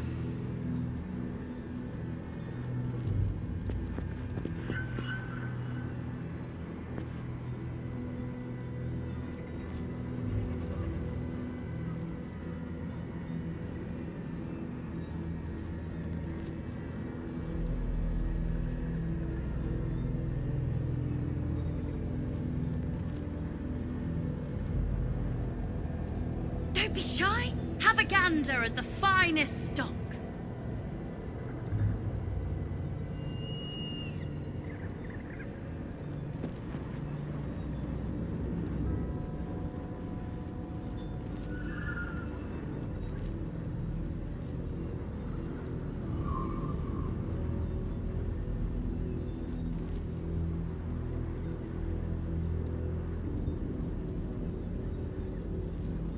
Premium trinkets and doodahs.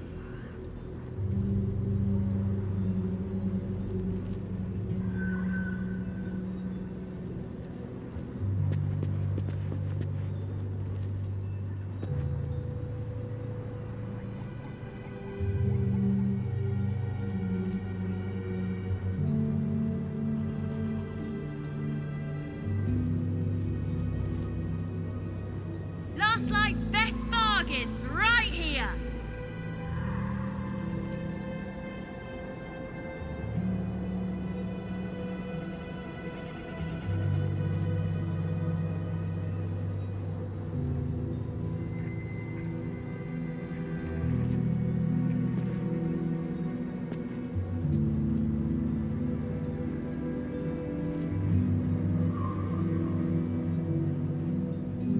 Don't be shy. Have a gander at the finest stock.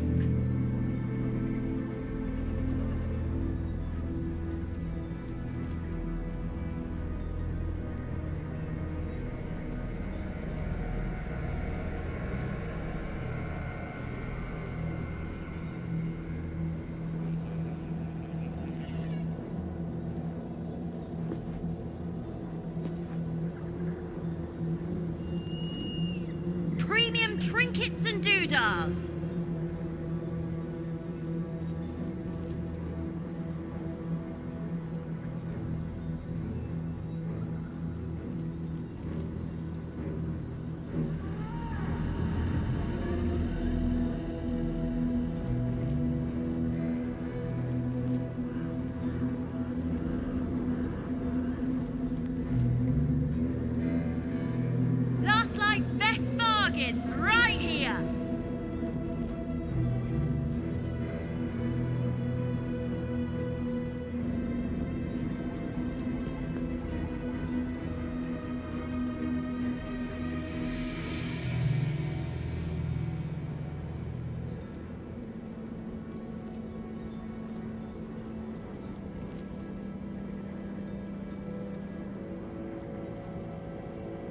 Don't be shy. Have a gander at the finest stock.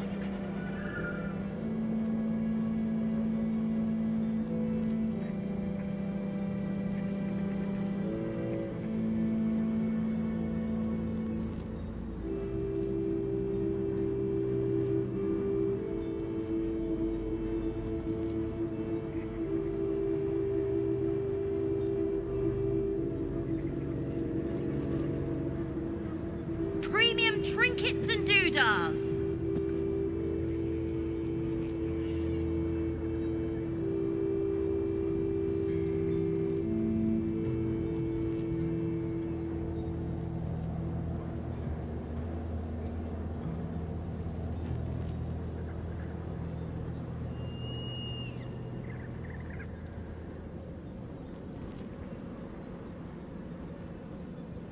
Last Light's best bargains right here.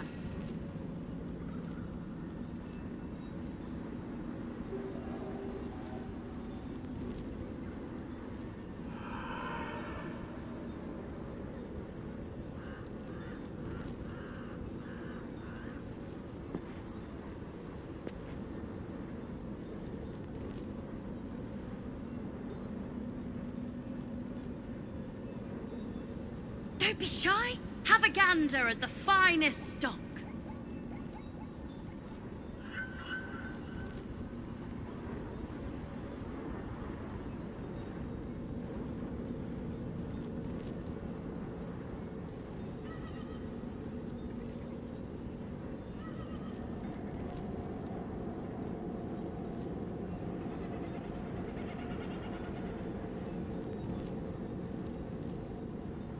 Premium trinkets and doodahs.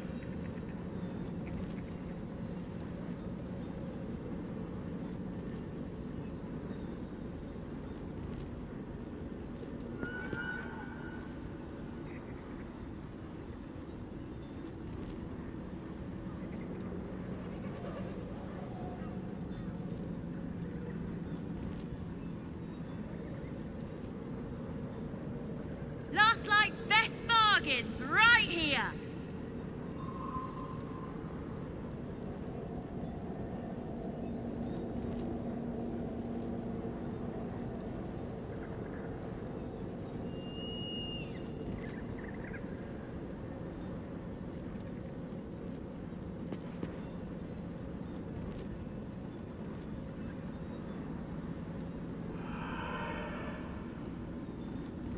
Don't be shy. Have a gander at the finest stock.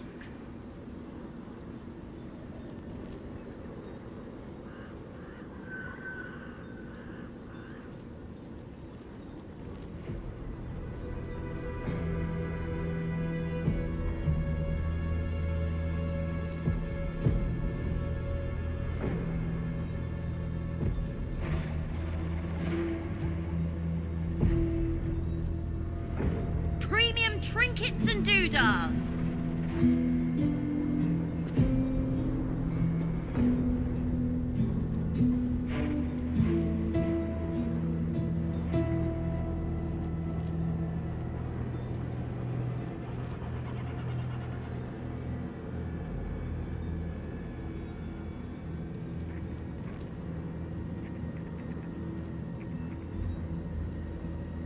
Last Light's best bargains right here.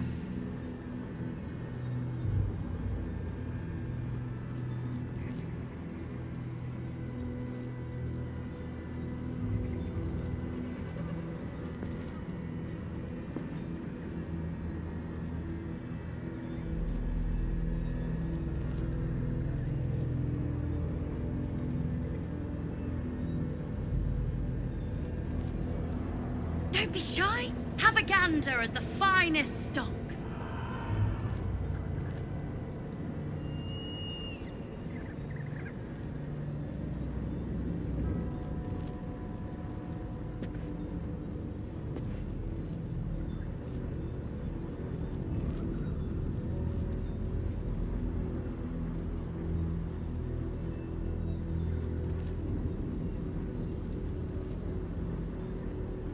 Premium trinkets and doodahs.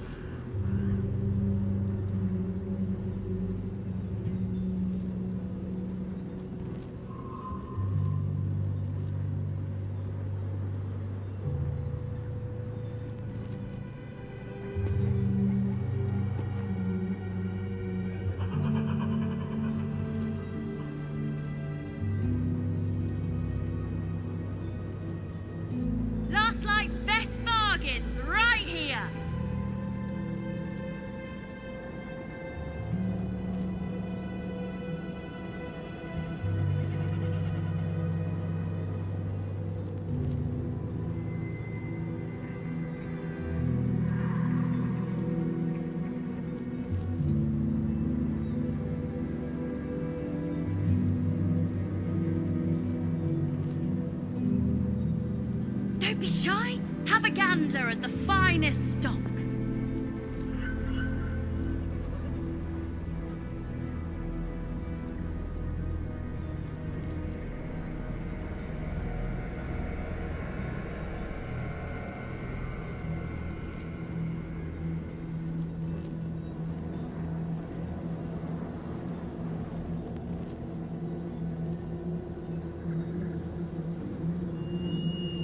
Premium trinkets and doodahs.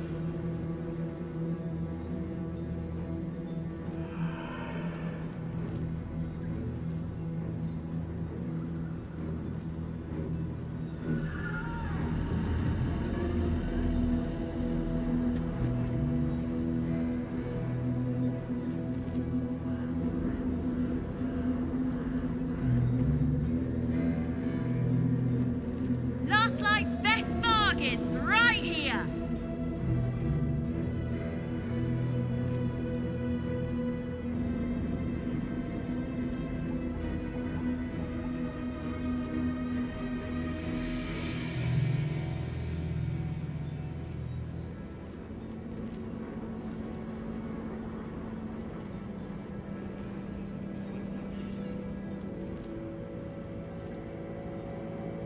Don't be shy. Have a gander at the finest stock.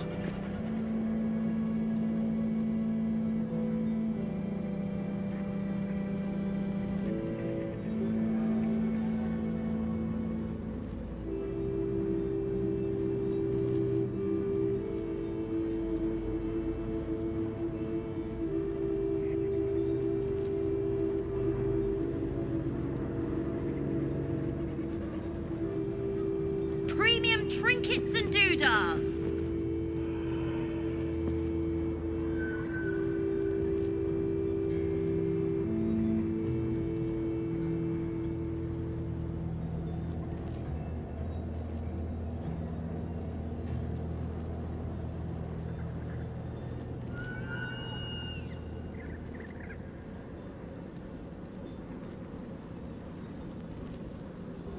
Last Light's best bargains right here.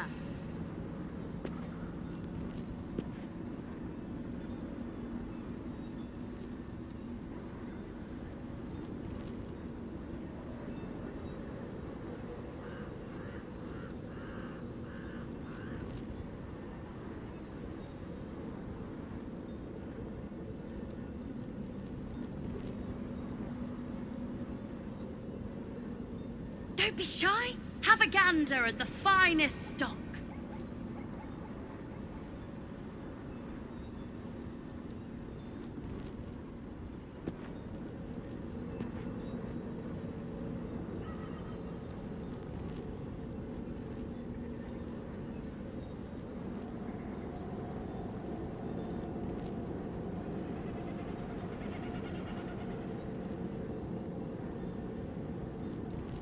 Premium trinkets and doodahs.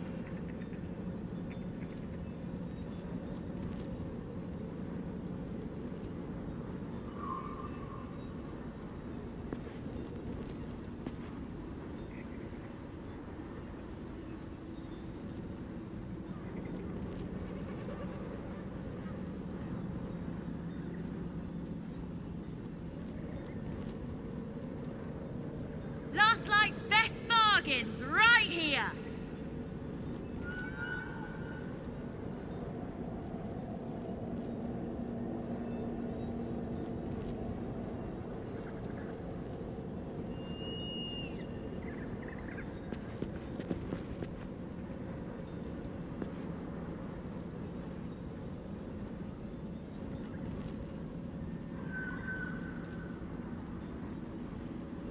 Don't be shy. Have a gander at the finest stock.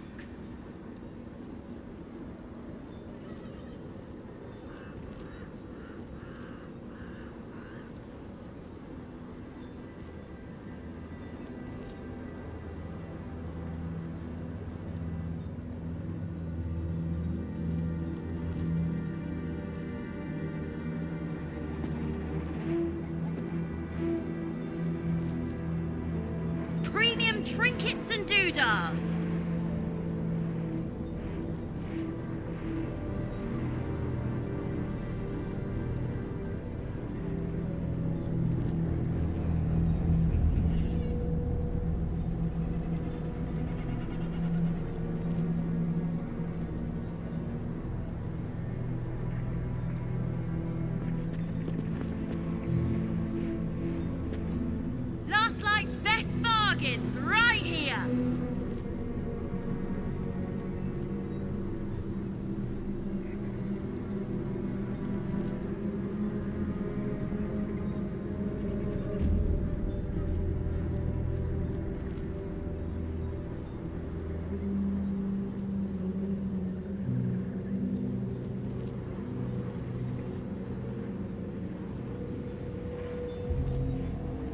be shy. Have a gander at the finest stock.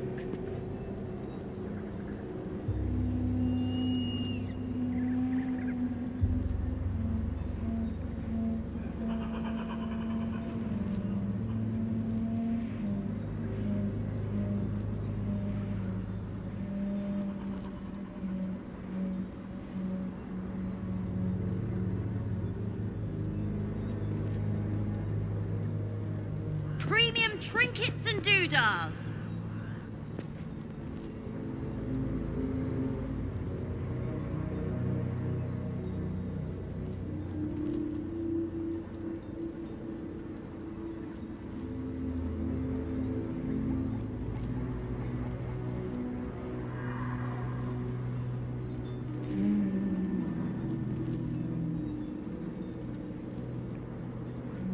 Last Light's best bargains right here.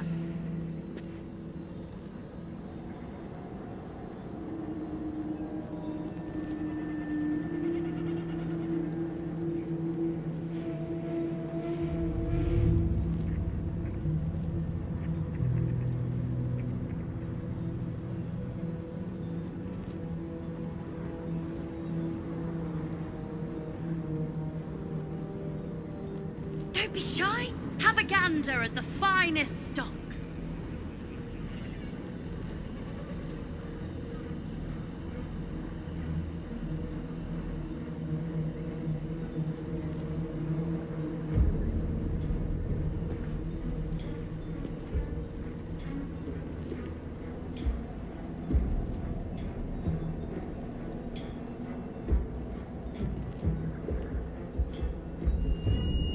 Premium trinkets and doodahs.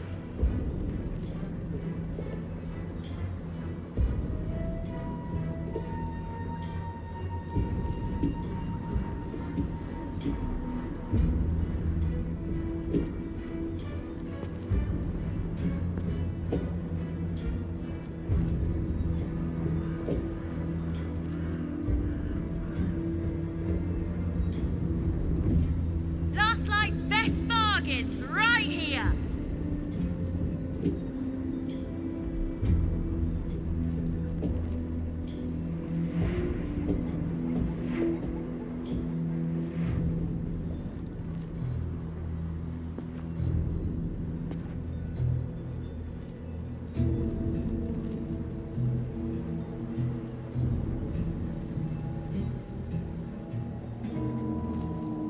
Don't be shy. Have a gander at the finest stock.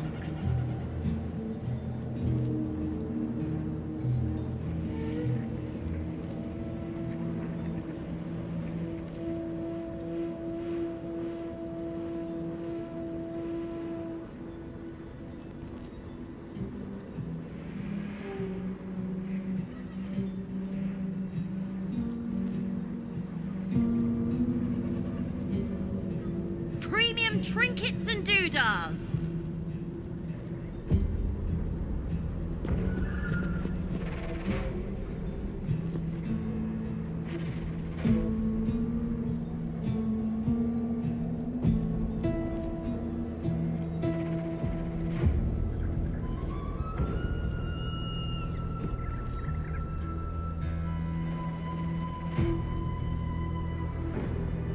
Last Light's best bargains right here.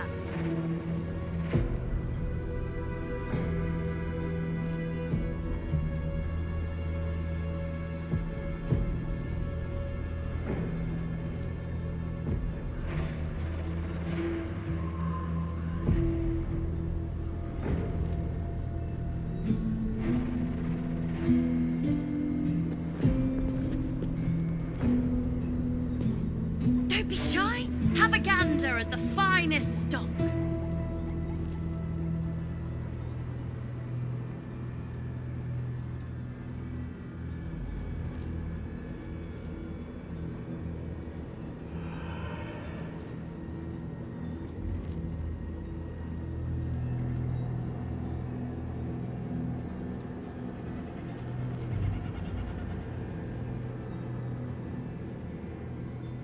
Premium trinkets and doodahs.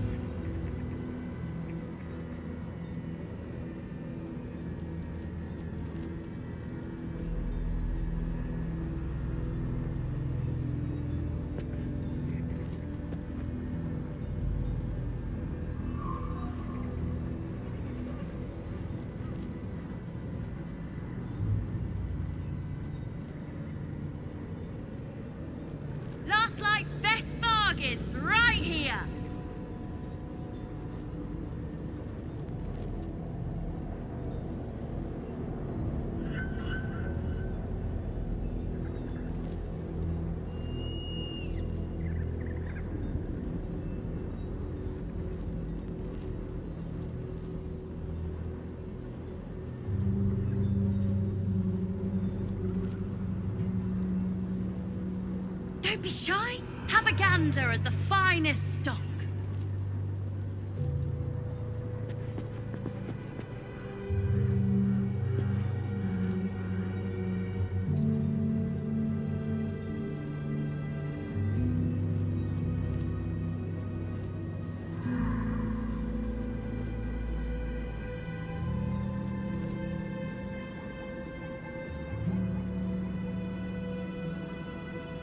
Premium trinkets and doodahs.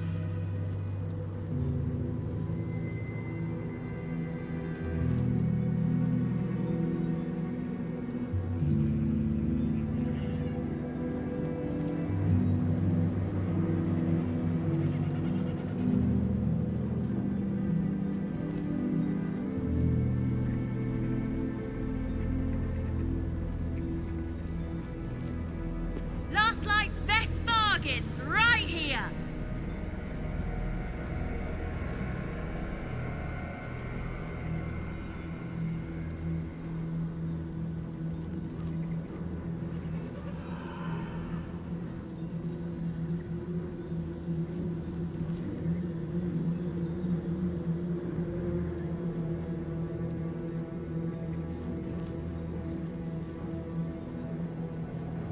Don't be shy. Have a gander at the finest stock.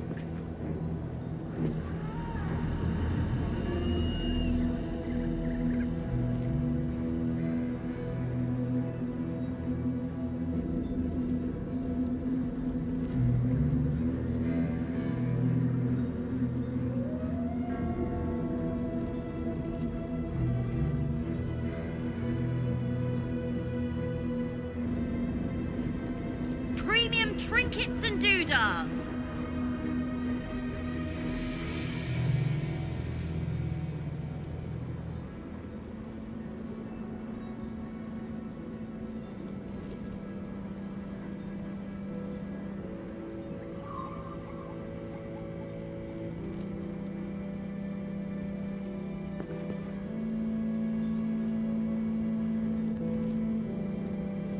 Last Light's best bargains right here.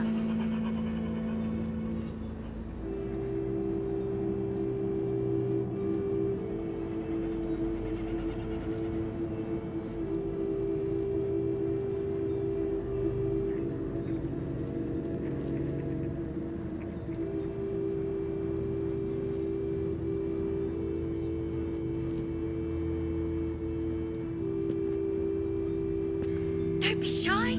Have a gander at the finest stock.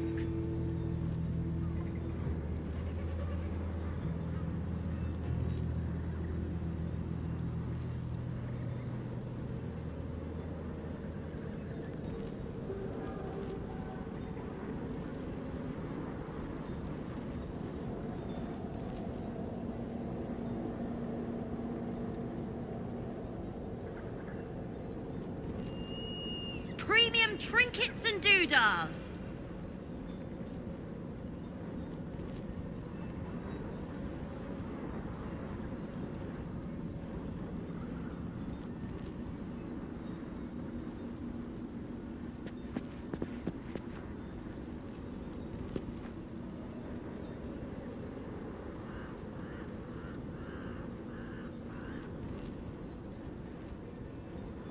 Last Light's best bargains right here.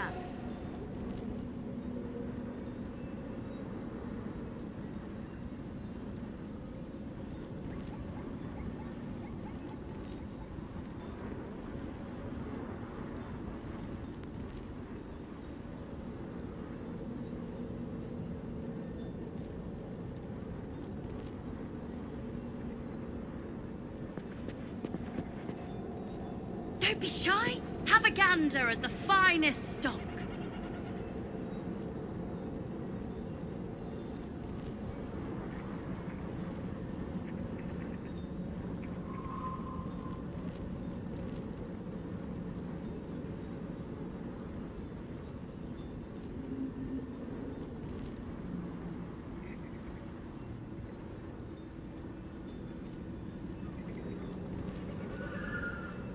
Premium trinkets and doodahs.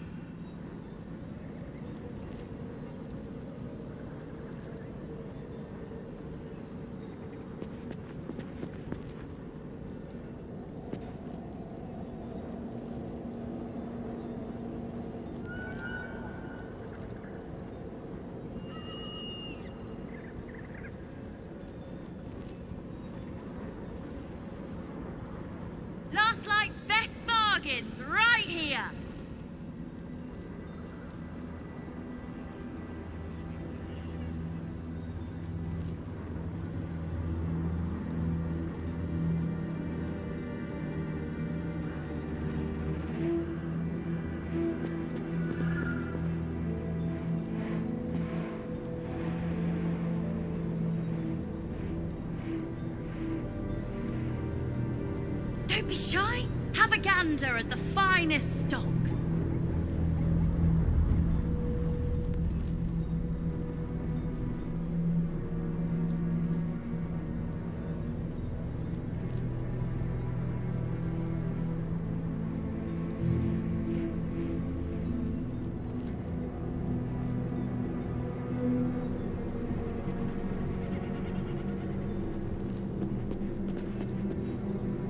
Premium trinkets and doodahs.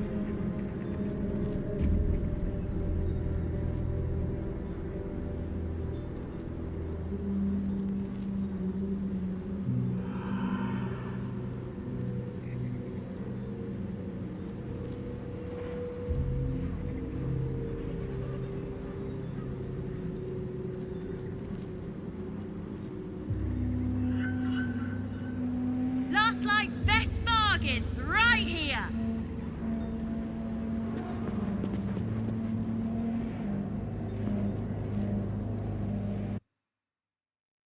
And we are back. Thank you to everyone that decided to stay. We are here to continue. We're just clearing out the Moonrise Towers, must I remember. And we are on a safe path towards level 9.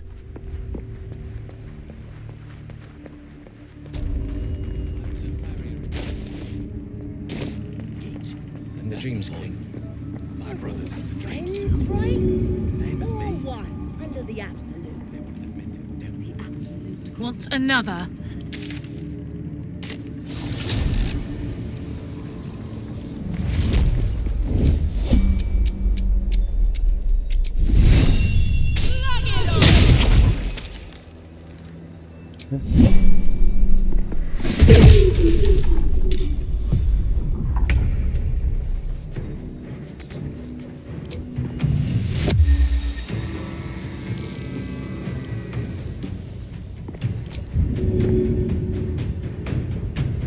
Can I shove you down from here?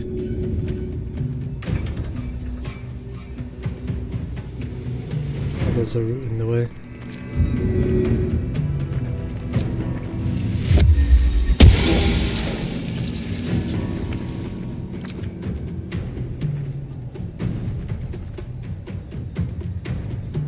No, it just won't be enough.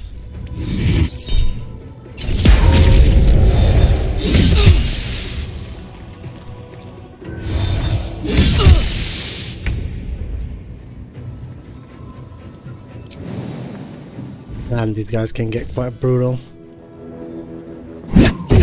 Guardian of Faith is just such a good spell. Premium trinkets and doodahs. While I'm at it.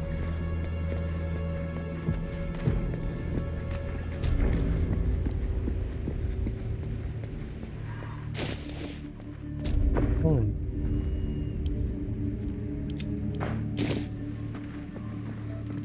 We still haven't long rest though.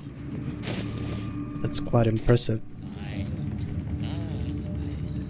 We're almost at level 9 already. We haven't been to the Gauntlet of Shah. I'll need to bring up Wiki to see if it's any difference getting to level 9 on going to Mountain Pass Like this, and Exploration XP at level 9.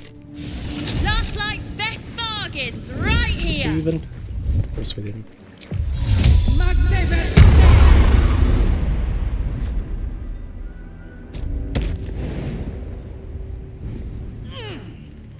Marching. So let's quickly take a look. Experience and character level. No. Creature level, area, elite boss, mini boss. No. Ah, there we go. So between 8 and 9, there is still, it is a 60 difference. Not too shabby. Definitely worth the wait.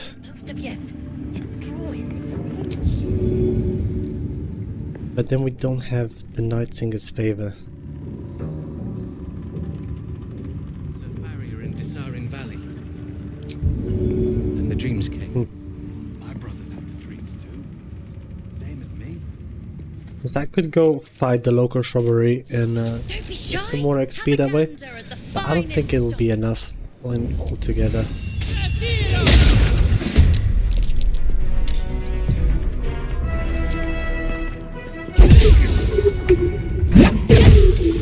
Still missing quite a solid chunk.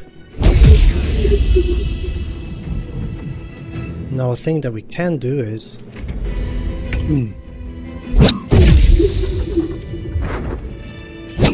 go and fight Marcus.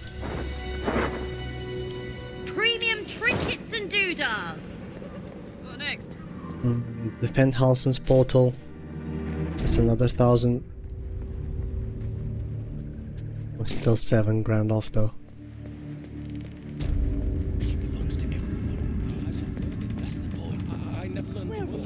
Yes, right. You did. She gives them. So right now we're sitting at what? How many soul coins? 5 more? There is 1 forced for Halsin. We need 1 to go and save Wolbrin. Soldier. I wonder if we can get all of those long rest events under one roof. It'd be quite a big ask. You seek arms. I seek a warrior. Slaughter. Oh yeah, earlier You have seek managed to succeed the inside check with Zarel, and now we get access to the secret stash. She breaks her toys once she's done with them. This also refreshes his inventory, by the way.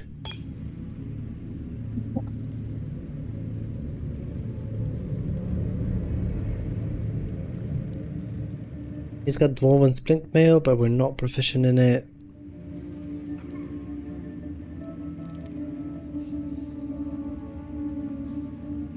Nothing of import, to be honest. I think I'm just going to buy like 2 of those. Take them now. Slaughter! That was disguised. FF.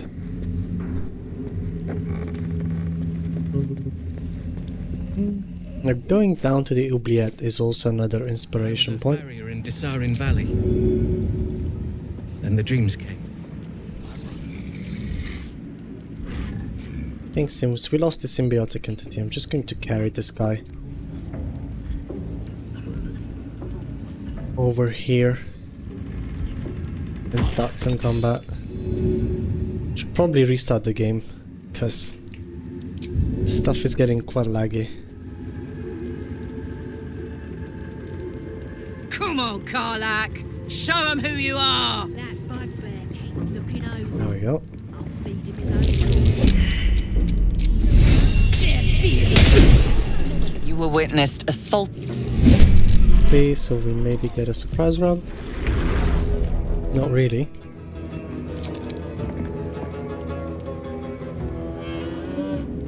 In position. And the first one I want to deal with is definitely you.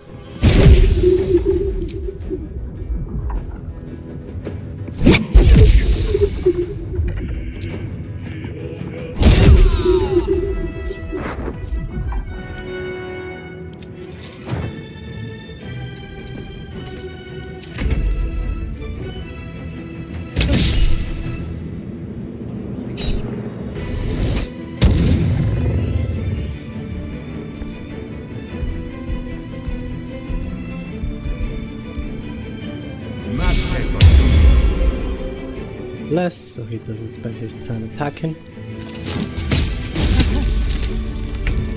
Critical miss. We ourselves are immune to prone, however not to the effects of difficult terrain.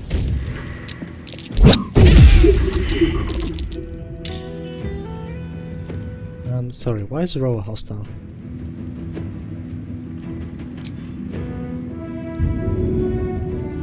Oopsie daisy.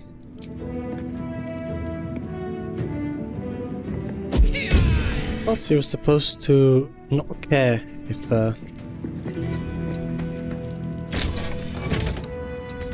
you attack someone in the Moonrise. Bit weird.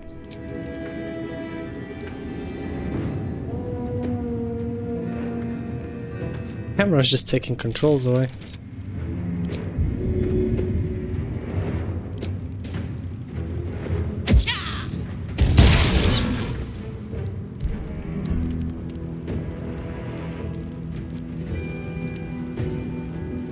So all of you, these two have to go.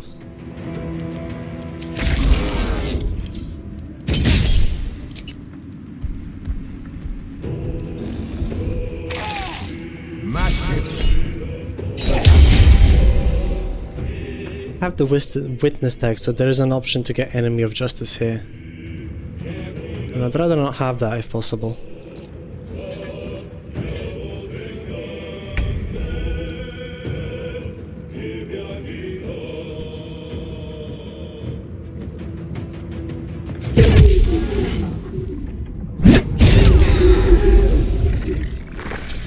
An ogre to death. Okay. So, did you get a witness tag yet? No?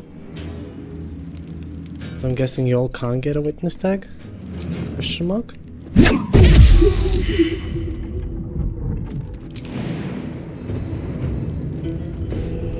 This guy stop existing? I'm gonna try and get helpers to coalesce over here. One spike bulb will get a good cold a weak explosion going.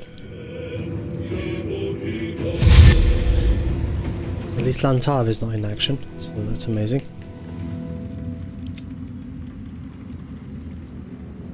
She just went invisible. It's okay though.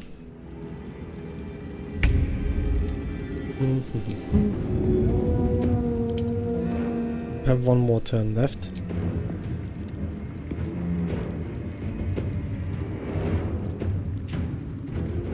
Yikes, the game is laggy.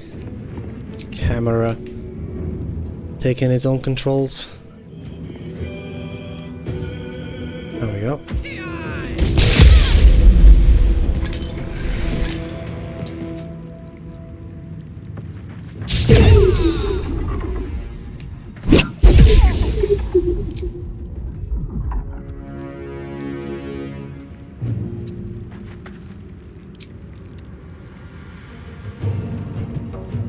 And game please work.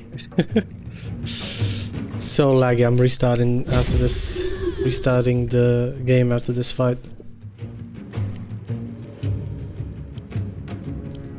The latency in which it takes the game to react to what I did and realize that I'm not holding down to a controller anymore is getting kinda ridiculous.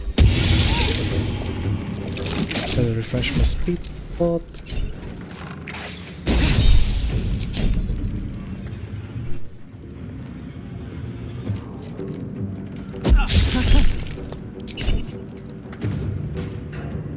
Please, Roa, don't kill me outright. She went for darkness. That's great.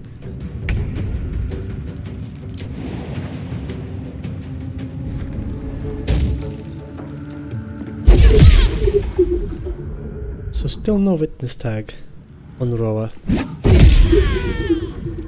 And still only temporary hostile. I'll take it.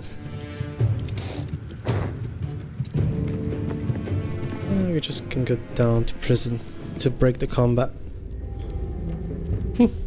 Easy enough. So I'm guessing Roa cannot get permanently hostile. That's good. I'm going to make a save over here real quick. And we're going to start the game. Restart the game. So I get rid of this lag. It's been running for quite some time now. And since patch 8, the longer it goes, the worse the performance becomes.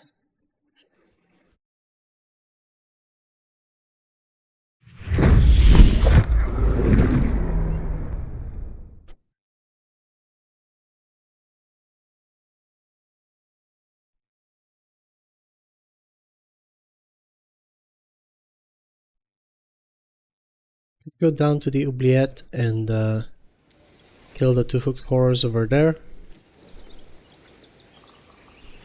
Wanna make sure that we pack up as much XP as we can before we go about discovering new regions. In that way, I'm hoping to make up for the XP that we lost when we messed up Raphael. And it's going to be quite a bit, because we still haven't been to the Gauntlet of Shah. We haven't touched the crash yet. And the rest in Act 1, but those in Act 1 are already for past level 10. The main 2 that I have is the Githyanki. Hello? Is the one for the back door of Githyanki crash.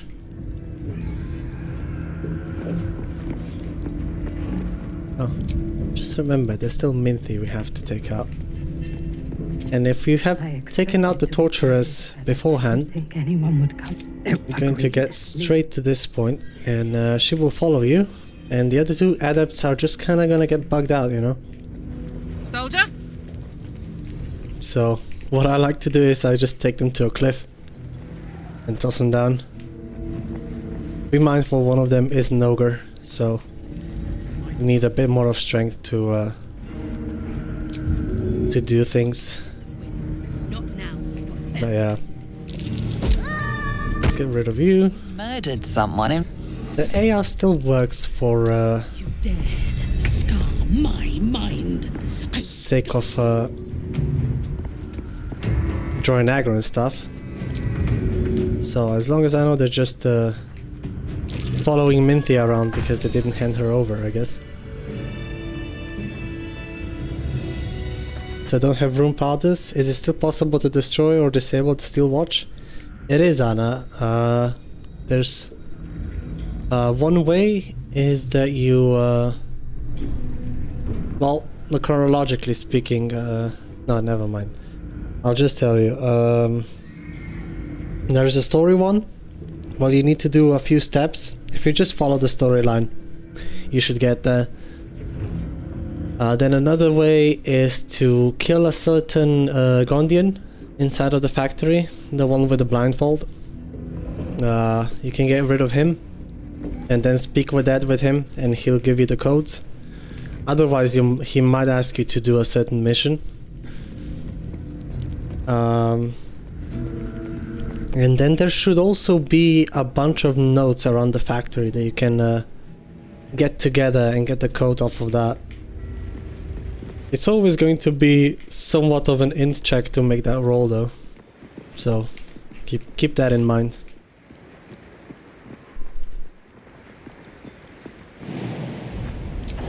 Oh yeah, pulling Minthi out of here. I last left the other. There is much we must. Tell her where to find your camp. It's another 145. So yeah, there's a couple of ways. You're not locked out yet.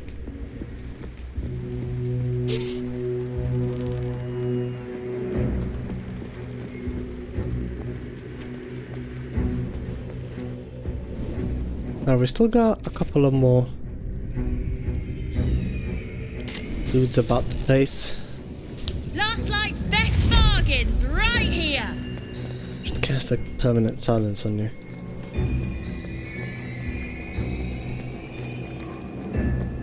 Is anybody still confused as where the best Last Light's bargains are?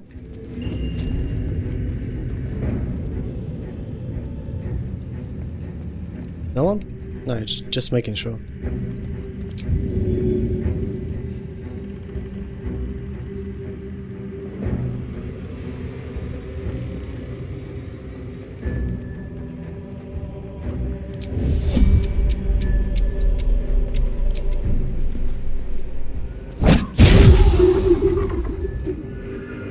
Also, there is no way to trigger inauguration after you go to Lower City. For Goltash? I'm not certain about that, but when we did it on the Sample of Nimbus, he was still in the coronation chamber, and Mazora was still there. So I'm reckoning the whole quest remained relatively untouched.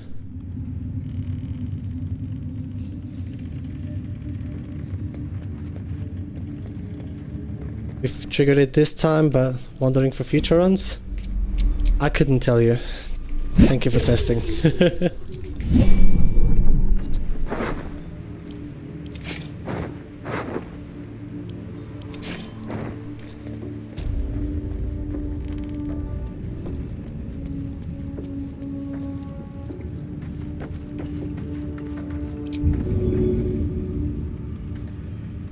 Alright, it's just this goblin left.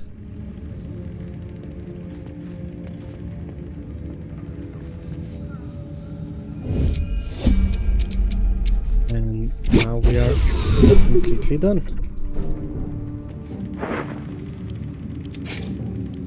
Got it. Moonrise Towers robbed of all of the XP, except for the three vendors. There's one more champ in the back over here with 1 XP, but I don't want to piss off a Raja on accident. Actually, I'll do it, just cause. Like a child. Steady. I'll borrow this, thank you very much.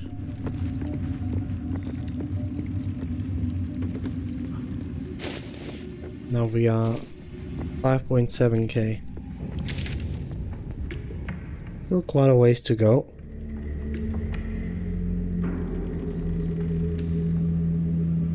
We still have Paul House and House of Healing to tend to. So let's jump on Wiki.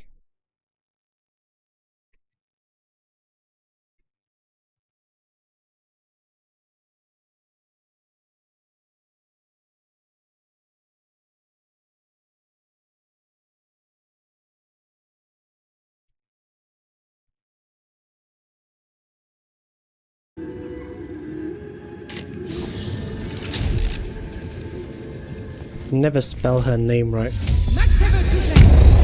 Gotta go jump up here and check her out. But let's see what she has. I know we have to attempt to destroy the vestiges and they do some sort of psychic damage. I'm going to look to fight Karingoth if possible. So, what she can do is get in. Okay. Karingoth Dome.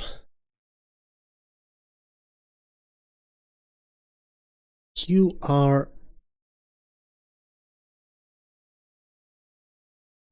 combat. In honor mode, your initiative is +9, so it's quite good. She's resistant to fire damage. And her vestiges are the ones that give her protection, right?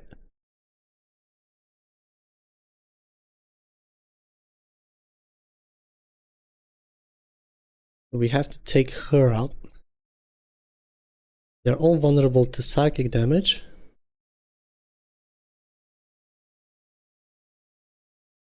Target undead. It's important to kill vestiges as soon as possible. No. Ability to left coin whip, right coin whip. Since these two attacks deal substantial damage, so we can get rid of these two.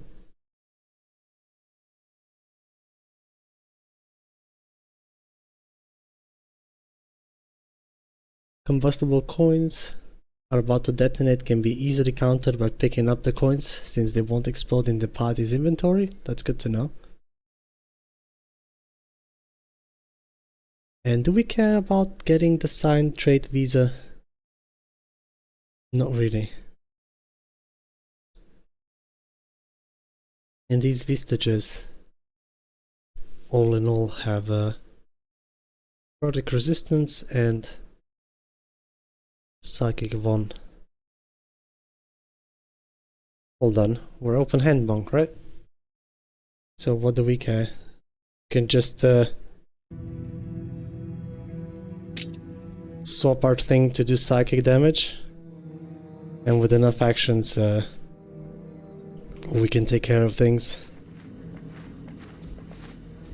Alright, I'm gonna wait for her to get a bit further down.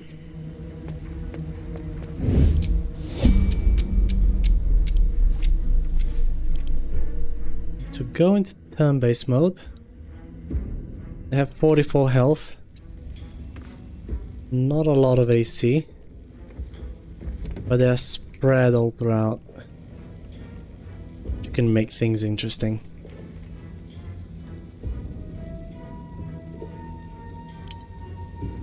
Would we want Bloodlust Elixir for this? Now that we cleared out all the Moonrise Towers, I think it wouldn't be such a bad thing to have one at the ready, just so we can eliminate all the vestiges as soon as we can. Staying far away so I don't initiate the dialogue. She's got amazing initiative, so what are these guys' initiative though? 0. Alright. Our streaming screen?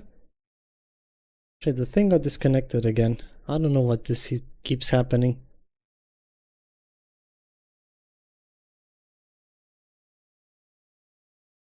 Thanks for letting me know, Anna. Appreciate it.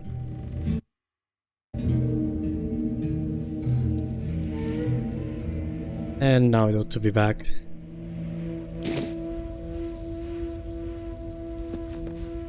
I was on the right screen, it's just game capture. Whenever I alt-tab, it seems to get disconnected.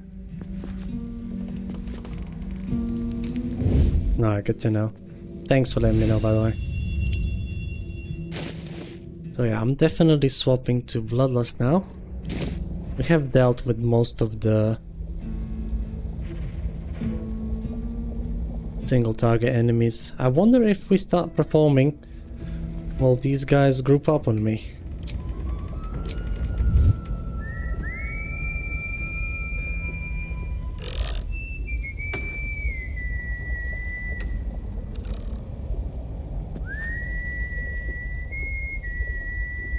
No. Well, they don't care about music. Got it. Should also get rid of all of the excess carry weight that we do not need right now. And all of that. I don't need this, don't need that. Our initiative, we always roll to go before the vestiges, so I can easily opt for a little bit more of AC. Should be far enough from her to where she will need to dash to get towards me. Something for crit. Most of this area is obscured. Hey!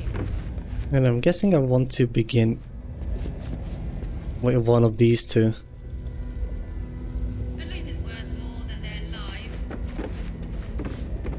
Can't really get a surprise over one going that way though. Okay. Given that she's resistant to fire,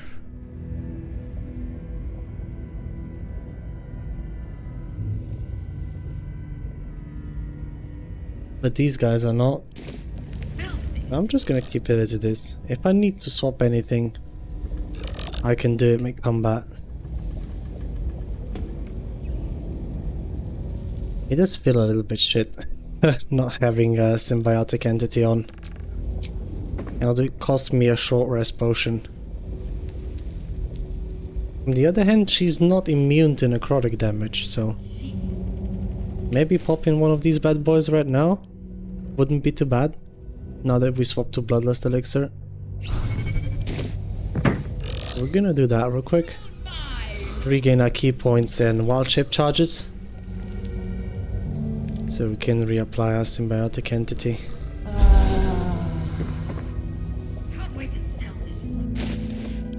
I'm just not sure about our glove slot.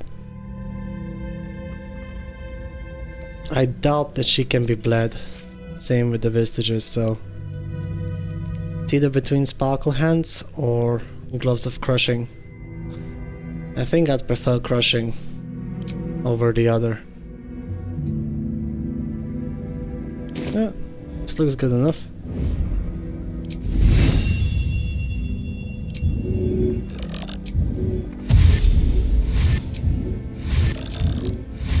I want to make sure that she is a bit further away and that I have enough movement speed to cover between the 3 Vestiges over here. I'd like to get at least 3 of them on my first turn. I'm going to do this. We're going to start with...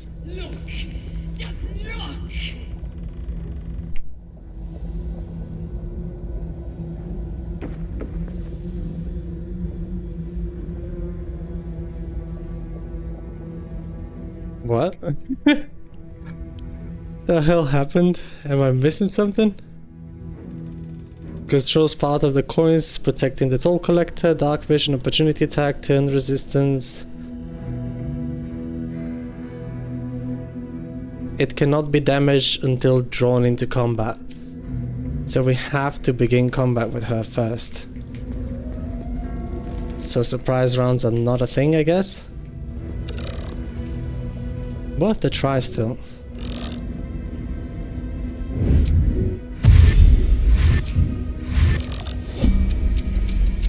Shadow lag. Alright, never mind me. What's... I'm going to wait for her until she is all the way back there. That Vestige is standing in the way though. So we'd probably want to be invisible just before we go and do this. Noted.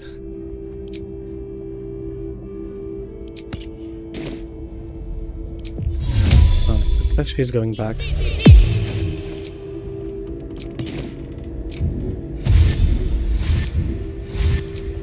Let's go! Start sprinting towards her. So we lock her into turn-based combat. And give her a magic glove.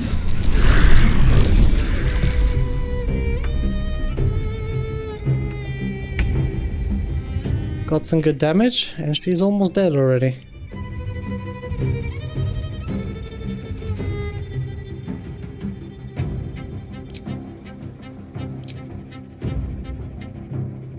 And prone, of course.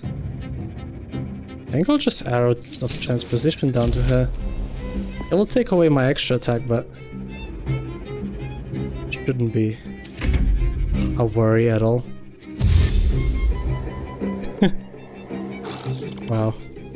I'm playing the strongest class and I'm also cheesing the bosses. LOL.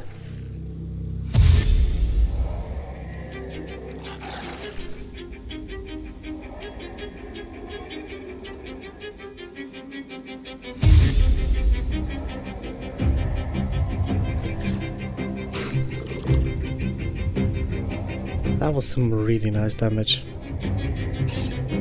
Instantly to 521.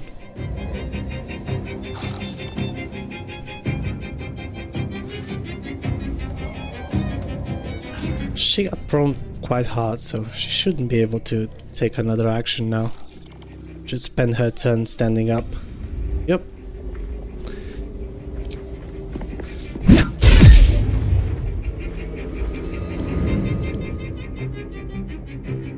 No resistances anymore. And you're still an undead, so I'm swapping over to radiant damage. And GG. Whatever monster she became, she was a person once, before this curse. Oh well. Sign train visa. Can send the rest of this back to camp. That was easy.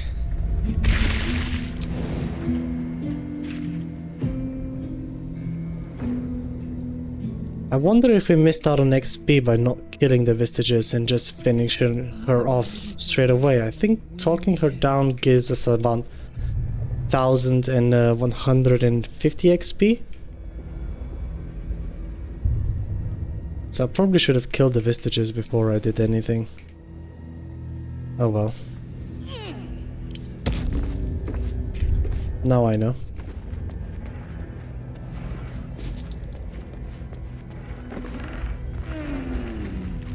And there's also less gold. Wait, fighting this enemy is a scam. Get it? For me? Because just talking her down is way more gold positive, unless I'm missing something. But when you talk her down, you get 1150 XP. And now we only got 500 out of this. I do not like it. Not at all.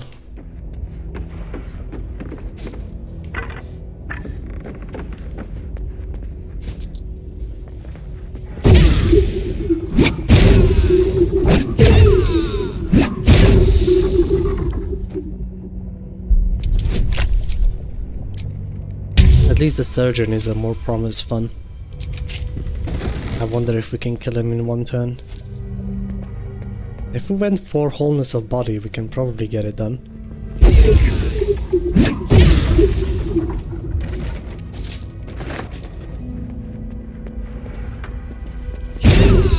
And if I'm not mistaken, there should also be another soul coin in the basement of this place.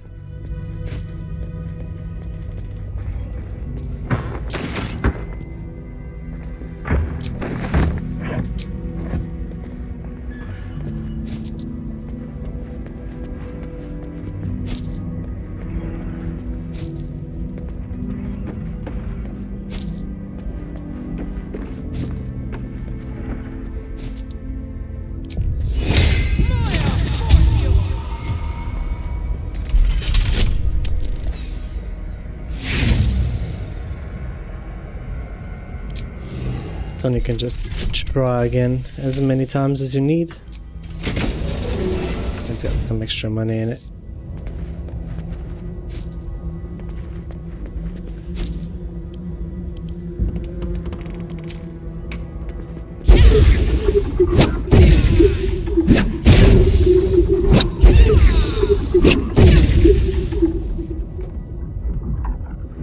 What is the best we can do regards of bludgeoning? 18.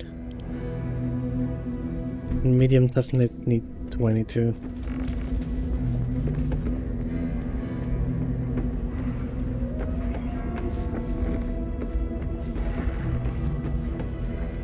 I'll just jump inside from the outside. There's another way.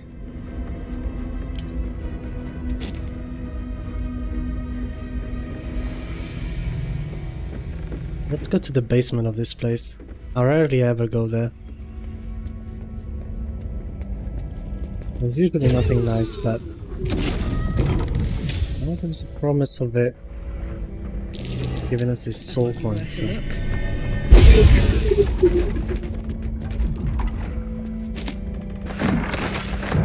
Make sure that we leave this place dry.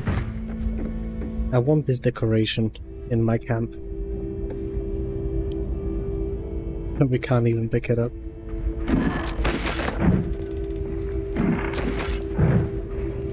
Is that her? No. But it is a picture.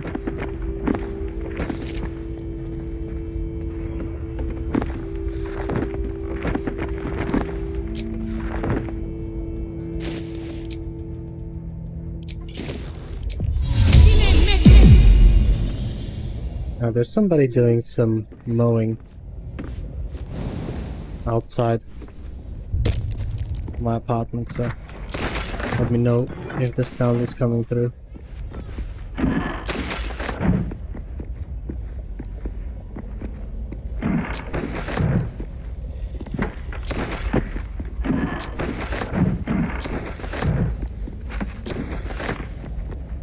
Still no whole point.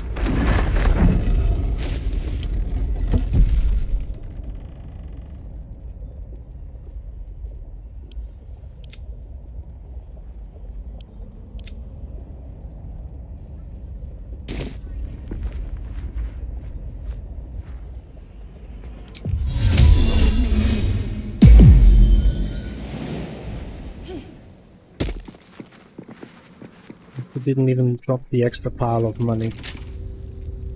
Yeah, this is probably my last time fighting this boss. Besides the challenge, there's only downsides to it.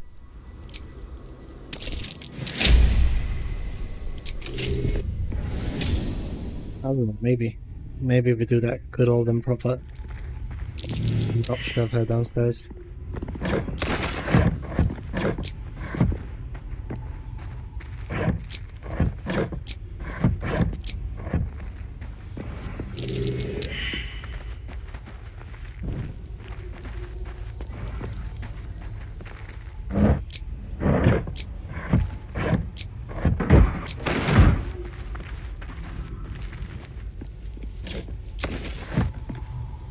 Wouldn't there like be a way to open this bookcase over here? Failed the perception check.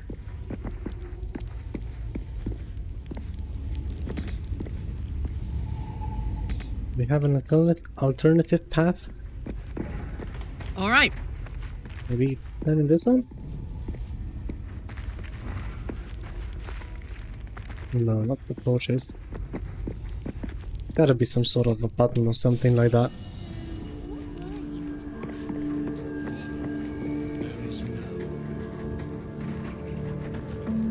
Something the matter? All right. We've got a perception check for you to make. Yes.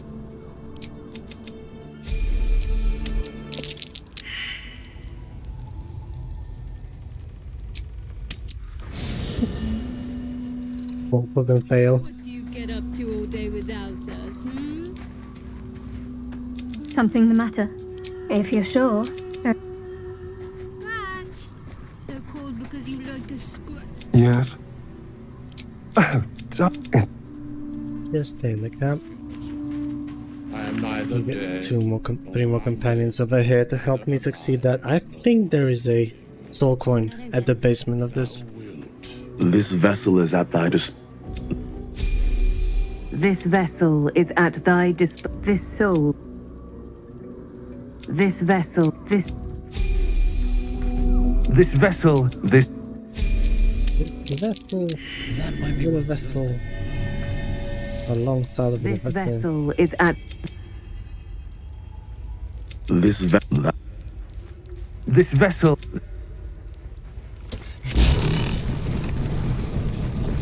That boy up. Well, waits us. End of old book. Craig Slowing, merchant scared of Ketheric, nervous of war. He will not take my due. Is that why she got shadow cursed? Spoke up to him because he was taking her money.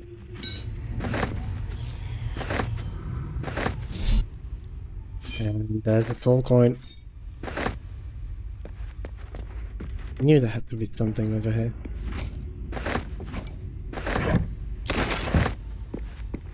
Also a lot of paintings.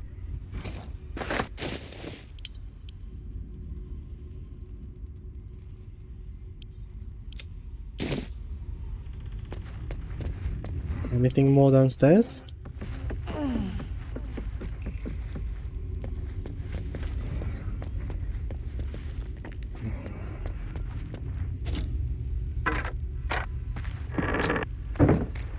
I think it's like my third time being here, and I don't remember it for anything specific.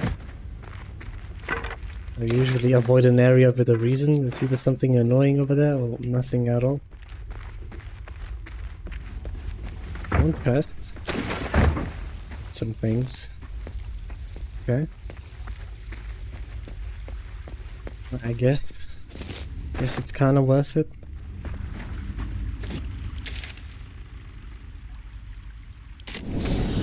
Not too impressed though. Alright, now that we robbed ourselves of yet another significant portion of XP, let's go into the House of Healing and fight the surgeon.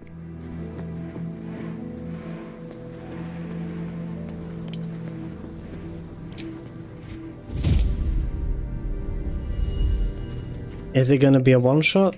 I mean, OTK, not a one-shot. Probably jam that in. Haven't gotten the Icebite robe over here. You get some armor of Agathes going.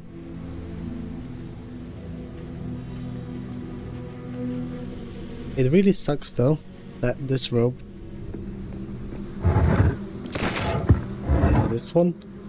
The Icebite robe. You get a level 3 armor of Agathes, so 15 temporary HP and 15 gold damage on retaliation.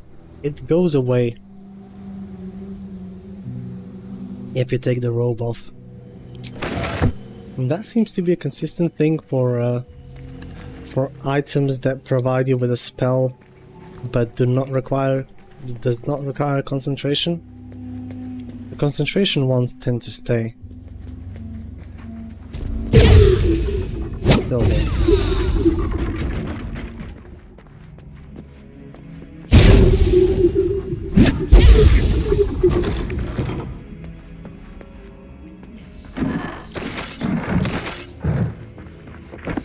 Open up this door. You can read this piece of notes to get a specific dialogue kill when nurses stab him to death. I'm looking to fight. We got enough damage all in all. Activated. Let's see. So, has plus 10 to the next saving throw against incapacitating condition. You can use this 3 times.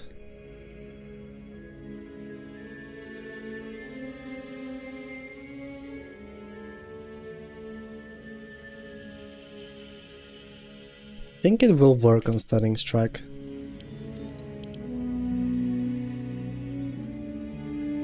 Grapple, Veil of Loss. These ones can scream. And they're permanently armed. Resistant to fire damage though. All of them.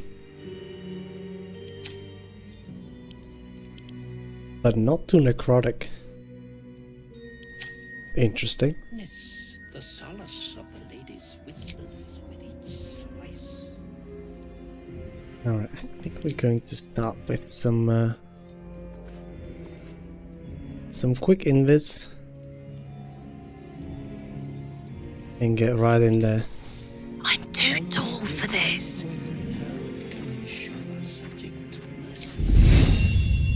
It doesn't have alert.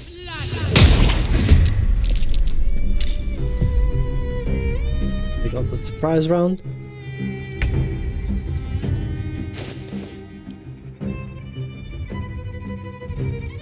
I'm going to start by eliminating the sisters. Just so he doesn't get any new actions going for him. Spike bolt for bleeding. Immune to bleeding? Okay.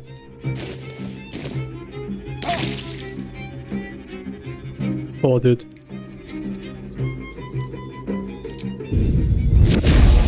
See if we can land this.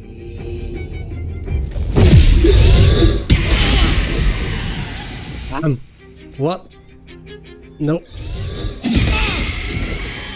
No. I didn't know they instantly do the screech if you attack the surgeon. Are we dead? What's going on? Alright, we saved on the confusion.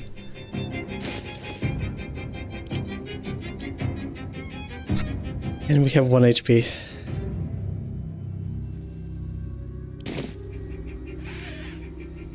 Paranoia settles in.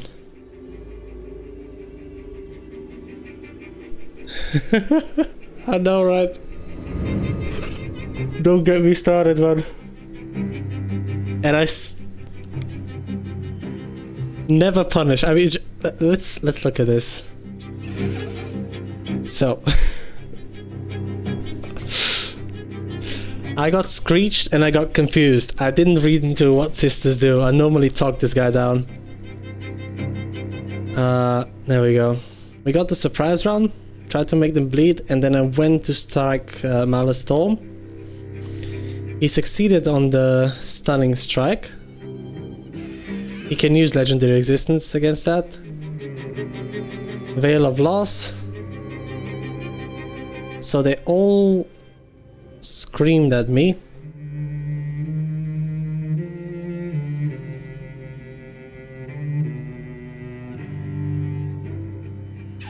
And we succeeded the save first one, second one as well. And we got hit for 19. Oh god, too much psychic damage. And then we lost a saving throw against the last one. So we got confused.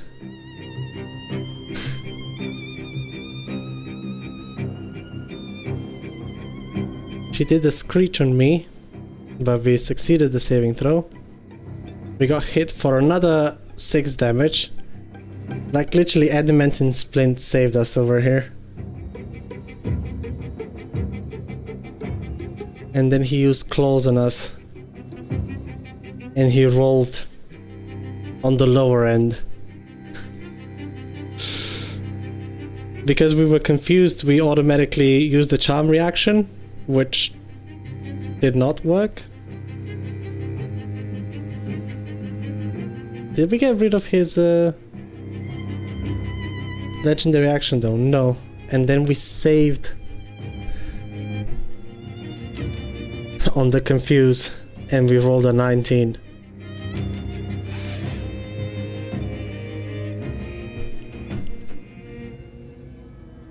Yeah,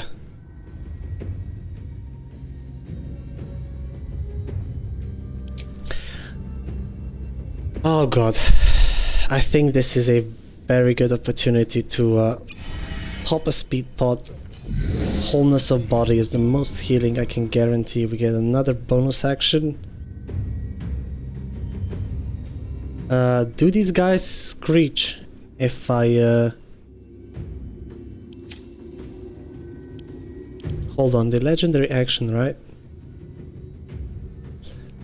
After being attacked once per round, Malice Storm can make every assistant cast Veil of Loss simultaneously. Okay. So deal with everybody else first.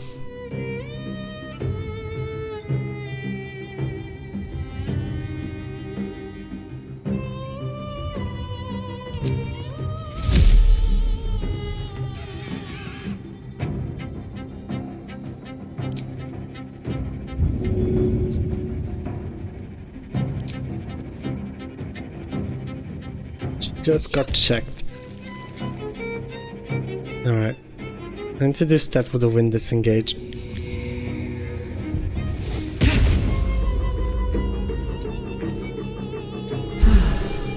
I'm going to get our HP back.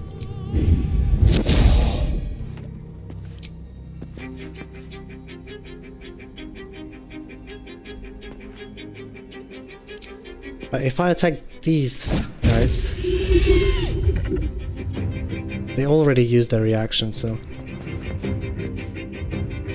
these ones. I should have attacked that one if I wanted to test, but she kinda got away. Alright. I'm backing off. You all are gonna join me.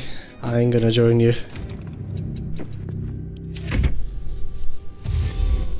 But we almost paid dearly for not reading once again.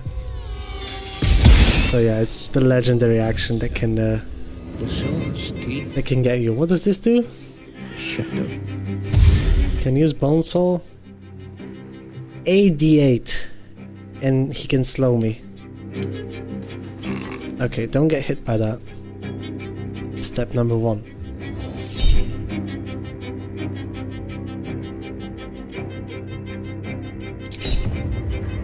You're also gonna reanimate your sisters.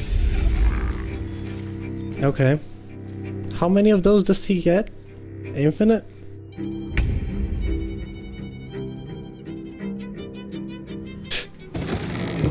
Damn.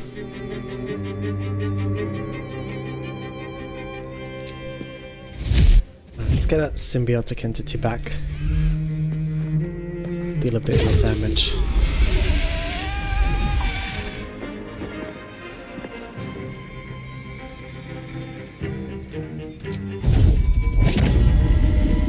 Never punish, never punish.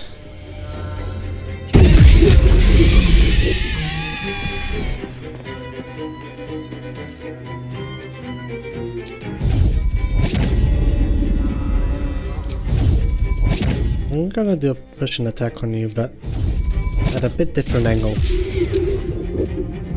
Oh yeah, definitely go and watch the VOD on that one.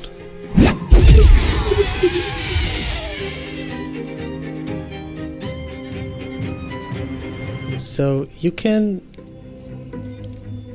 Do you still have access to your soul now that I killed your sister? Grasping appendage. No?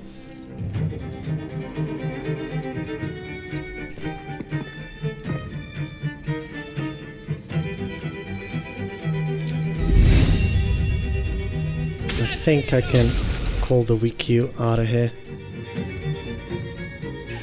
They're immune to bleeding. Just gonna get a quick alchemist fire going. Hey Mick, how you doing? You're coming back at a time where I start waking up in this game. Alright, 2 more turns of speed pot remaining. And I can get a bit further away. No problem. And to activate this will set her to burning. All in all, should be enough with some time to completely eliminate her out of the fight. Call the weak should do the job.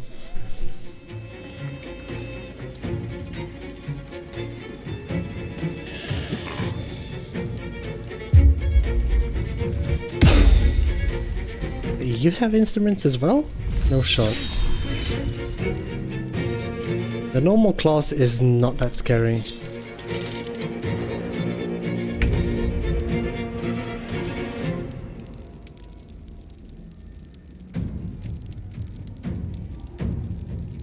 I think I'm going to do a normal punch on you. I'm too far away for her screech to do anything to me. I think I'm just going to push our boy away.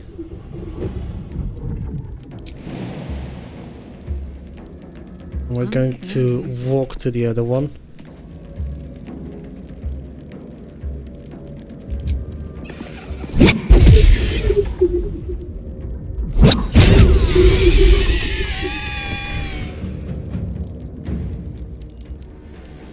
And we still have our reaction, so we can reactivate the speed bot anytime we want.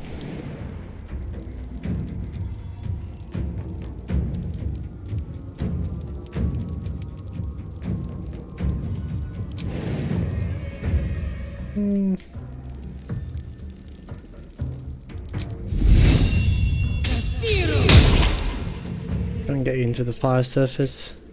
It's not going to happen. I'm just gonna reapply speed and cancel my turn over here. Just in case I want to be ready. I'll move over here.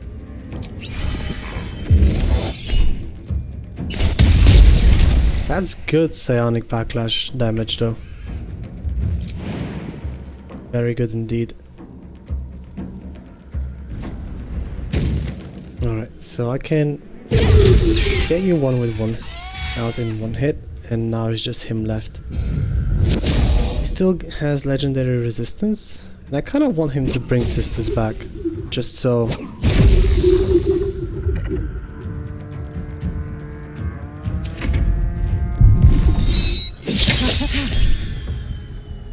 Multi-attack, he has that. Okay.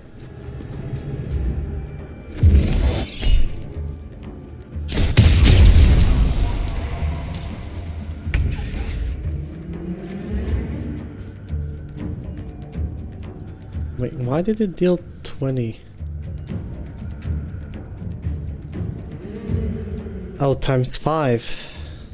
So it depends on how much we roll. Okay.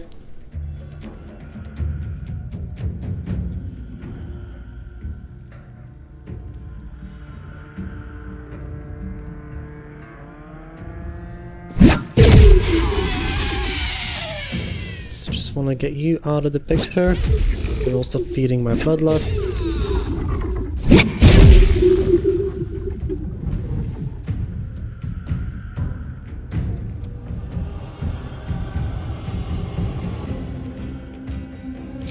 We can try and topple him.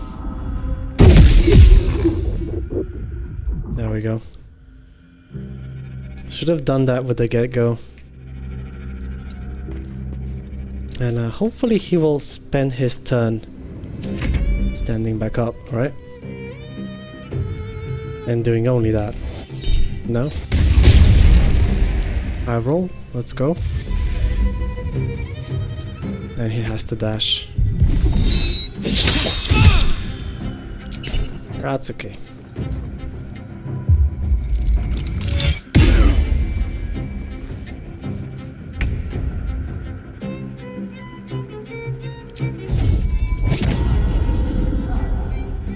Let's topple the bugger once again. Take the legendary action away. Nothing else left to do but to give him a good old smack on the cheeks.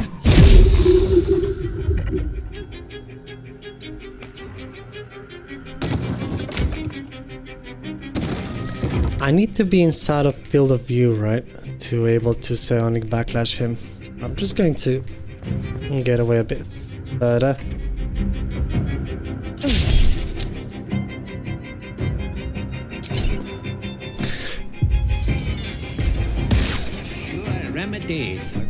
And paralyzed is definitely.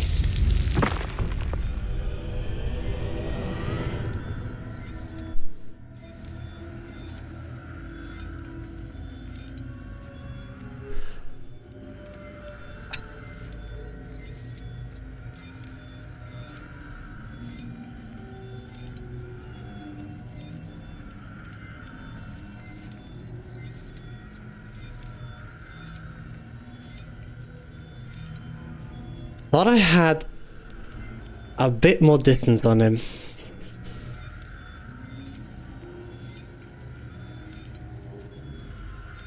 But 44 in one freaking hit. I don't know if you guys can see that. But he did 44 damage in one hit. I was certain he was going to have to dash. And I even thought to myself, like, I might as well save the spike bulb. He's dead as it is. Nope.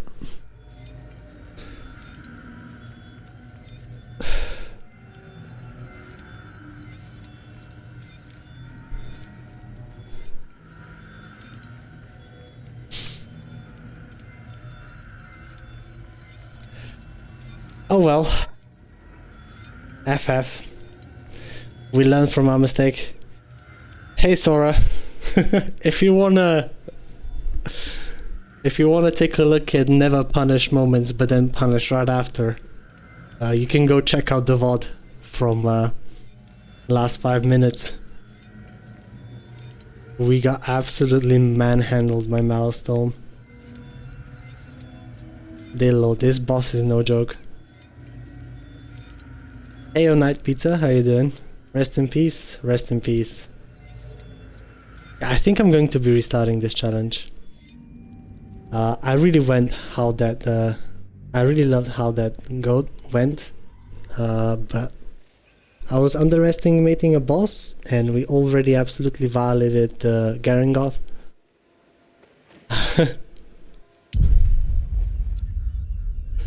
So we went into the next fight with that large ego, but this much of a brain. And got absolutely punished for it. Unlucky. So this run is dead. And I'm just going to sign it off.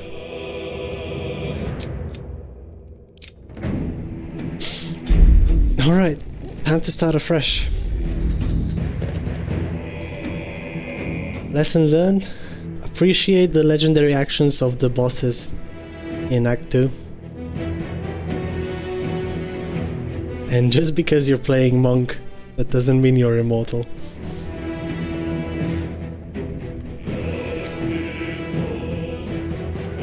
Anyhow,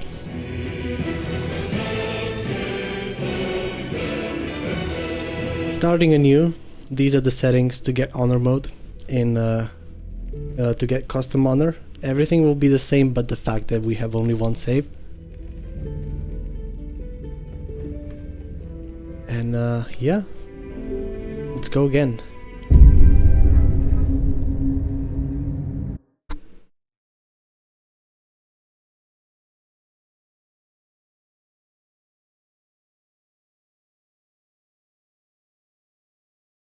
No paralyzed immunity versus the mob that drops the best paralytic throwable. It was a good run. Yeah, true.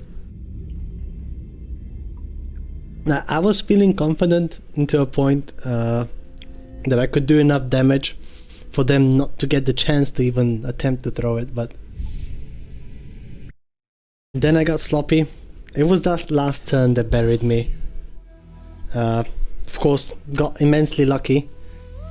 Surviving the initial round, but after this it was my mistake not to toss down that one more spike bolt and then blow it up with the spores. But hey ho, it is what it is. At least you know how to proceed next time. Bait out the legendary action. The howl of these sisters is definitely a very big thing to play around. Alrighty, so question of the day. I was thinking that for this our next attempt, I think I would prefer to stay to keep a stat stake in my hand. And I would want to swap back to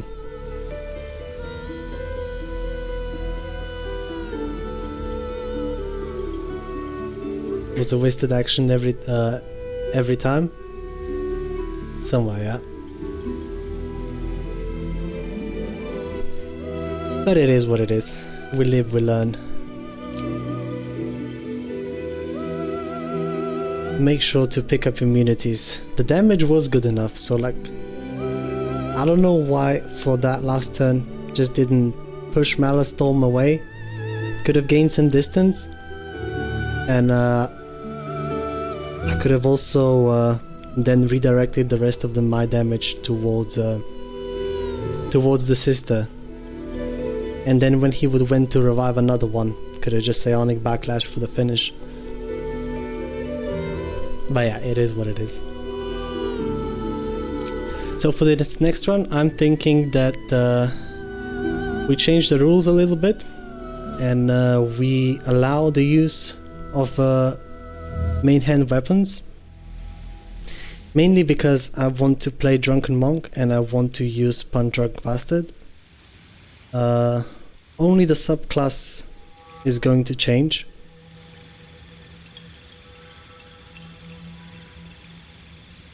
And yeah, the rest is pretty much going to stay the same. So let's get this thing underway. Keeping the same stats. We're gonna have to respec for after the Nautiloid anyways, so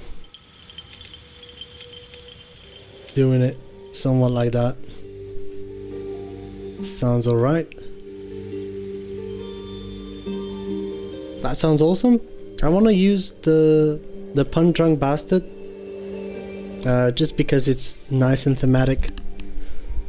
No other real reason, but you get advantage on attack rolls, and that 1d4, I wonder, does it apply on every successive attack that we make? Because if it does, then we got a mini Faraloof boinking stick going on. Hold on, let me just find this.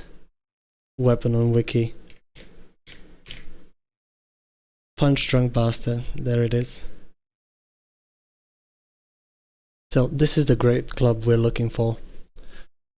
1d10. But this is the one that we're after. Tippler's Rage. While you are drunk, you have advantage on attack rolls, and you also create a blast with each attack dealing 1d4 thunder damage. This is probably only applicable to the weapon itself, but only for that is already good enough, because as a drunk monk we don't get any disadvantage from being drunk. So it's technically only upsides. But what I'm really curious is about this thing. Can we make second Pharaoh aloof and we start void bulbing everybody together and smacking and killing them with the 1d4 thunder damage? I ain't got anything to prove right now, and I just want to see if we can make Monk even more broken than it is already. So let's get back to the game. We start as karlach. We can't start off as a druid already, so You need a guardian. just going to click this. And since this was our third day of streaming this, fourth actually, just going to click this 4 times, and let's venture forth.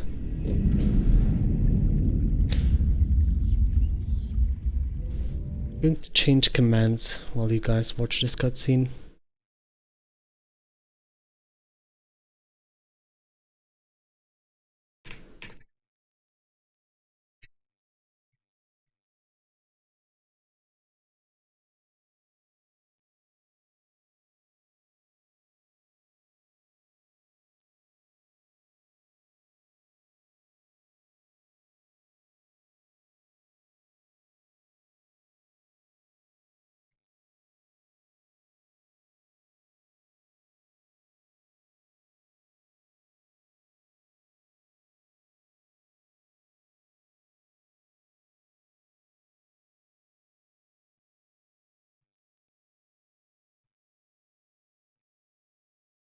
I'm going to keep the bows are only for stat stick rule still going.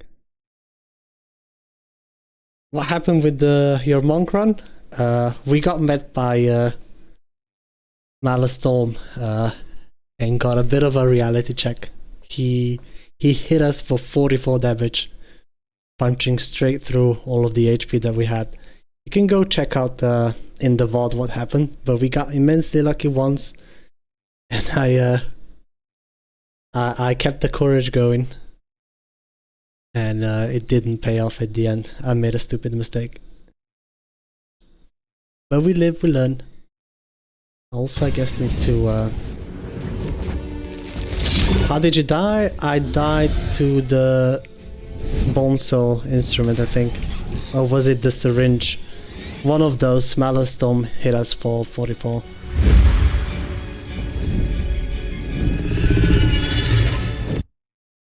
Alright, let me just change the title.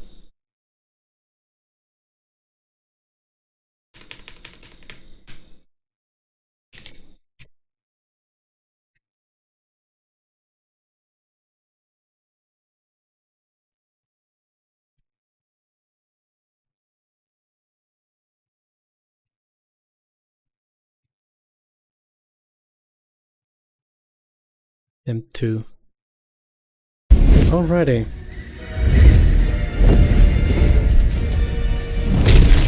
Oh, we saved on the paralytic Ace Walk. He just punched us through our AC. We're keeping the same build, somewhat.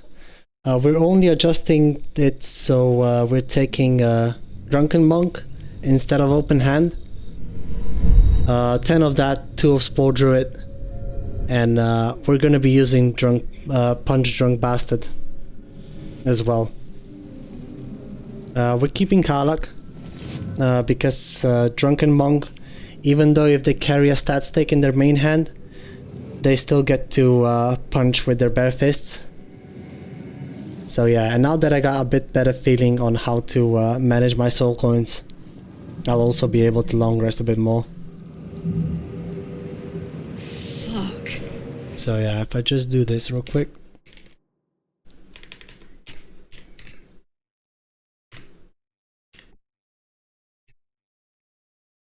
It's burning hot. Better be careful. Ed. And let's get started. Could have asked it for directions to the house.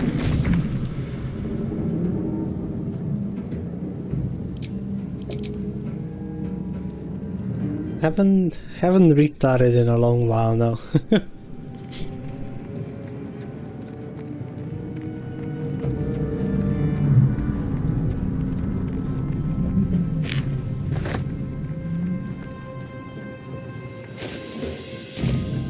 So when it comes to the Nodaloid, I'm just trying to get off of it as quick as I can whilst grabbing everything that I can, resource wise.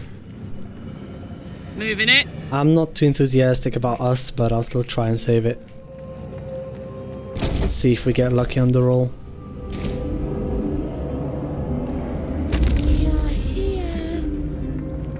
Here. Please. You know no creature like this. One that is... You could come back to here and do these checks with your companions to make it more guaranteed. From this strange context. To give it more chances of succeeding, but I have 2 summons per combat rule, and I doubt I'll be using us at all. We're gonna do strength. Unlucky for us. The skull holds fast.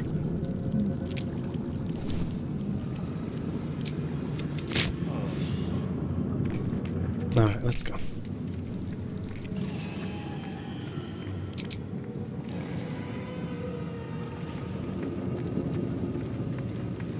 There's a small pool of fire over here that you can dip your weapon in before you talk to Lae'zel. And of course, don't forget to dash. Within dip, we can do. We will address.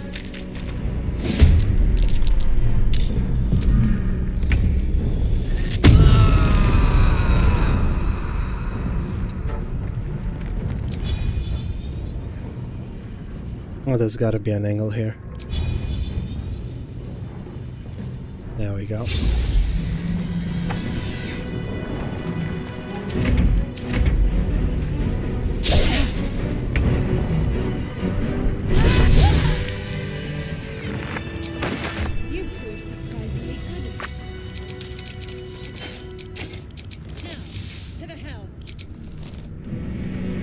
Now, making sure that Lae'zel does not get trapped by the 2 tieflings. Because she will start moving towards Voss whenever you approach the goblin camp. Soldier. And she'll break free out of those 2. Out of the 2 tieflings that trap her. So I just toss her off the Nodaloid and keep her dead, so I get her wisp on the beach instead of having to deal with those 2. Because you can either talk them down or you can fight them. And I'm not too keen on doing any of that with an absolutely devastating result, with a chance of a bad result before I'm like level 4 or so.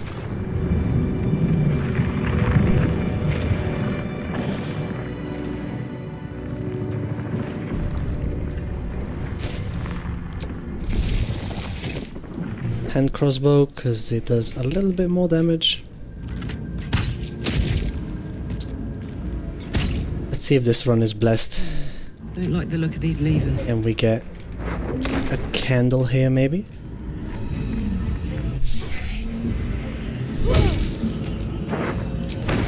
No candle. FF. Because we didn't get us, we can go out of our way to kill the intellect devourer here.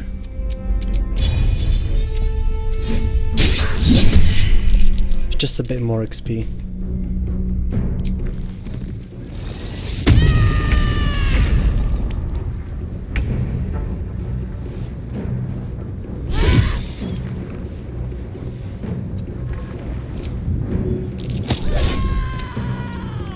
So many things.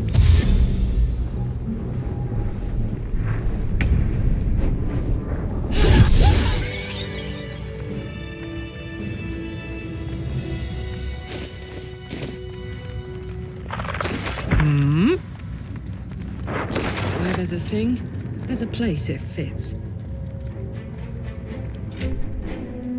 So I want to make sure that I'm dual wielding. I probably want something with bleed or the Nodaloid. Where to?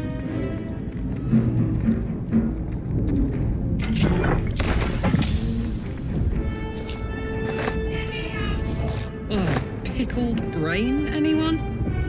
Wait, what's the difference between what are the saving throws on these two? Both the same? On gaping wounds compared to lacerate. Either way. We'll shut a heart out of here. Then discomfort fades, and another sensation washes over you. A shit. At last. Your Trust. There's Right. Get all of that. That felt good.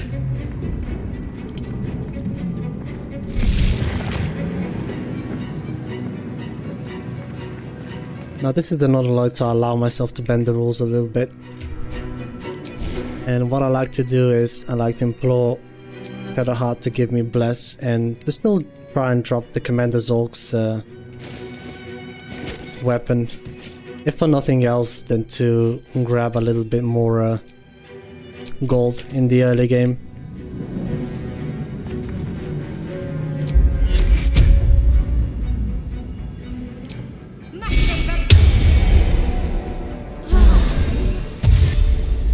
Making me sweat. Go. Redash. Go to melee. We're going to dip it. Let's ride.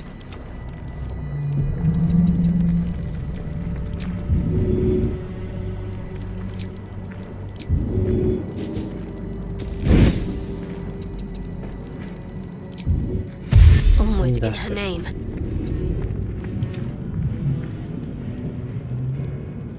Go.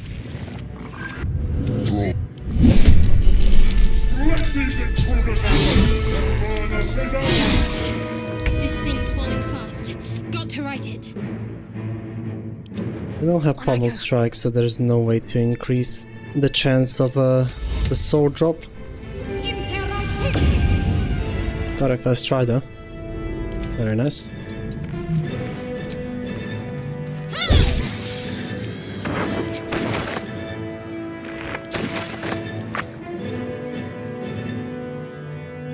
Got to move. We can continue her way looting all of this.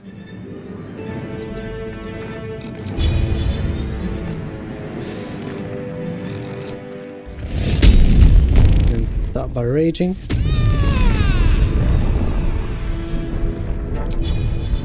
I'll try and bleed this bugger. Works alright. Find a route. There's a void bulb in the back of her head. I'm going to pick up and be ready to kill this imp on the next turn. Zolk does not try to pick up his sword, I think. Be a nice little test to do. The Hellbore is dead. It is not. Beautiful.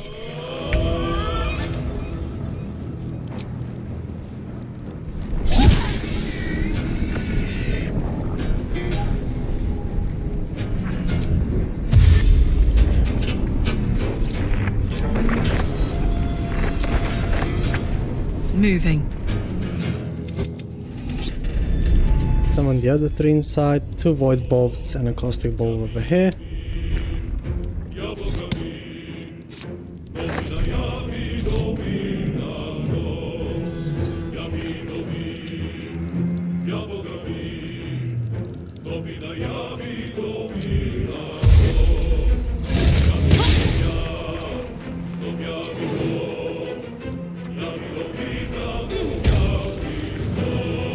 Go over here and steal the sword.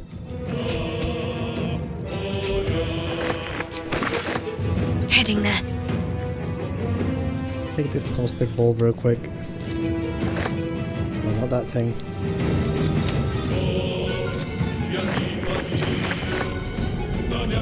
I smell blood.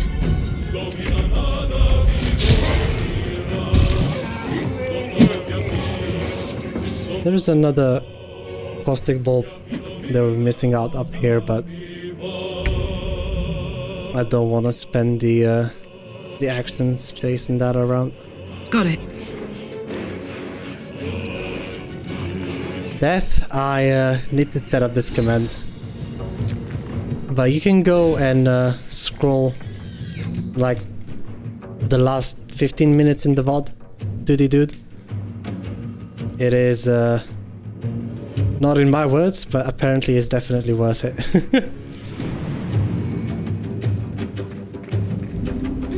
I need to get to that. We died to Maelstrom. We went with never punished to okay, maybe I got punished instantly. But to be honest, I mostly got sloppy. Your spine is mine. Nearly out of sky. You should check out the luck on the saving throws that we got in that fight, because we took all 4 of the screams. We saved on all but 1. And then on the next 2 turns we took exact damage to put us at 1 HP, and then we also saved on the confusion when it was our turn to act. And we managed to charm Maelstrom, otherwise he would probably have killed us. Not gonna lie. Alright. Get you out of here.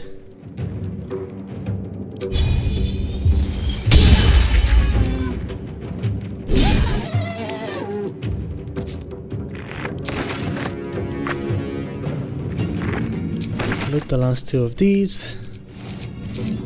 Thank you for your cooperation, Shadowheart. I shall have everything that you're worth. And let's get off of this ship. The helm's alien.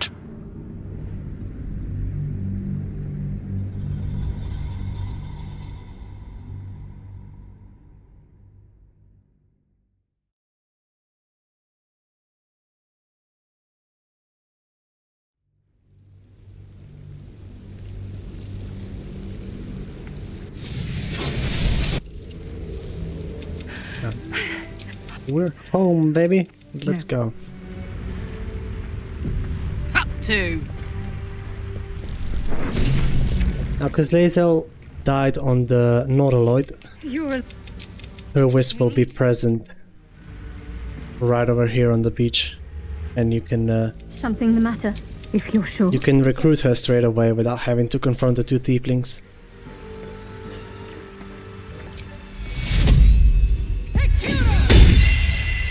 A touch XP negative, but a lot less hassle for the early game.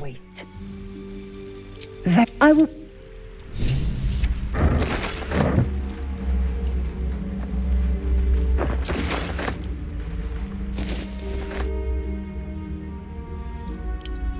Always gotta put on the first hat you get. Looking good. Get this not a lot out of this grow fight out of the way now.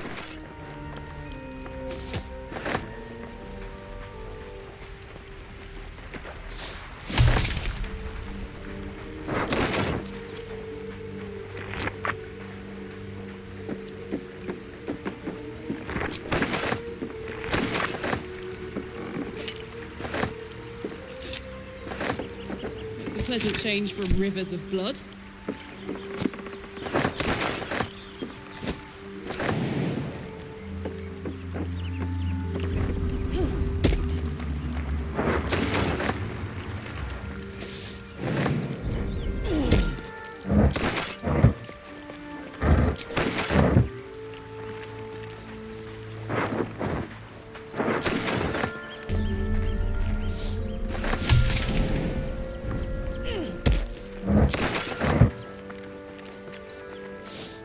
For me?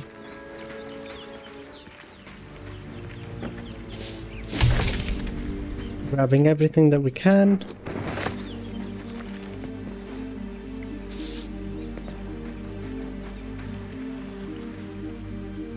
Hello. Before we head up there to send all of that back to camp. Also going to equip a better armor. I think I'm gonna keep on dual wielding.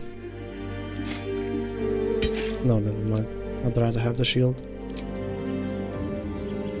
It's still on Shadowheart though.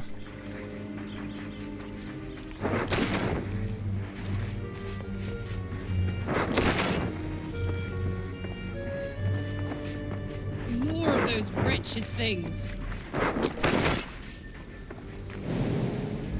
And I'm not going to take the strength elixir for this fight because I want to test something out. If it's possible to make the jump on Will's side with 17 strength. But I am going to level up for it though. I want to have all the HP that I can.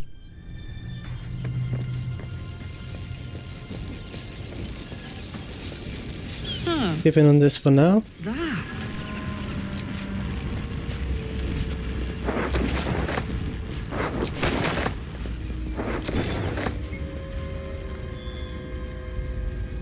There, a mind flare. And it's hurt. Monster. Death is too good for it. No speed pot. Let's try again. Another body, maybe we look into it.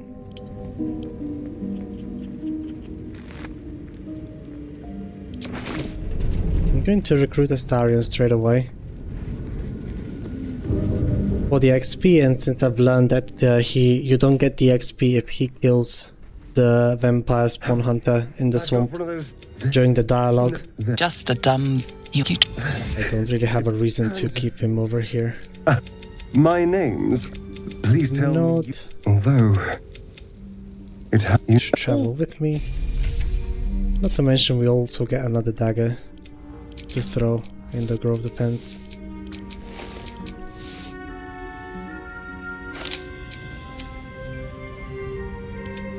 Alright, send you back. What can I do? Well... There we go.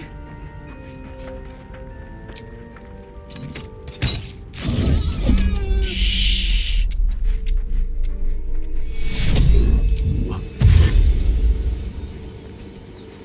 Don't tell.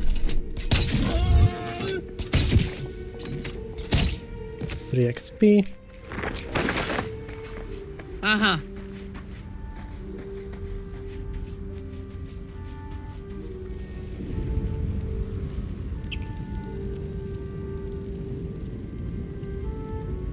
We might want to go to camp to get the outlaw needle. Just to have one more dagger to throw. And try and secure the extra XP that our companions can our allies can provide. And I can always test the jump when I'm outside of combat. It makes sense to do right now. Pretty sure you can make the jump. I'm referring to the jump from here to up here with 20 strength. I'm just not sure about 17. So, in order to avoid that for now, I'm going to pick up the shovel and see if we can lock into an enhanced sleep potion.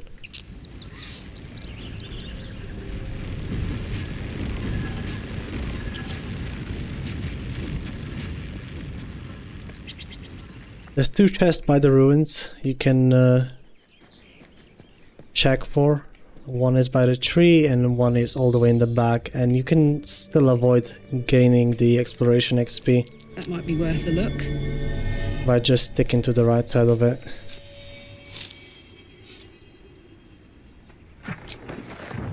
Got recent thunderwave.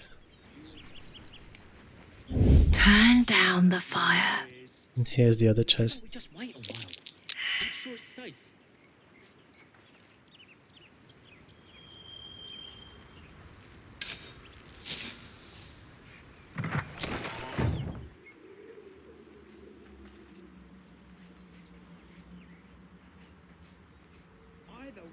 No enhanced sleep potion. That's okay.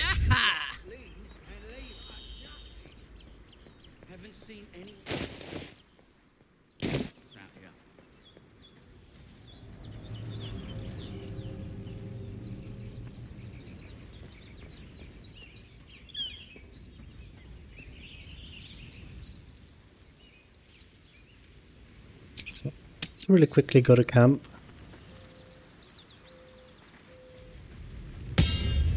Collect our pay to win real quick.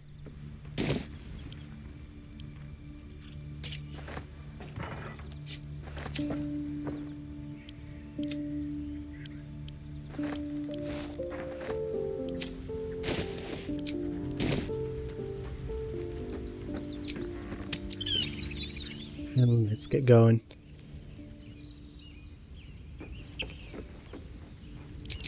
Need to drink this.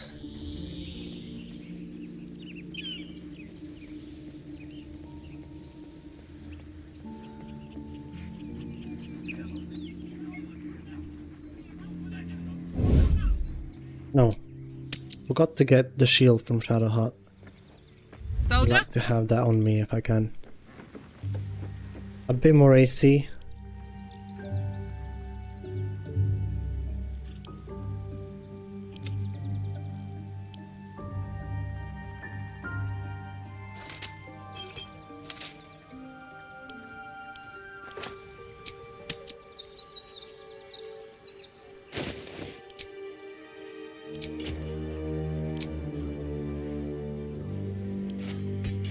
Means that things don't work out.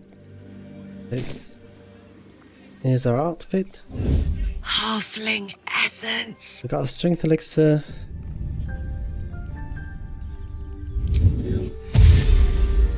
I just wanna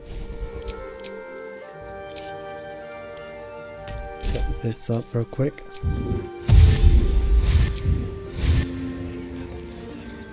Oh, watch up! Get down and suck.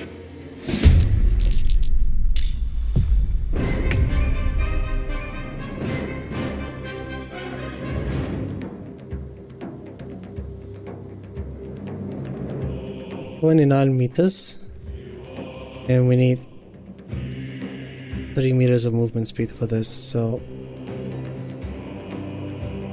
Aye aye. sprinting straight past these dudes and jumping up here. We already dashed. And we can get to safety straight away. Got lucky in the initiative order. Because if these 2 goblins just go before you and decide to kill you, there's really not much you can do about it.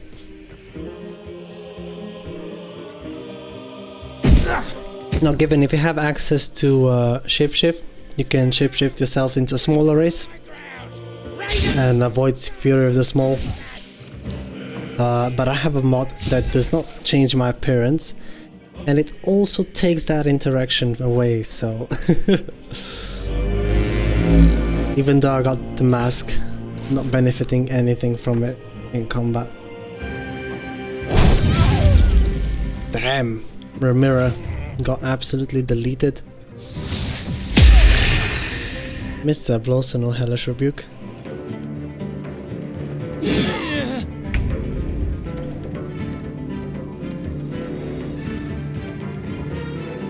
See, now I'm sorry that I don't have a speed buff. a speed pot at the ready. Because both of these kills could have been mine. This was too perfect. Yo, Northern Water. It ended like less than half an hour ago. And it was a very interesting death. If you want to go and take a look at it. We got super lucky. Sorry, I don't have the command yet. I'll need to work on that. But if you just go scroll back in the vault for like 20 minutes or so, 30 minutes, you should see everything.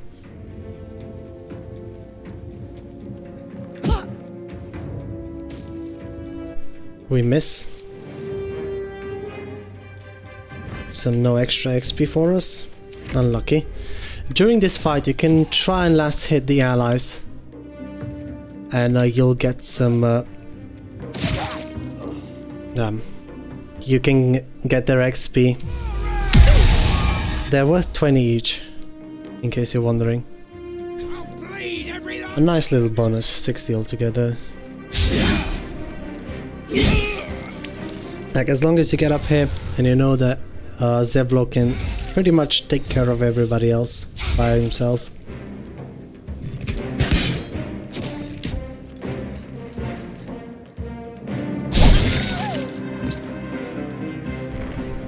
But we missed out on both of those.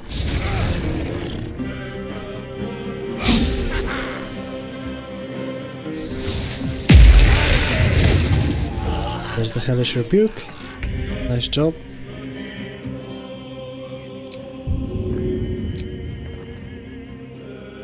I'm gonna help our guys out with some chip damage.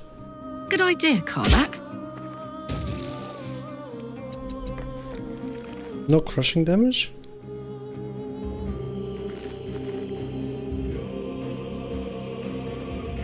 Okay. Wait.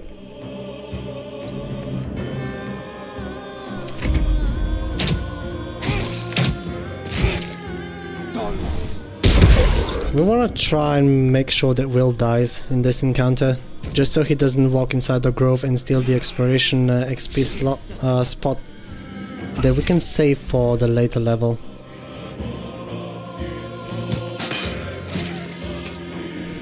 We're gonna try and snipe Aradin. Our dagger throws deal between 4 and 9. If we rage just beforehand, we can add another 2 on top of it. And this is exactly what we're going to do. Daggers have no crushing damage, so they don't have a shot at stealing your XP. Just need to find a path.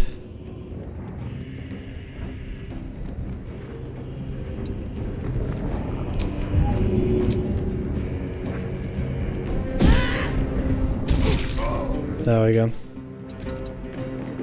And got the 20 XP for him. You can also loot cannon up here without anybody giving you a crime response later on.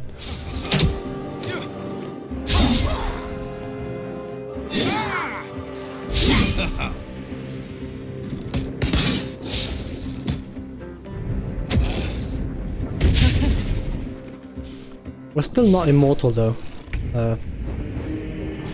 Bugbear will go through the effort of throwing every throwable that we threw down so far back at us, so just want to make sure that we remain well hidden. Will is dead. That's great. I need him dead since I want to get Raphael's armor, and I don't want to use a silence or help of a companion to achieve that.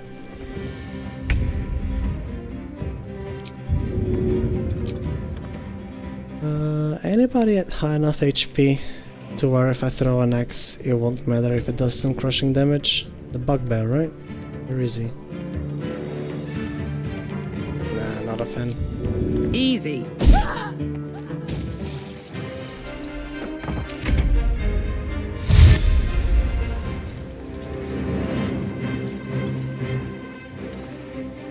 after these two archers move down, they just keep shooting at the door.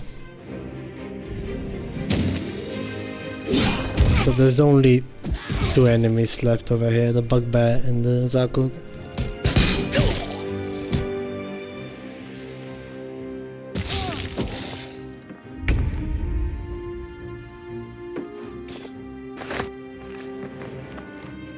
To give Zevlor some temp HP, just so he doesn't get crit out of existence. That wouldn't be good.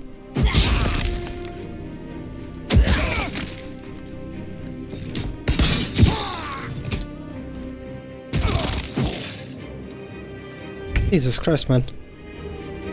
8 temp HP per turn is not enough for you?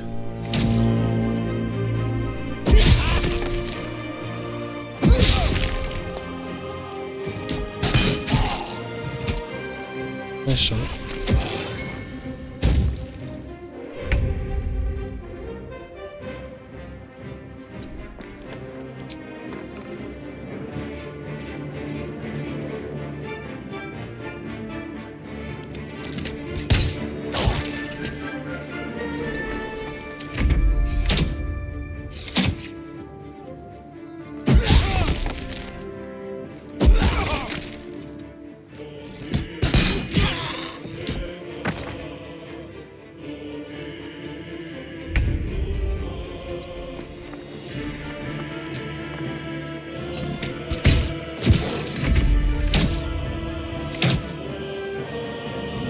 Should be busy with Zevlor, so I'm safe.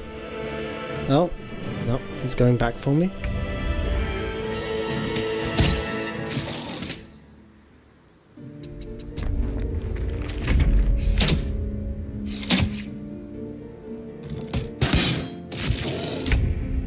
There we go.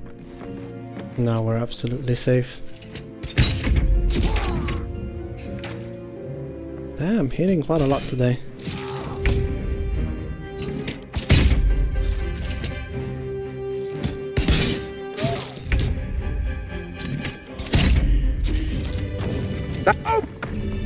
Alrighty, just gonna chat up Zevlor real quick. Aradin, thank you for your help. Now, when it comes to starting quests, it's good to start them through conversations or reading texts, because you can squeeze a lot of extra XP out of it. So asking about a healer can be done with Zevlor or Aradin. If nothing else. And about the ritual, 10 and 15 XP respectively.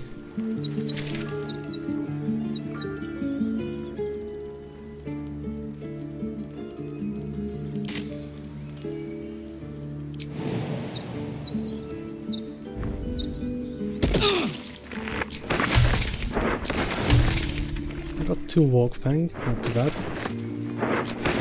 Honk honk.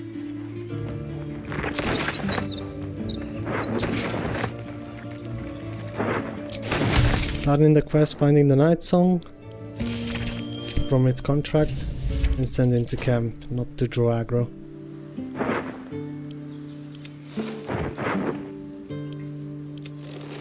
Or crime response, rather.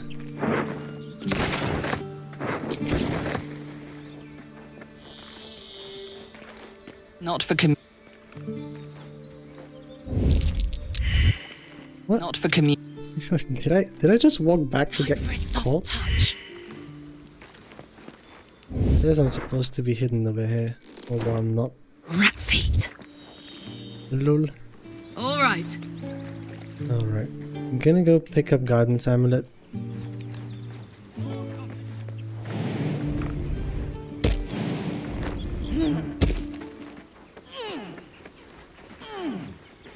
Now for this playthrough, because we're karlach, we're getting access to Helda's Hammer only after Act 1.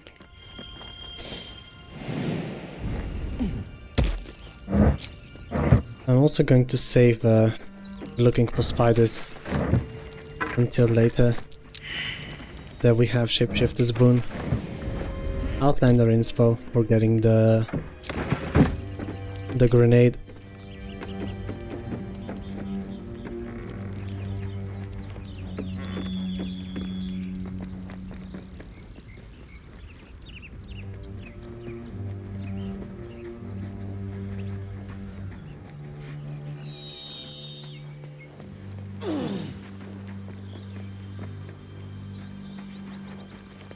No. Now with guidance amulet in hand, I'm gonna go back up. Going through here so we don't trigger the exploration XP. I'm gonna save that. Well, I'll try to wait until level 6 to collect that. Could even go for longer, to be honest.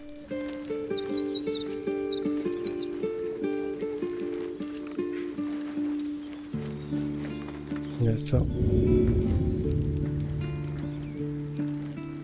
she has a hand crossbow and does not make it to Act 2, so I want to deal with her at some point. Just want to deal with the bugbear on the bugbear assassin first. The sister got me? Yeah. I know it was Malice Thorn, but the sisters at the beginning, yeah, that was pretty brutal. We got hit for 44 damage. Also, discovered the ruins, disintegrating journal. You're being arrested for theft. If you have a defense, make it now. Why is it? I clicked on the goddamn.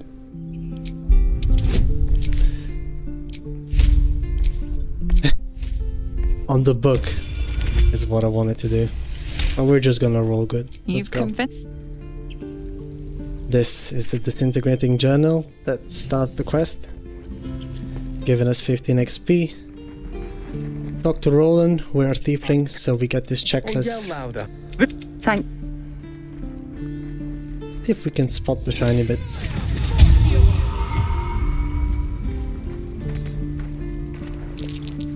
That might be worth a look. But yeah, we got extremely lucky, and I didn't drop it on my luck. As you turn back, the child slips between the rocks. Oh yeah. No shame if we fail this. We can always come back for it later. Make sure to talk to Gwex. As a martial character, you get this checklist. You need to be ready for a fight. Barbarian option. Oh, but I'll keep at it. 10 XP and a battle axe. Let's go talk to Auntie Ethel. Tell her about our little wriggler. Best to fill you. Gonna take a bowl of this. Auntie Ethel will sort. Let her fuss over you for the potion. What is this exactly? What is it, Petal? Got a mind flayer parasite in my hand. No, do you need any? Nothing for now. Depends. How many? We don't have an Infernal Iron yet, but I wonder if talking to Damon will reveal anything new. Thought I sensed an Mind if I listen closer? I might be able to help. I'd worry about surviving. Meanwhile, I've still got plenty of weapons and armor in stock. I'll come back to him once I'm level 1 again to increase the attitude.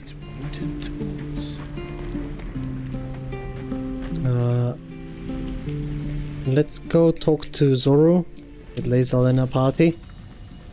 Another 10 XP off of that.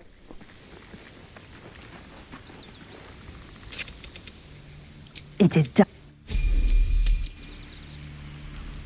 No helping it. We're exposed now. Buy more. Is this monster?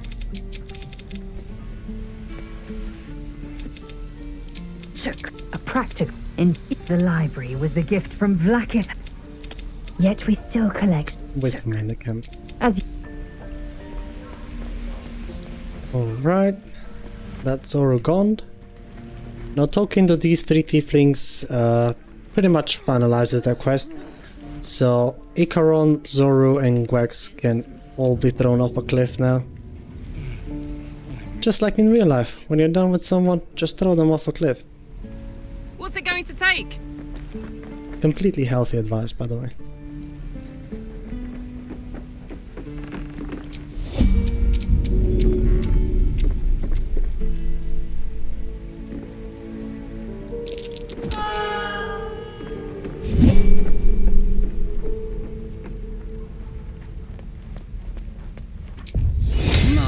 Guidance can give me another 1d4 on top of this. escape. I am not a speaking language.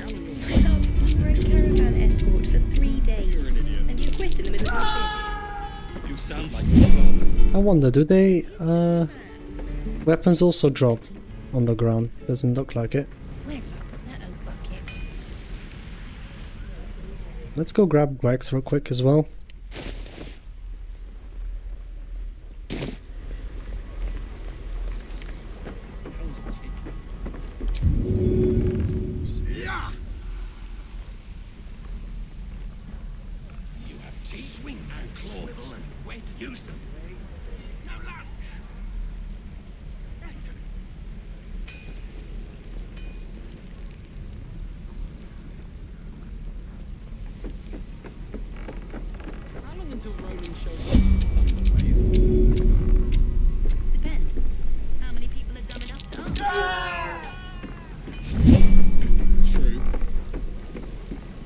There we go. I still got one more conversation with Roland to increase attitude with him. She's only worth 1 XP, so I'm not bothering. Is that everything?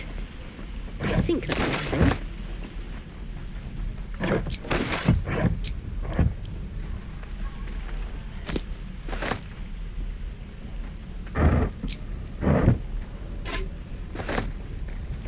Let's see if Donnie is poking his head out again.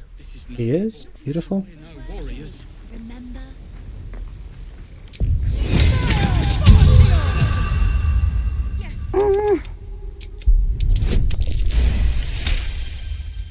Watching his hands, you realize he's miming opening something.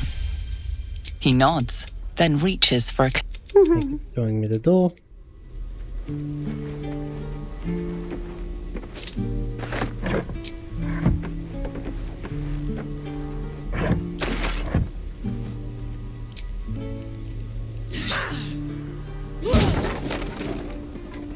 You guys have crime response to that? Okay. But not the tiefling kids, it seems. Please. Alright. Talking to Arabella's parents. Before actually saving her. Now Arabella. Alright. Yes, I see. And is that... You! Step back! What? You... We could have taken those guards. The note and token to Volo before you move into the goblin camp. Questions, if you please. There's no overstating my interest. I will pick up Whispering Promise later. You search your mind. Need to spam 1. And the last question. The scandal. Never Hold my tongue on this one. What brought you to the wilds in the first place? There's a journal. We learn about the goblins. Ironic, really. And we get 10 XP out of that. Alright. Before Raphael starts appearing, this is one of the spots. I'm going to go and grab my musical proficiency.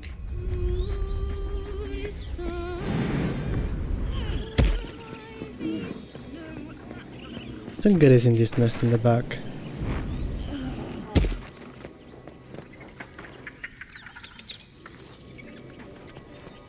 Not used to lying low.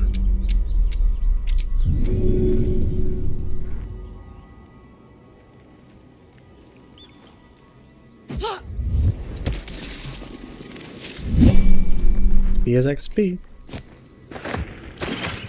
I say. Now you can have both guidance and thaumaturgy, but before you start dialogue. But you can't equip them both as a bonus in a dialogue, which is a bit weird. No, at the hands of this bloody... Let me see if I can help. Hand me that loot. Upon the stars tonight. Failed the first one, which is actually good.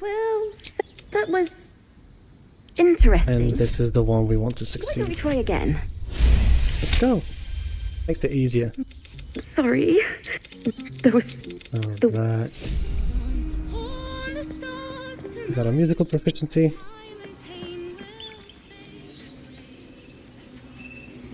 I'm going to turn up, speak with animals.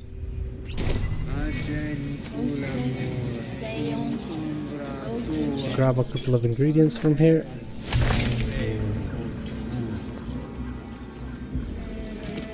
I'm gonna go talk to the bear down low here. It's 15 XP once Hansel returns. If we talk again with him.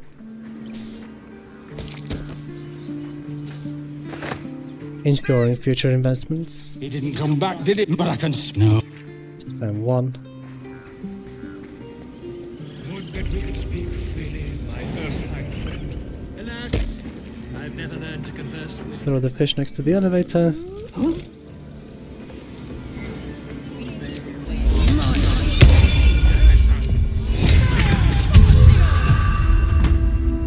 Speaking to Topaz gives you the key to the chest right above him. If I can manage to click on him. Give me the prompt game. I'm concentrating. Intimidation does not work. Good. Guess he'll still trigger the crime response for stealing from other dudes. No luck, that's okay.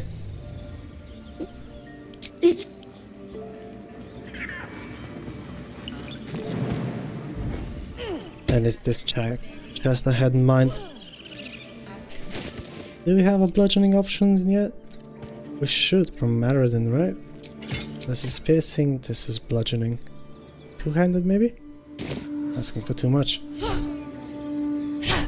This is medium toughness, I'm never destroying that.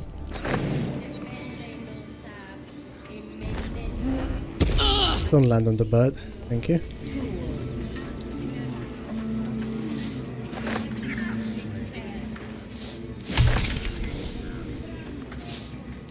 The chest can have quite some nice goodies in the start.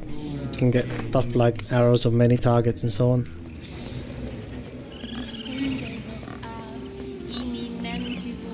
Did we get the antidote?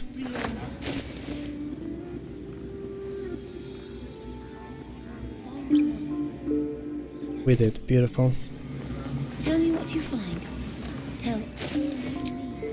Need one of those for Nettie over there. And make sure they're with disguise as something else than a deep link. Just to make the persuasion check a bit easier with Korga.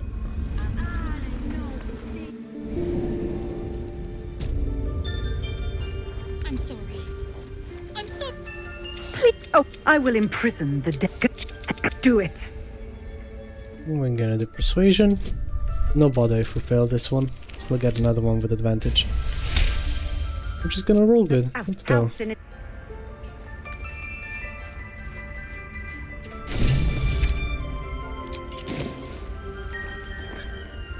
the investigating Korga quest with this Rite of Thorns scroll. Quickly reading it.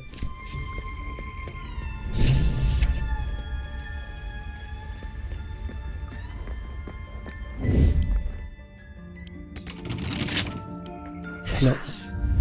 Steady. Lockpick, thank you.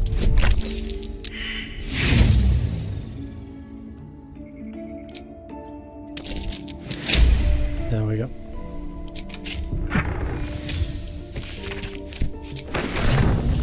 Light as air. Accidentally hit it, but it didn't see me, so we're good. Oh, Kiera is here. How you doing? Yeah, I got a bit jealous. Not jealous. Jesus, English today, please. Got a bit overconfident with Malithorm and pushed my luck for the second time in a fight and paid most severely for it.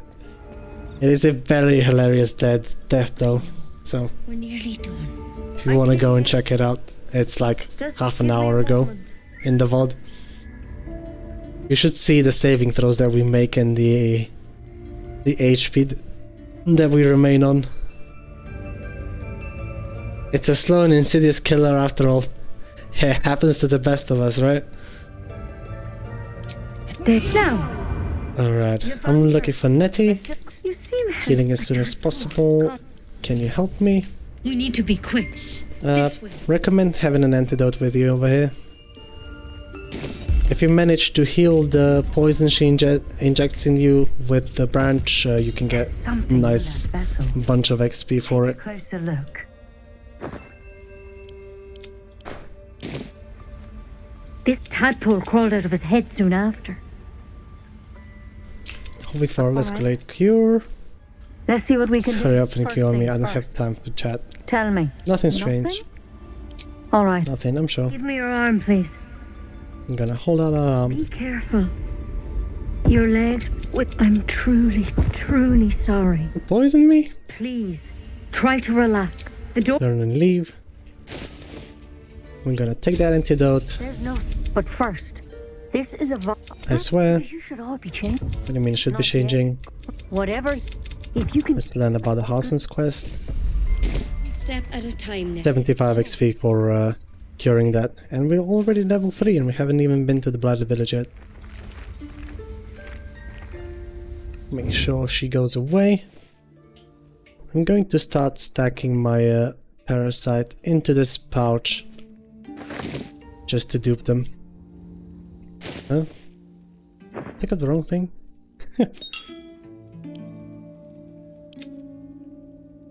Wanted to do this. There we go.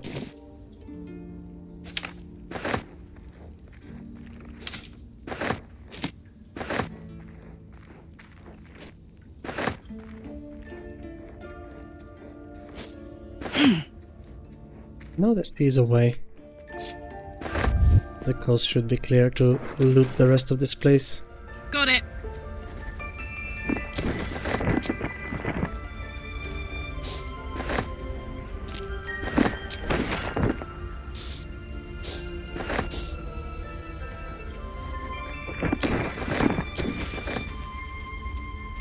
Something over there. I could go try and pickpocket Wrath for early sorrow, but I think I'll wait until I have my boon and smuggler's ring for that.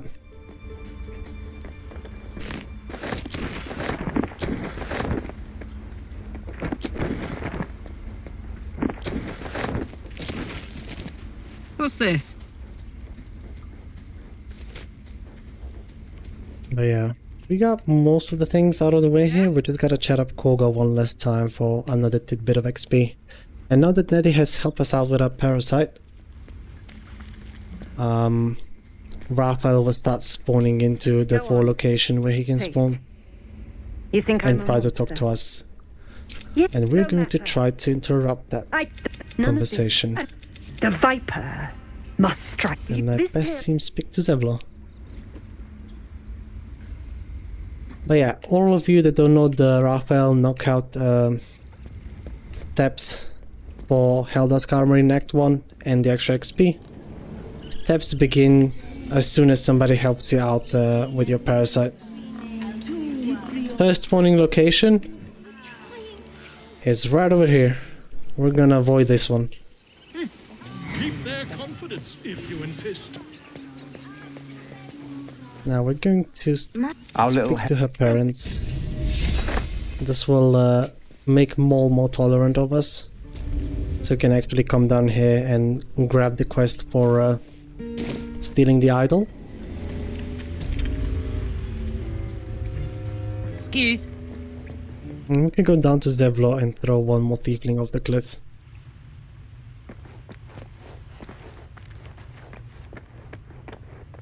Well, you saved Arabella from the. Happy to help. We're happy to be helped. See if you have a Now, good what can I elixir do on for you.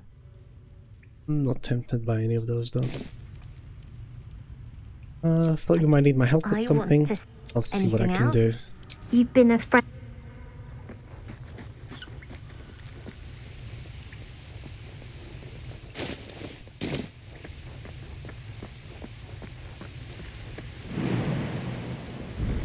What's here is the wicked chest. The more early beauties.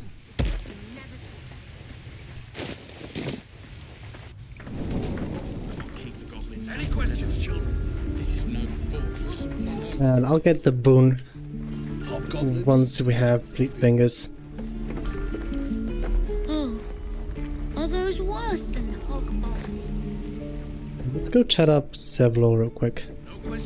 Is there another high place where I could throw Kaldani from to get that hand crossbow? Because I really don't want to fight the bugbear. It does not seem like a smart thing to do.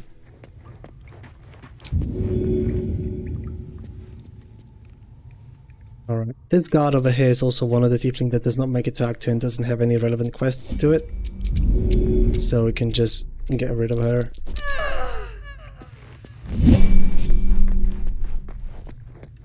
There we go. I want to make sure that I do everything before we leave this place.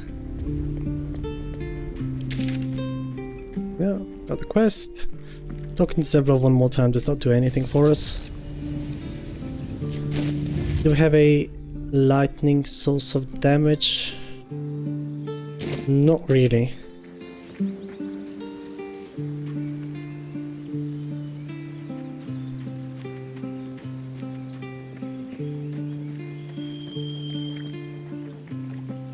So another place where Raphael can spawn is on these wooden platforms up here.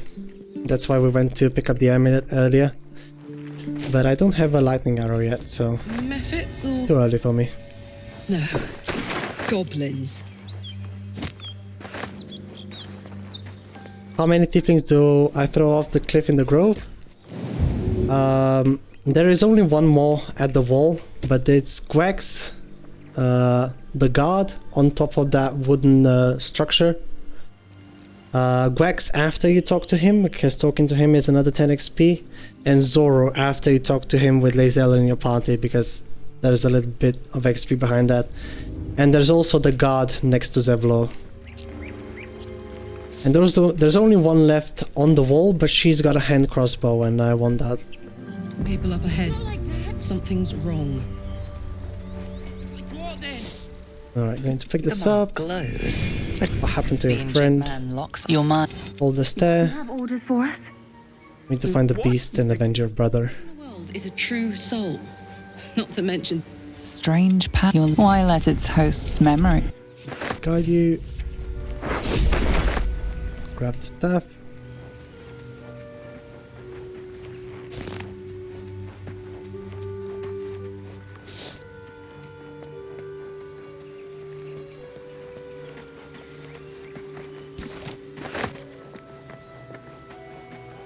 I mean, thinking about it, I kind of want to go back and buy a lightning arrow from Aaron. We did get a water bottle already, yeah.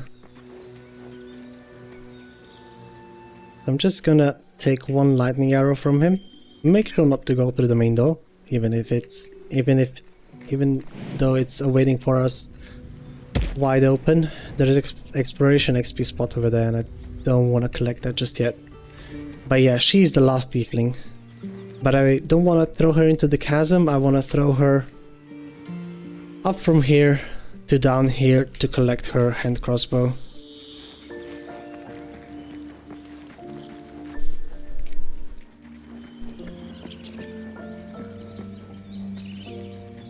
So we're just gonna go grab an arrow from Aaron and we should be good.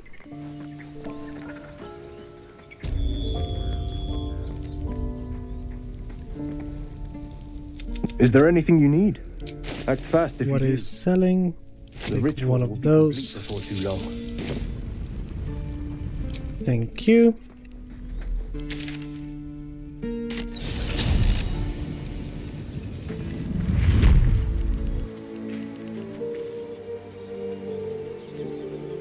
And now that Neris has helped us with a parasite, the second location where you can interrupt Raphael attempting to talk to you is up here by the spiders. And we're gonna do just that.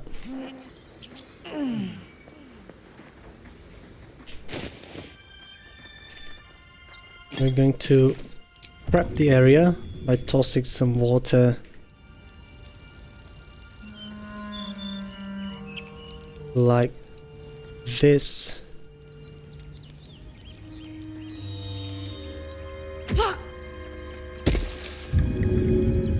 And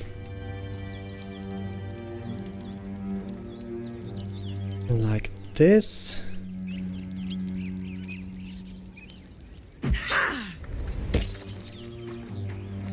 This ought to be alright. Now you are safe to still climb up here, but do not move after you get up the ladder. We're going to take our lightning arrow, shoot it at the water puddle we just made, and we're gonna jump across it. And Raphael got hit by one lightning damage and took the shocked condition. So the next time we meet him, he will take another 1d4 lightning damage.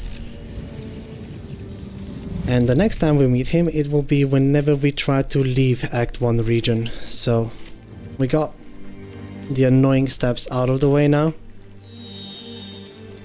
Now we can continue with our exploration.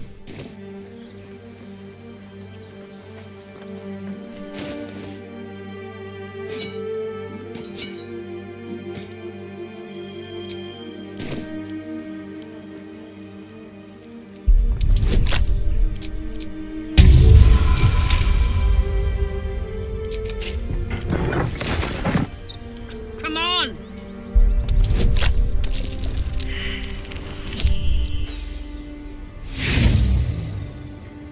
Yeah, come the bloody on, right?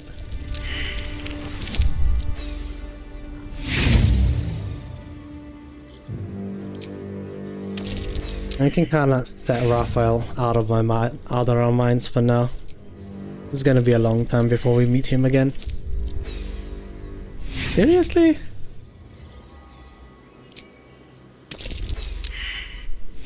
Okay. I give up. It's fine.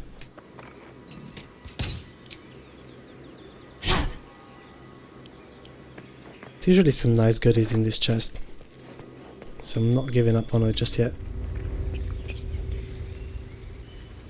Alright, time to cross the bridge. We got the parasite. Before your first long rest, make sure to stash every Mind Flayer parasite into a container.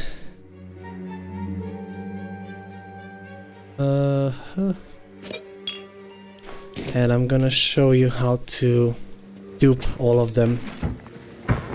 Get 6 instead of 3. As soon as we're ready to short rest. But until then, just save them in a container inside your inventory. If Aradon would have lived, he would have given us the contract over here. But I prefer to just take his XP.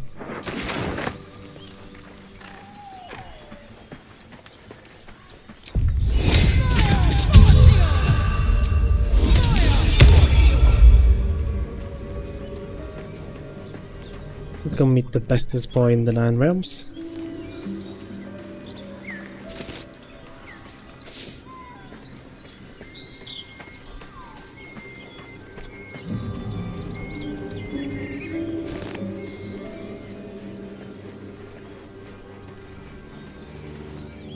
Keep moving, stranger. I told you to go. Start with perception. Easy rolling. You see a name. Still, of course. You know that. No. Alright. I'm not going to knock him out because Scratch has been known to bug out. So I'd rather just not do it. This exploration XP is static and unique only to Karlach origin. So it's a nice grab early on.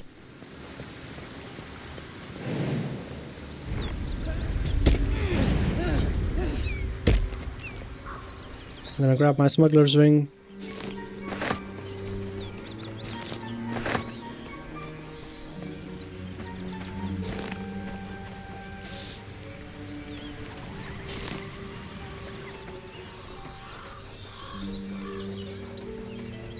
And there's a few berry bushes about the place. 3 over here, and the rest on the other side of Blighted Village.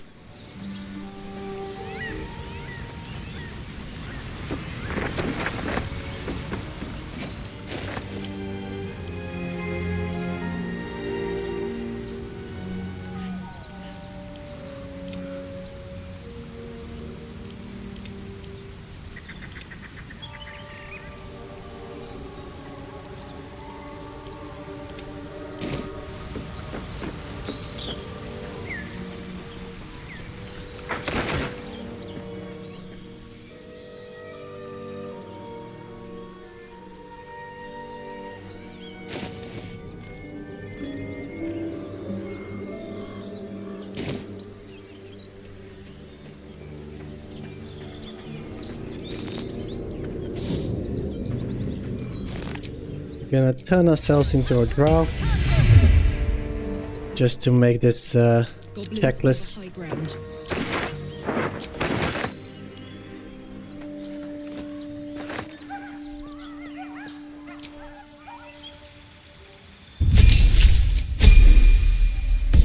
I'll just level up so I have a bit more HP to throw away with the jumping off high places. One more berry bush over here. There is a perception check behind this mushroom for 15 XP and a little bit more of loot. What's that? Get a fleet fingers as well. And I also want boots of speed before I go and take my shapeshifter's boon.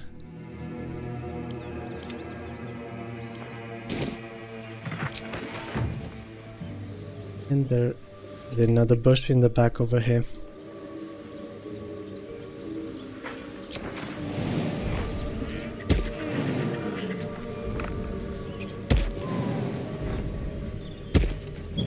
Make sure that we are draw before we enter.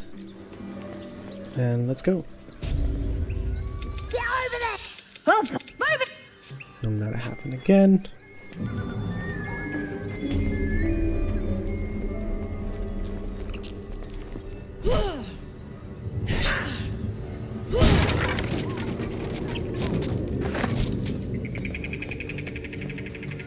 Now there's a way to double dip on the XP when it comes to this XP in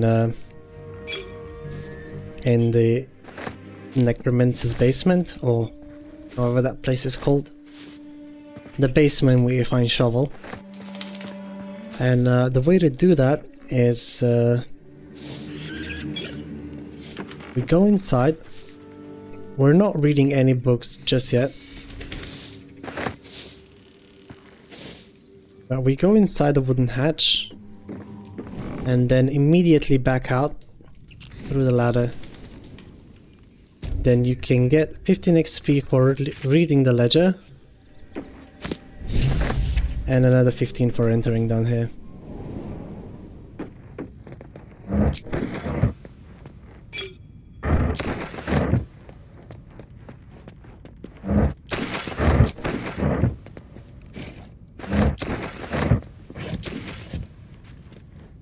Plenty of good stuff over here.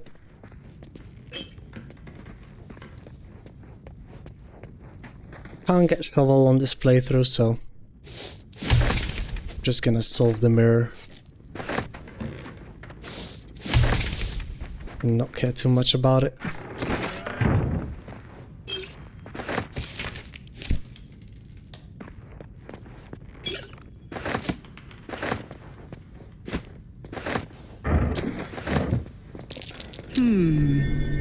What's that?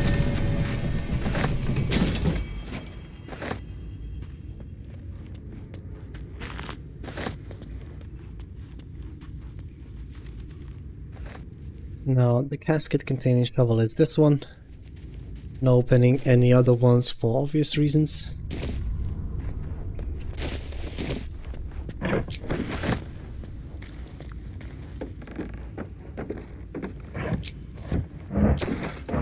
They contain an ambushing skeletons.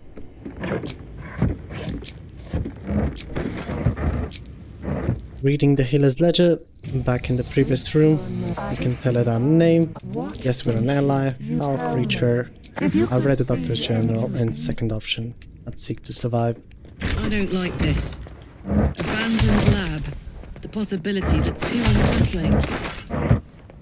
Speaking to Shovel over here would grant us another 15 XP, but I value her over that, so I'm saving her for whenever I need her.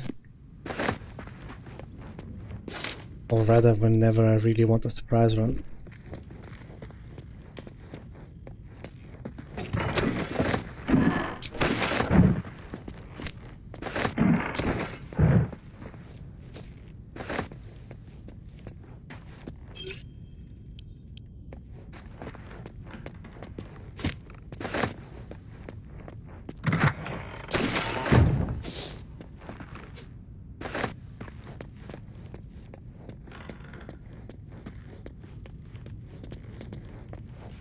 Pick up this key.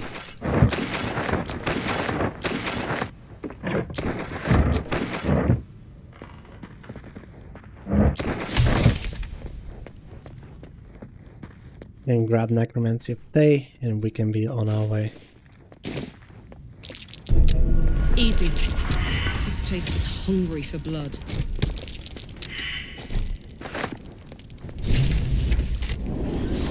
Blood of it. Crafting the Masterwork Susa weapons. Quest for it does not begin by reading the blueprints, but by reading this journal hidden inside here.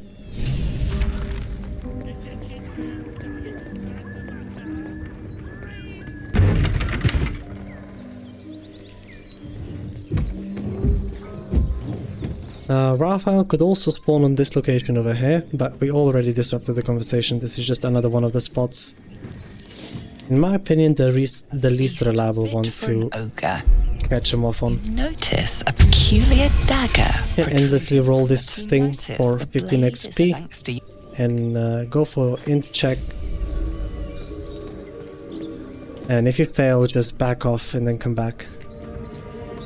It should be usable again.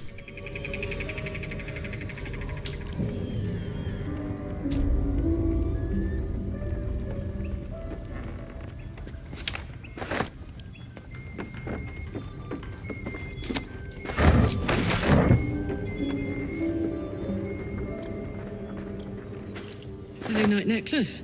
Pretty.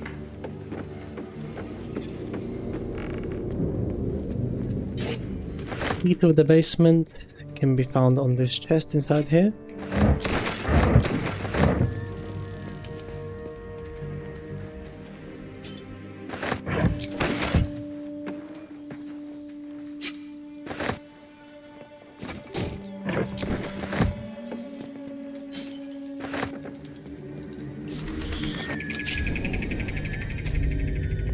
Right now.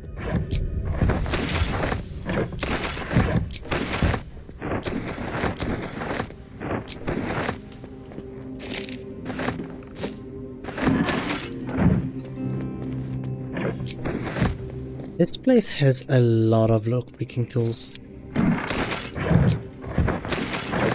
Usually in here I find enough to last me throughout the whole game.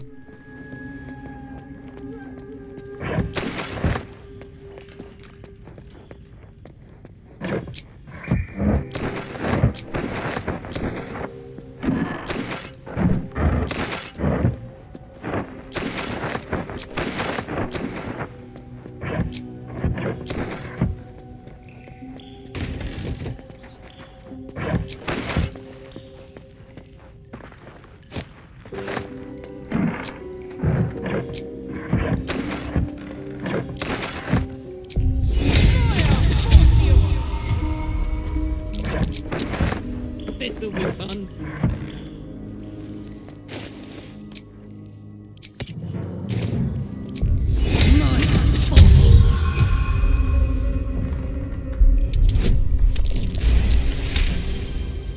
This real quick, and reading the blueprints over here is the next step to crafting the masterwork weapons. And over here we can get our first piece of infernal iron. Infernal metal! This can help damn and patch up my engine.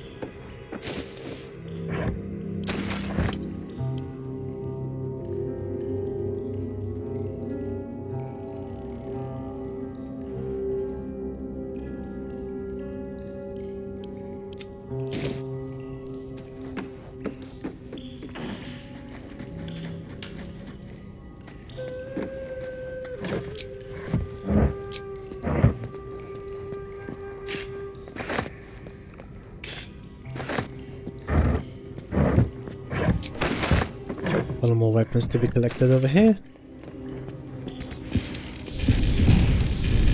We'll turn this on for later.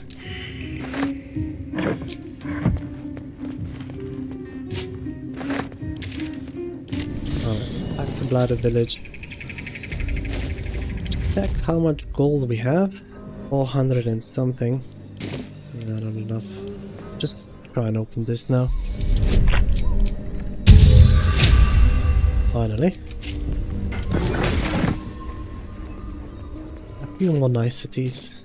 1, 2, tie my laces, 3, 4, sideways. I'm gonna come back for the ogres. Once I double the money from chicken chasing.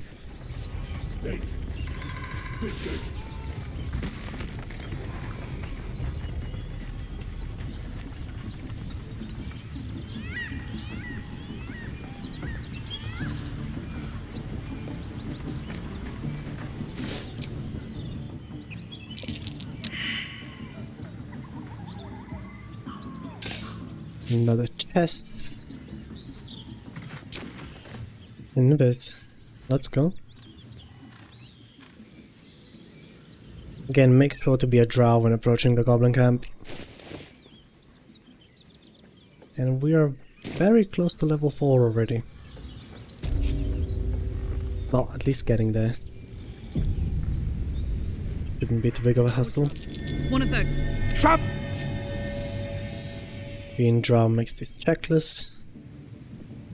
Now that we got into the goblin camp, Volo will be shoved over here as well, so want to make sure that you speak to him for the 10 XP before you get down here.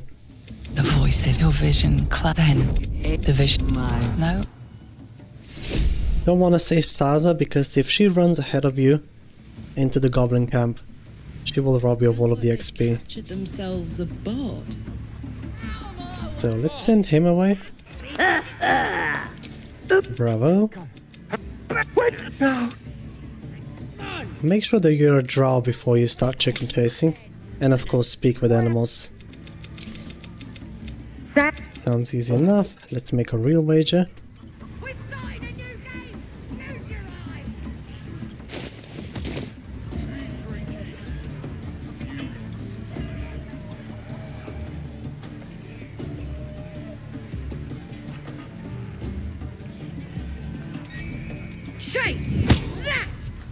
Having to speak with animals. I'll help just to run through the posts.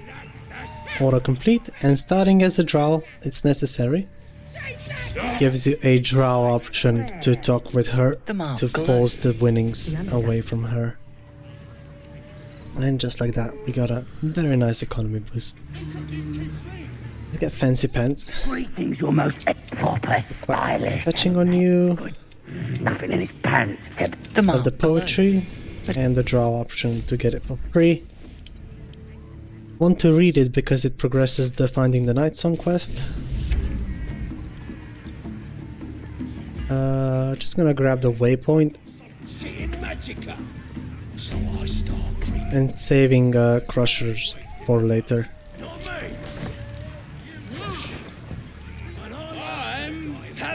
Number 5, I think, has a speed pot on themselves. No, 8.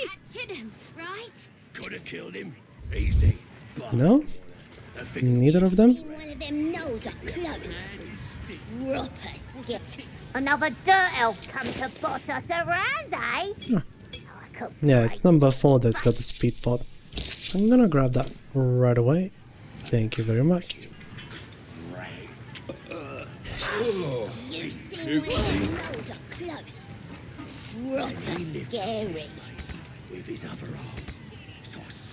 Can't get the malachite, that's okay. Going to wait for this guy to stop pissing. Oh, don't need to. Just gonna throw him off a cliff. He's far away from everybody, so that it is completely safe. And kids don't have a crime response, or rather they do, just nothing happens. Your first soap bar you can get from one of the hard days of gaming to wash the grime away.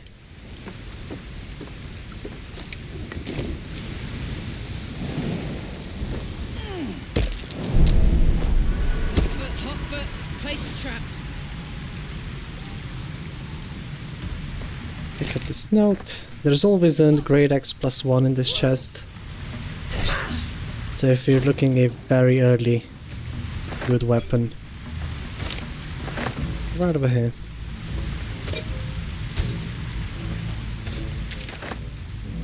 Alright, back to Goblin Camp. And the dwarf just stops bleeding. And I'll go and grab another chest that is in the back over here. We already got over 1,000 gold. Going good, I see.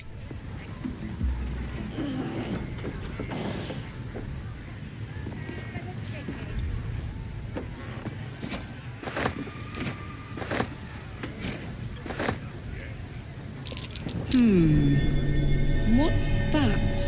It is illegal to dig this chest up, but it's not illegal to loot it. Which I find hilarious. Alright. Get on the roof now.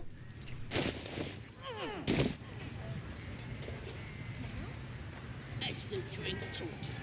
Absolute wouldn't speak to a worm like you.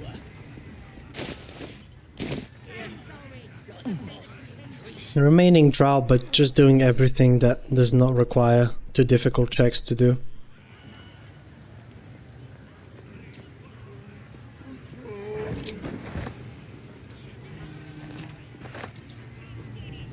Ooh. Man, I could go for a nap too. Another antidote over here. Over here, this Booyak Piddle has got a book that is a Sage Inspo you can grab, but it's a persuasion check you have to do. Just gonna avoid that for now. Just start opening chests. And we got a hand crossbow. Yo, Bloodlust Elixir, let's go.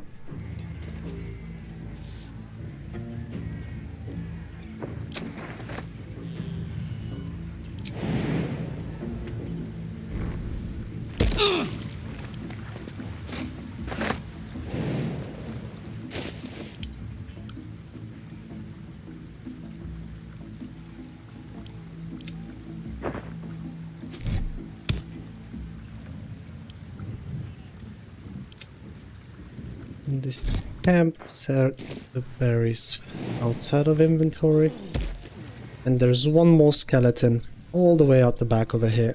It's usually got some nice stuff on it. Oh, Vigilance Elixir. Very nice. We got a Bloodlust and a Vigilance already. This run is blessed. Whoops. Hope I'm not gonna trigger a crime response. That was a misclick. Bloody racket. Make sure that we're dropped before we continue. The mark glows, but You want this in your shit? Bloody racket. Bloody racket. Come on now. They're just having a bit of fun.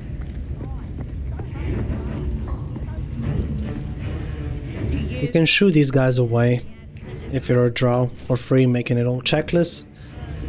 And talking to him, to Liam, about the night song and saving him will be a nice chunk of XP. I don't try, get results, move aside. Weird priest next door. Makes these spears also lootable. It up. Yeah, beating it good. What? The prisoner?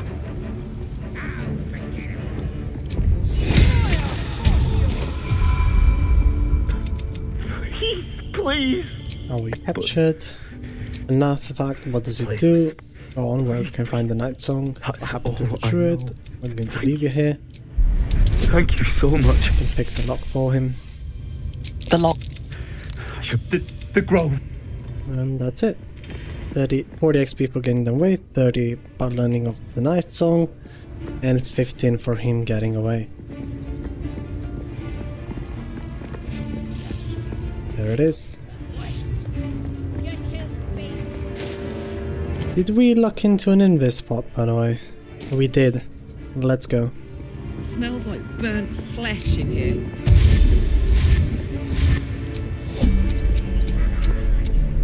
We're going to pre-dash run up here. At least give me a sword. And we're going to throw an invis pot next to this body over here. And this time around, hopefully, we will get the thank you. There we go. And now in a little bit he's going to run away and we're going to get another 35 XP out of that. That is it for the drow checks, as long as I'm aware. You lot ain't proved yourselves yet.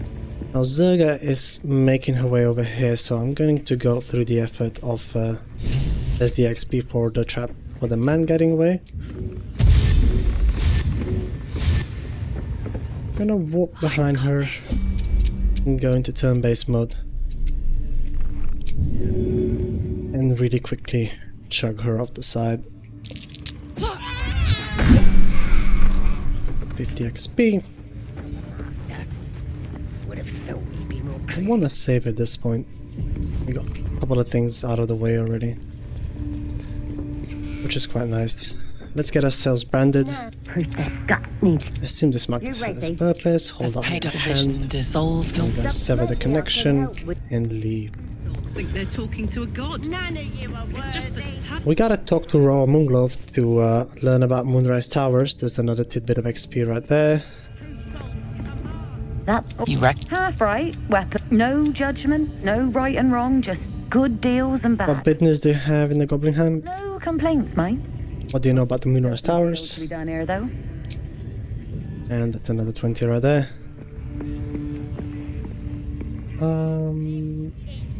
I want to save Valor later. It's kind of important to do so. And why haven't they moved yet? Did I take the wrong dialogue option? Figure out what's going on with those shadows in your head. Am I looking for a healer? Think you can help? Alright.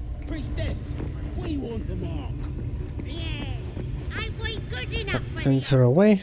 And if you have good strength, you can kill her right away by throwing her off the cliff, but in such a way where you can still get access to her corpse later, which will allow you to have +2 to your AC, basically until Merkel. You don't even need that much strength for it. I think it's like 14 to lift them up. You can also improvise melee weapon her closer, but the pixel we're talking about is the one where it says death and the skull is on the picture as well, but the dot itself is in the wall.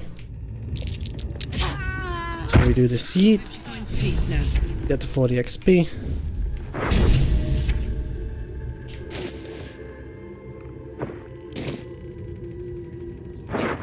To stash away the tadpole. I'm too tall for this.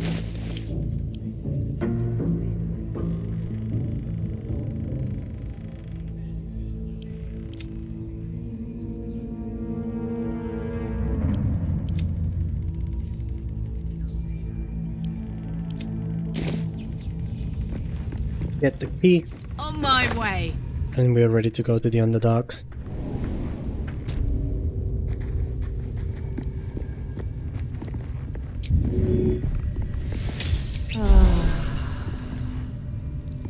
I'm going to wait just over here and wait for Palma to rotate about the place to where she's standing next to the brazier. Just need her to turn around.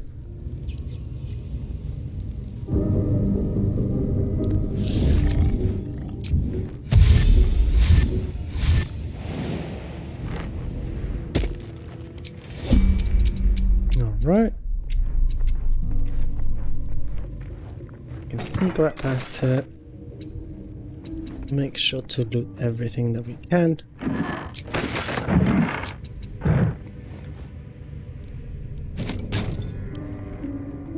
Also, moving this cabinet forces her to a little off the top. Turn around.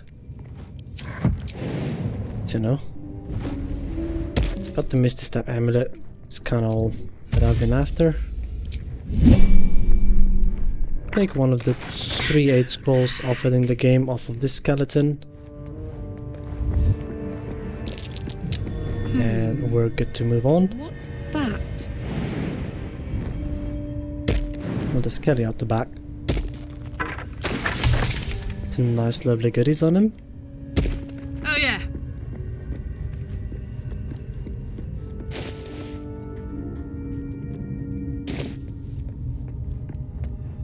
I know these symbols. Selûnite moons and stars, just like the dwarf's poem.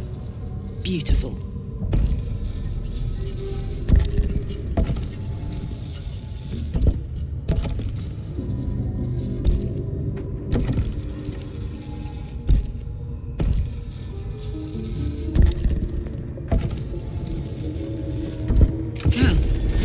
Solve the puzzle. Let's see.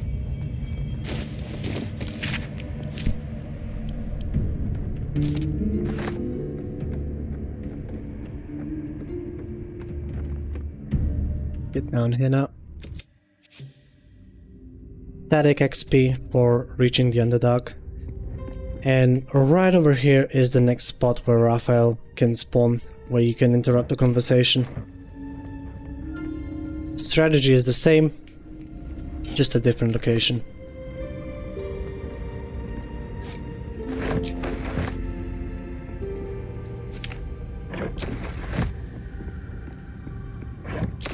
Good morning, Willy boy. How you doing?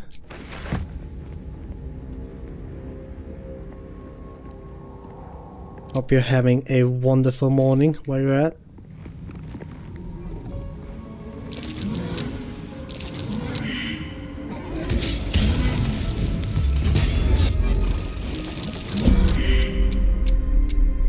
Alright, this is good enough.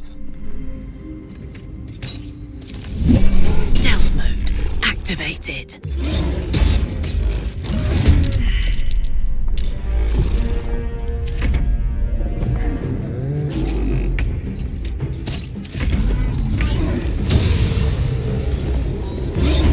We're just pathing our way down to the Underdark.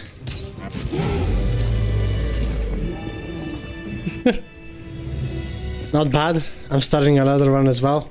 Damn, what happened to yours?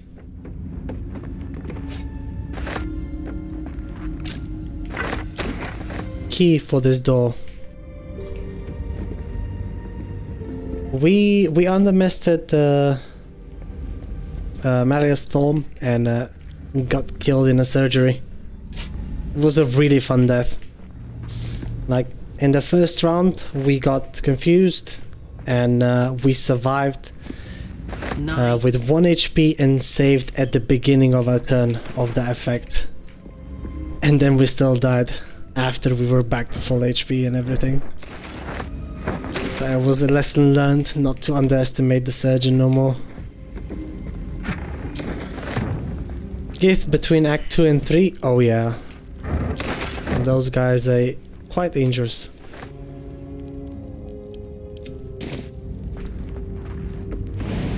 A completely understandable death, man.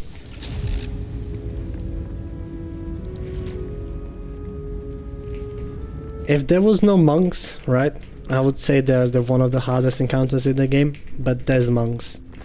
So...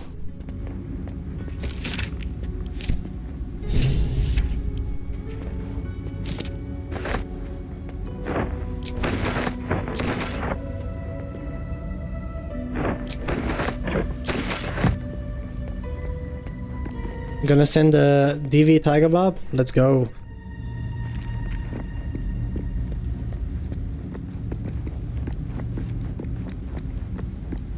One more chest to grab up here. We're just pathing our way. We successfully interrupted Raphael already. We're about to dupe the Mind Flayer parasites. And I don't know why, but I'm still always super excited when I get double of those. You can double however many you get before you long rest for the first time. So theoretically you could dupe even more than that. 3 is a nice balance though, since you can get all those 4 relatively free.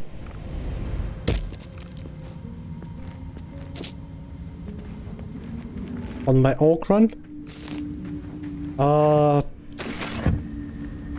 Can't tell you, but it used to be a mod for clothes that give you like special powers, but it was also a mod that doesn't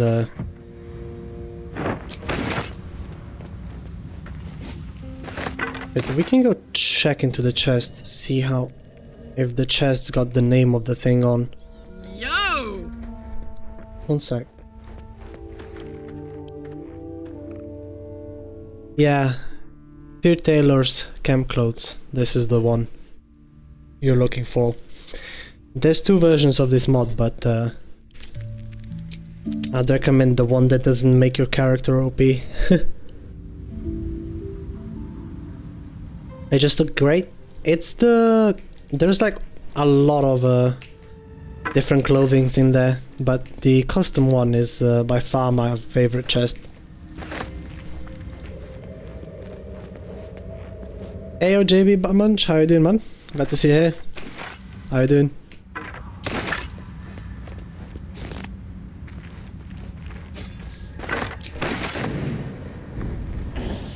Why does the air smell like mind control? This is my favorite line. Why does the air smell like mind control? Hey hey. Yeah, we're just restarting our run with a slight adjustments to the rule set. Just so I can have an excuse to play a drunken monk. Power Louvre over here. No need to succeed any of the checks, just bleed yourself over the sword, but it's always worth trying. It feels... And also 25 XP. Yeah, no, we're just getting the run started. We died to Malice Storm like an hour ago or so. So we're just getting the early game pathing out of the way.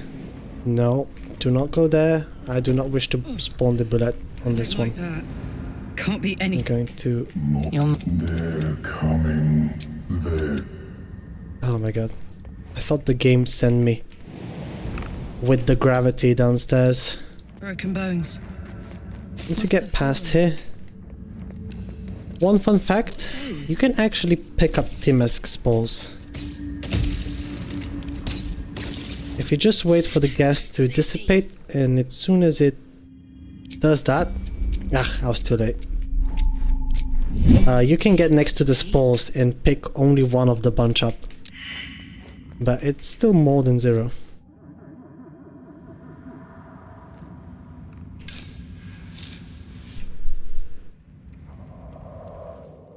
Love fighting the moles? Yeah, I pushed Geringoth off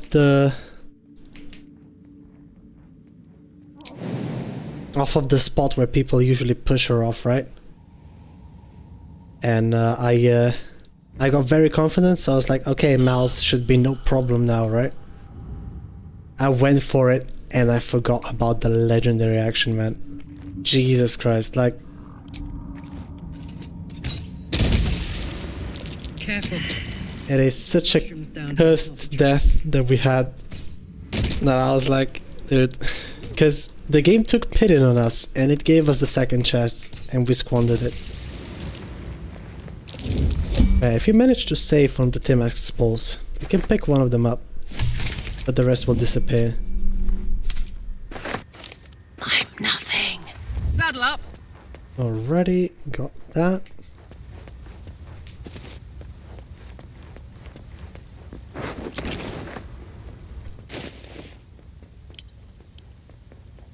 And we already got a bloodless elixir, which is super nice. You was the State your purpose. I hate that I love his voice. He does have... No, I don't exactly love his voice, but I love his mannerism of speaking. Like, he's just... Out of them all, he's probably the most deranged one. And the only one that was probably deranged before he got engulfed by the Shadow Curse. The Shadow Curse just seasoned him to perfection, I think. The skull. Makes me concerned for my sanity. I think that's only natural response. It's curious. Could I ask? Are you looking to open your... As it fit. But not to worry. There may be a way. Timasks. I am. Alright, start this quest. Hope you picked up some of the antidotes for Dula up here. Guess we are about to need to give her one. What's wrong with you? And we're gonna give her an antitoxin. At the boots of speed. But our work pays well. Help my clan and we'll make it worth your while, I swear. I'm telling you, we take... Even the dead are commodities here. Yeah, no doubt Thisbald was chill as fuck. I sense your I think it wasn't even the bartender, because he who was says that there was a female bartender that whose spirit he's interrogating down there, right? So I think he was just like a helper over there. You know, like a dumbwit they sometimes employ in taverns in such settings. It's probably one of the hidden children from the family. Sure, I can help with the Dwayga. Get my haste balls. Let's talk to Dareth, starting the quest finding the mushroom picker with her instead of whenever you find the dude.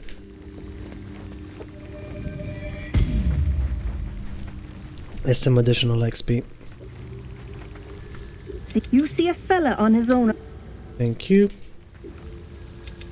It revealed. Very well, you may join me.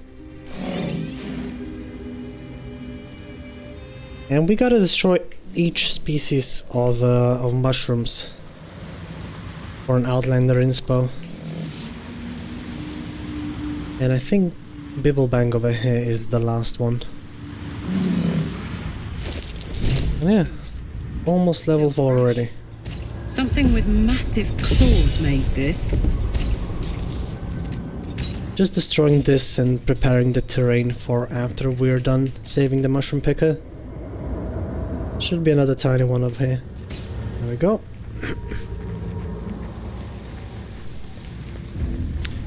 And if you brought Priestess's corpse down with you, you can already obtain the +2 to your AC.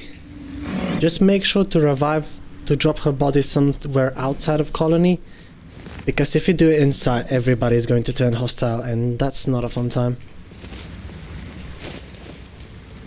Alright, drop this down here. Silence. It's going to give her +2 to her AC. Unique cast of Shield of Fate that does not require concentration. And thus can be applied on multiple targets at once.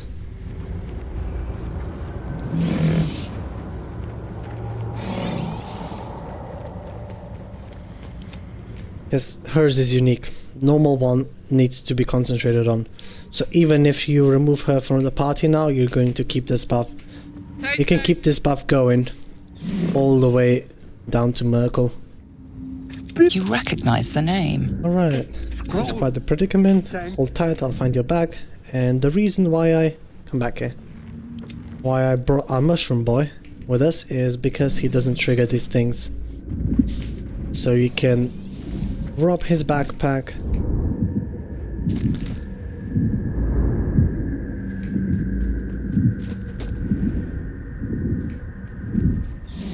Don't burn yourself.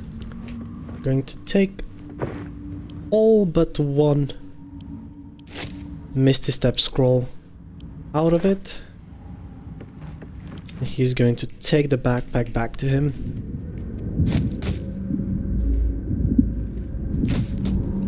I need that bag. Don't you? Give this to him. Go fetch me the noble stock while you're at it.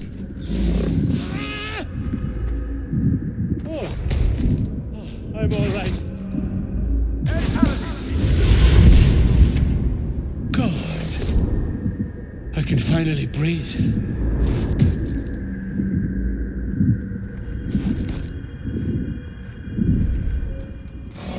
Hey, good looking. And that's all I need from Blood from now. for now, so I can talk to him. Right. Get the invis scroll. Oh, what? He didn't give me the invis scroll. What a cheapskate. I guess you have to beg for it to get the reward. What a scam.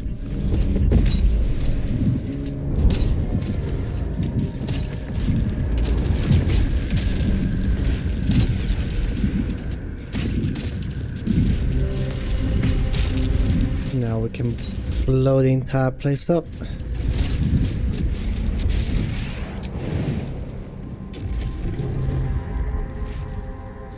And wait for the fire to disappear. So we get to loot it as well.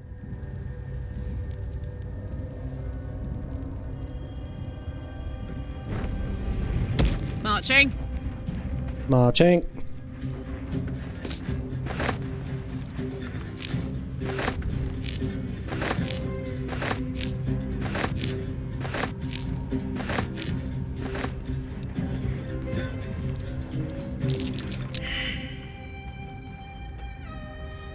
Another chest on it.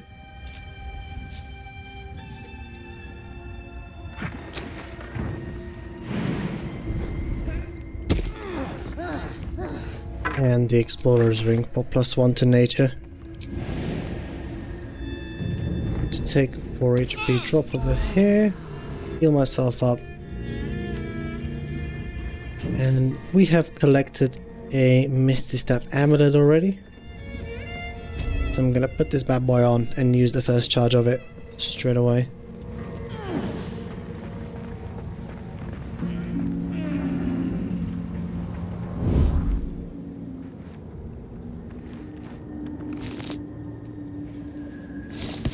I don't like these flowers. They're bad. I'm gonna send this bloom to camp. Make sure that this hooked horror is on the other side.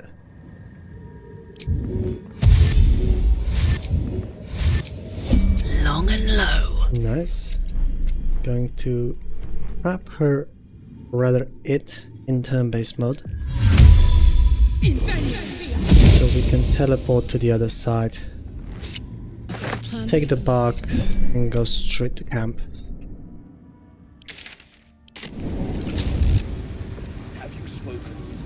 Let's go!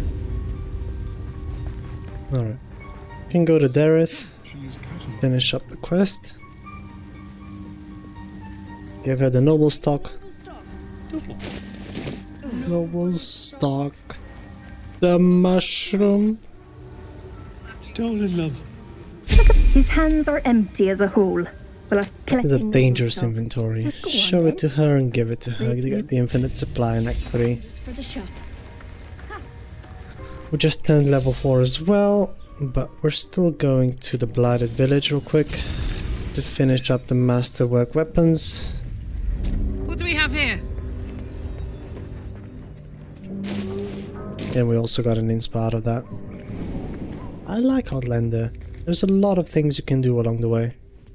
That you just get stuff for random exploring. Oh, so this is supposedly on fire already? Now we need a great Okay. sword. Toss a dagger in there. Grab that XP.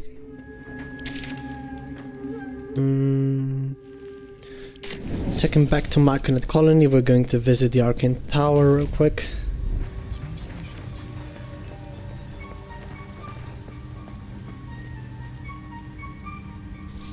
Finish up on Mellum's quest.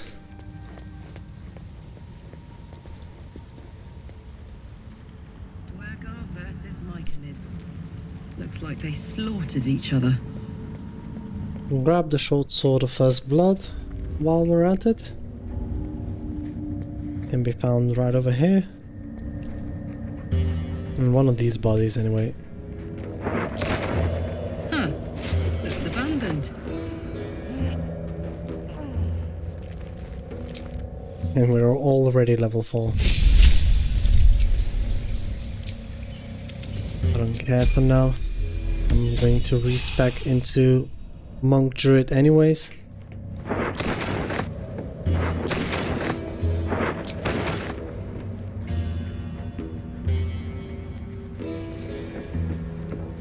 But yeah, Barbarian having 41 HP at level 3 or 4 already, it's just ridiculous.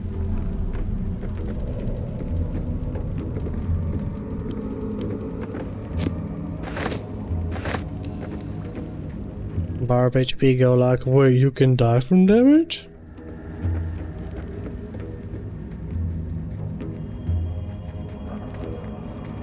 It's an Outlander inspo succeeding on this hole, so I'll try to do so.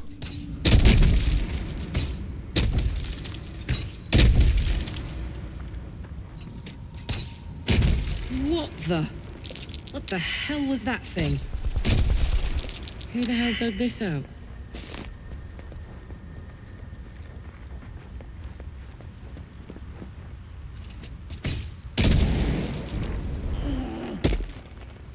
Helmet for wisdom proficiency.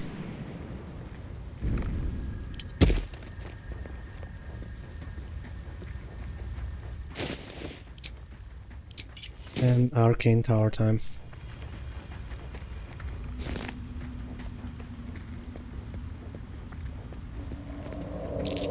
Scorch marks. And it's not me this time. See?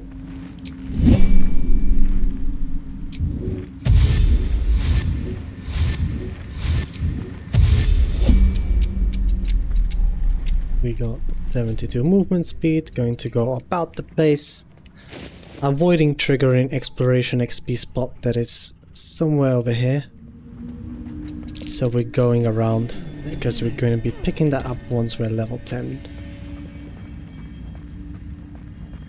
Get all the way over here. It's not a huge drop, so I just take the jumps. Ironically enough, healing pods are more common in this point than Featherfall, so...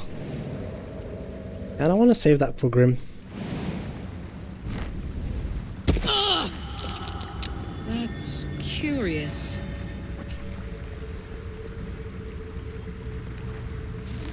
Huh.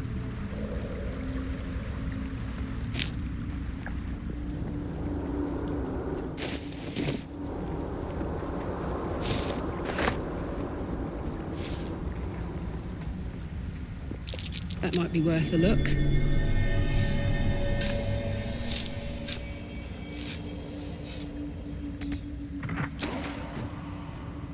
Protection from energy, not too shabby.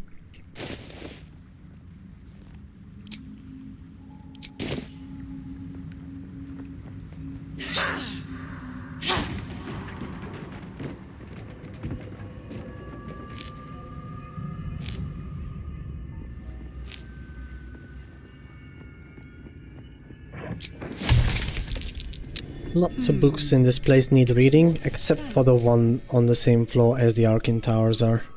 Everything else is a safe read, especially if it's out of the bookshelves. The one in that floor gives you Banat dialogue option to fight, and I reckon at this level you don't really want to do that.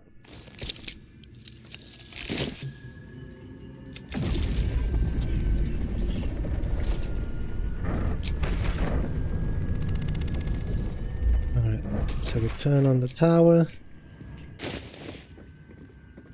Won't need the Sousa Bloom anymore.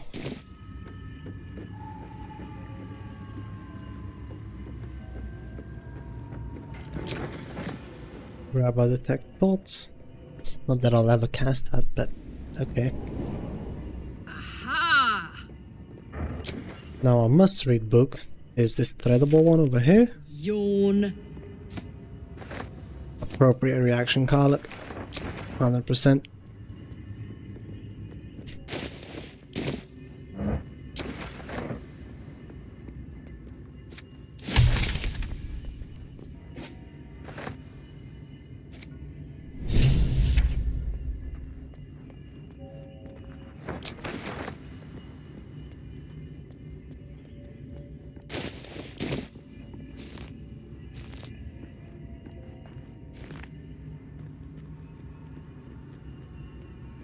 going to go a bit higher up. Now, exploration XP is on this floor, however, I would recommend to save it. I'm just going to stop by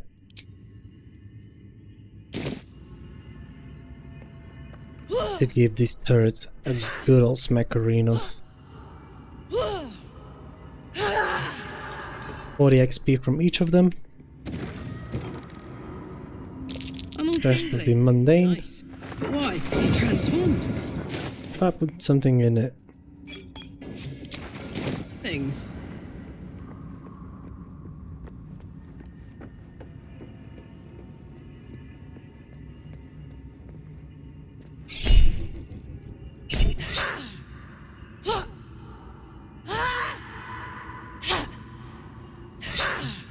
There we go. This is the book, not to read.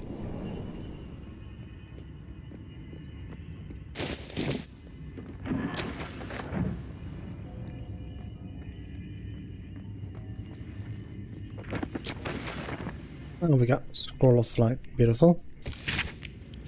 And to take the cipher, this torn out paper you don't need to read, but it's very nice if you do.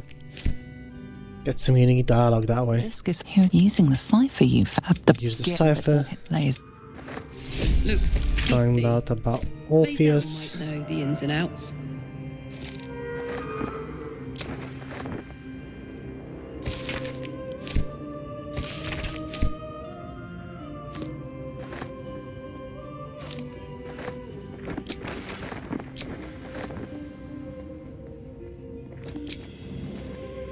Make sure to check the bookshelves.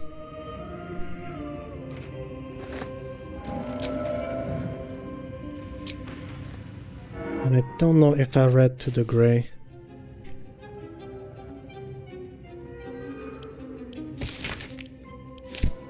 Just to be sure. And we are ready to ascend. And if you've read all the books that I have just now, if you just spam one through this dialogue, you get the XP and the ring. He's not worth any XP anymore. Reading that piece of paper gives you another potion of greater healing.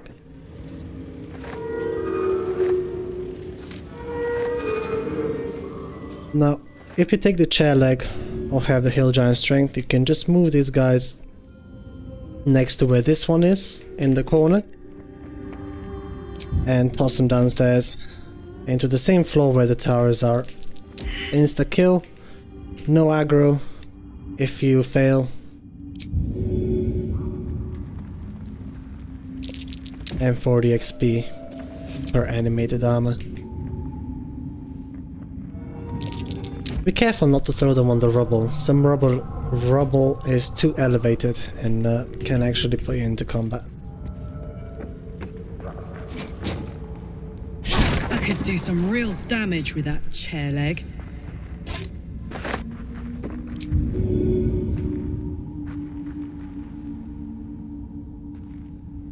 What's this?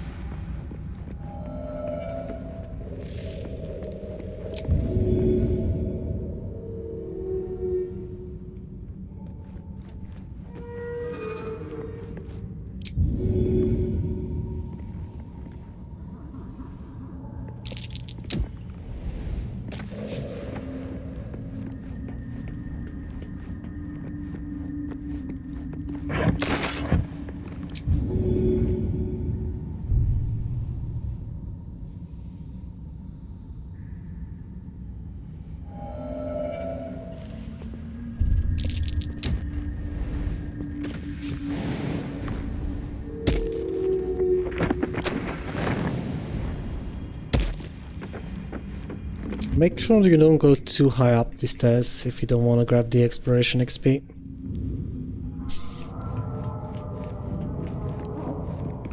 Crossing the middle of that wooden platform, I think, somewhere around there, is the threshold. Alright, that's all of the XP from this level. Let's put on the ring. Get to the basement.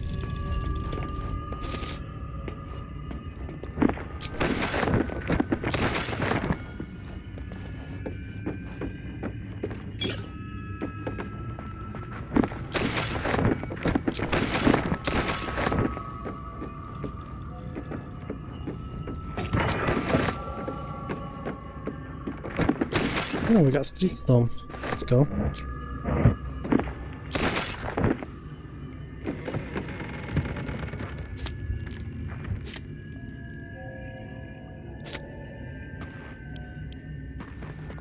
No.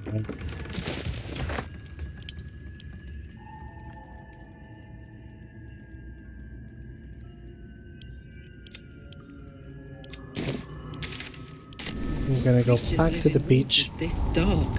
And because we're branded as well, we get to talk with Gek and convince him to pass us on let us pass on the boat. Something over there. Oh, nice, we succeeded this today. Let's go. His fist grips an axe. Branded. Spoil my hunt. What's going on down here? Got the boots right here.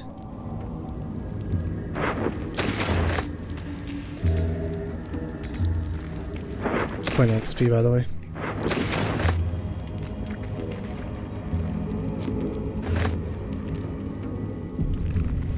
And I got a couple of more things to loot.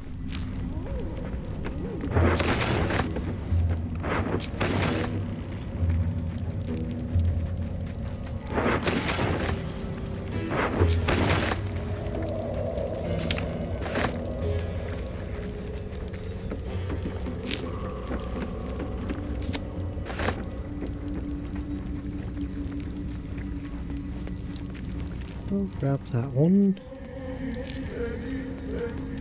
And we're gonna make one last turn for the Arcane Tower to grab the XP from the other two turrets from outside as well. Something over there.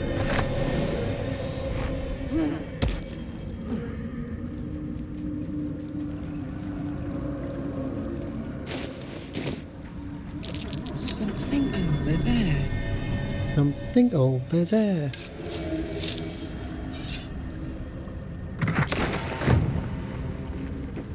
Good stuff.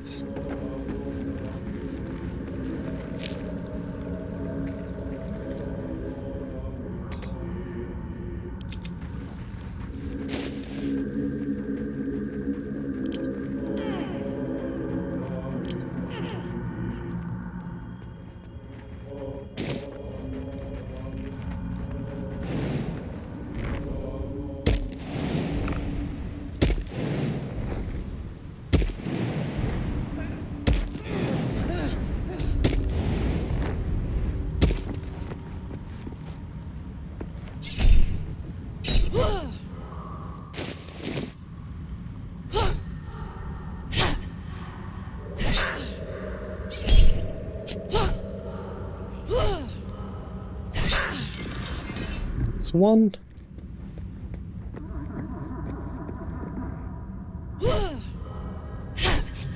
And the other. We still haven't triggered the exploration XP. That's gonna wait.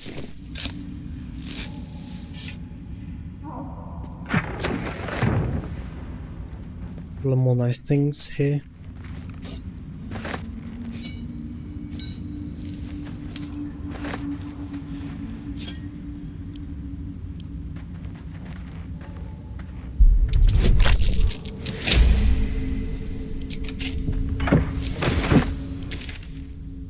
Now we're ready to return to the Myconid colony.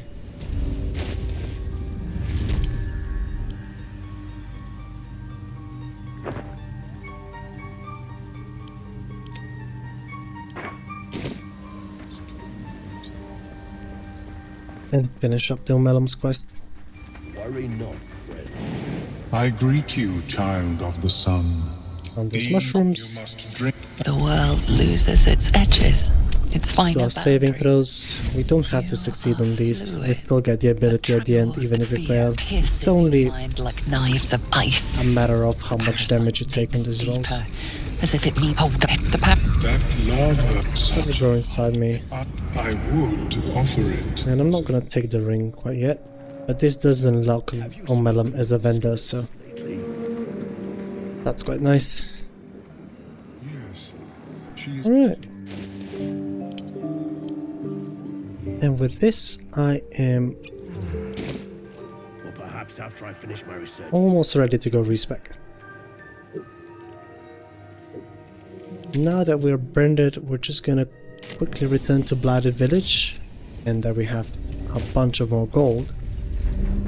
Gonna return to the Blighted Village and speak to the ogres. Get them recruited. With 500 gold and a brand, we can make this whole shebang checklist. Stranger. Branded. Not food. Notice you don't brand it around. We get compensation for fighting for me, I'll give you 500 gold. Well spoken. Go.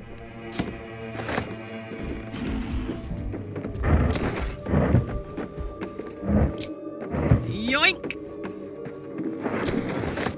Yoink.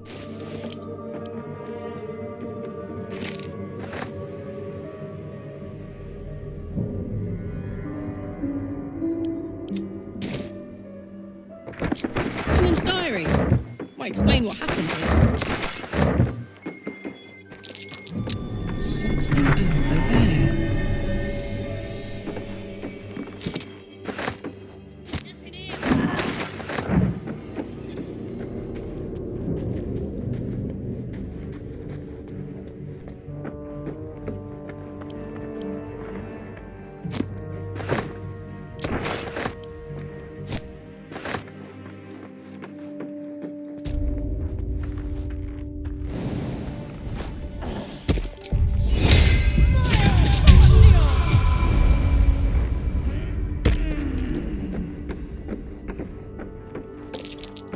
Something over there. Alrighty. And on that note, I'm ready to return to camp and get our build started. Things first, a respec. There are correct no move should become a map then. We are, as before, taking a first level into Druid, picking up cantrips, guidance, and Thorn Whip. There's an argument being made for resistance. Actually, I'm gonna take resistance. We get guidance from the amulet.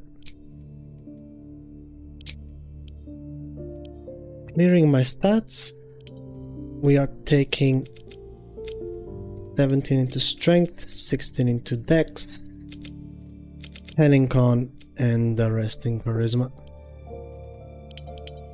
Proficiencies, religion for the Mirror of Loss. And since there ain't no better ones over here. Oh my god, I'm actually taking perception. Okay.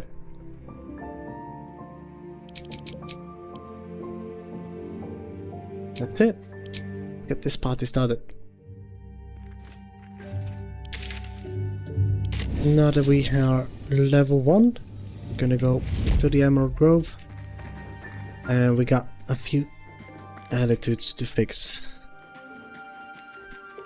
First thing will be Roland and then Damon as well.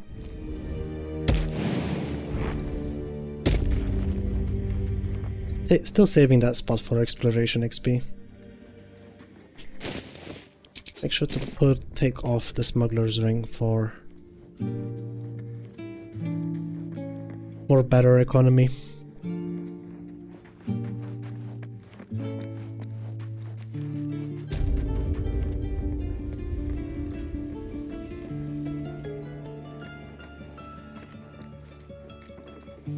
Potentially didn't speak to Roland for the second time. Keep your blades up, children. But I still have a conversation with him that where I can trade we're just as well. sitting here, practically begging to be attacked. You get 270 gold.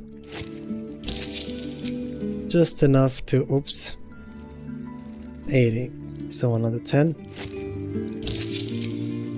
Just to put us into the green and get good attitude with him. Alright. Let's get our infernal engine fixed as well. How long until Roland... Hello again. Take... Depends. Looking for steel? I have, well, something close. But it's my top priority, believe me. Let me see your wares. Anything to take my mind off, well... I'm going to take 398 gold. Backpack and a fish bucket. Puts at a total of 400. Trading that, max attitude. And I'm stashing away. Where is it? Hunting short bow. Or later. Can also start selling all of the trash we've accumulated.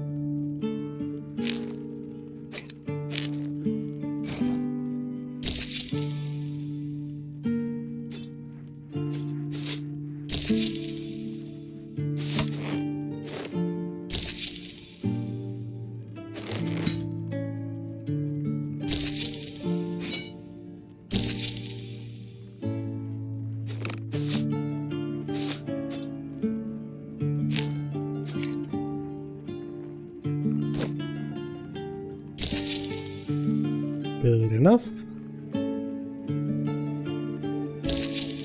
The backpack is for things I want for later so they don't get refreshed out of his inventory. And the fish bucket is for the trash I don't want to lay my eyes upon again. You're an idiot. Hell's take me. That's the two attitudes from here. Next one is going to be raw moonglove from the goblin camp.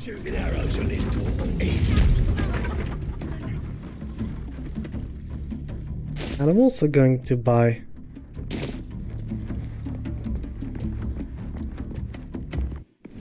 of awareness off of her. Straight away.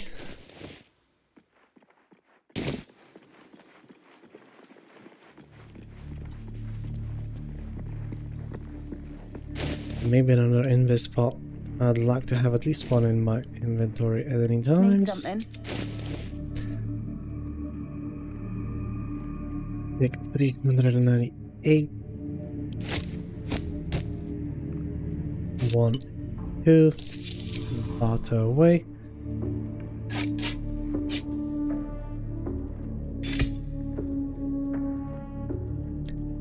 To be honest, I probably don't want to sell daggers.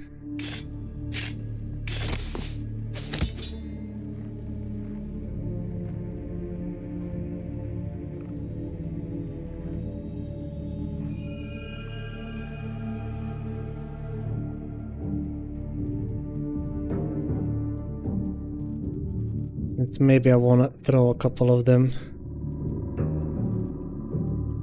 throughout my playthrough, now that I've loosened up the rules for a little bit.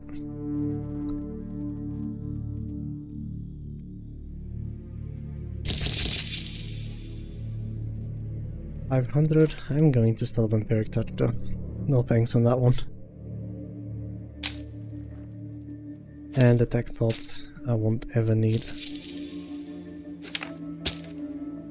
With web, blur, enlarge, speak with that I'll require. I have dark vision as a tiefling.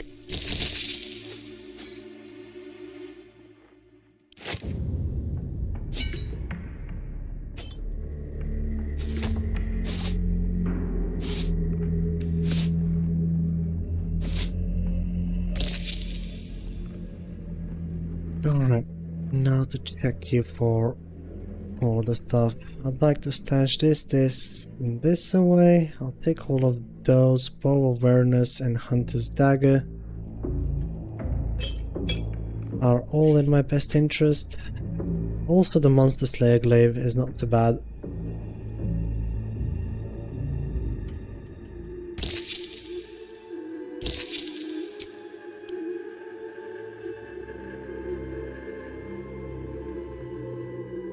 I sold the haste helm. I'm dumb. Bravo.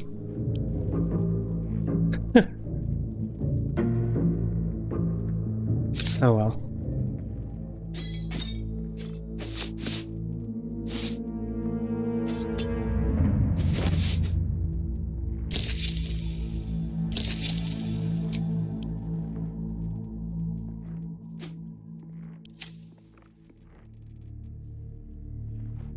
There goes 500 of my gold. I dare not buy bow awareness just yet. Although I do want it against the bugbear. Pleasure. I'll do that right now. Can go to camp and collect all of the trash we've accumulated so far and sell it back to her.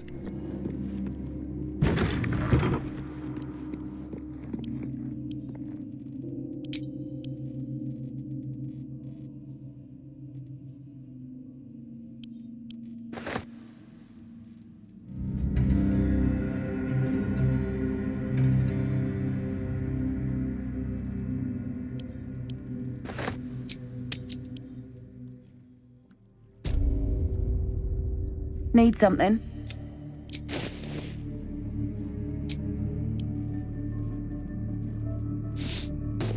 Mostly money.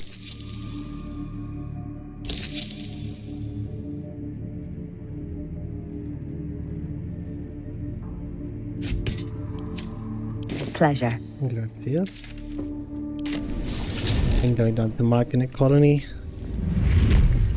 3 more vendors I want good attitude with. Welcome back. Have you made any new discoveries?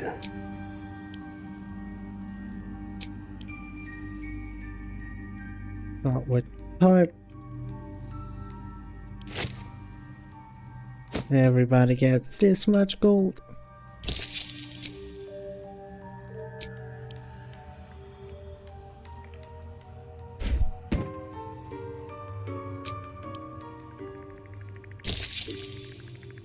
And I can take all of this away. I'm going to stash away false life, mage armor, this thing, maybe a magic missile as well.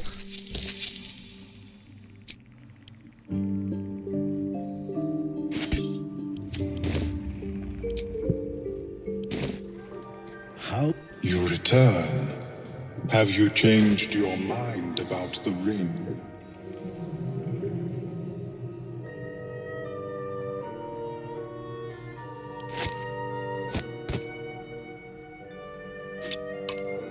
Have those.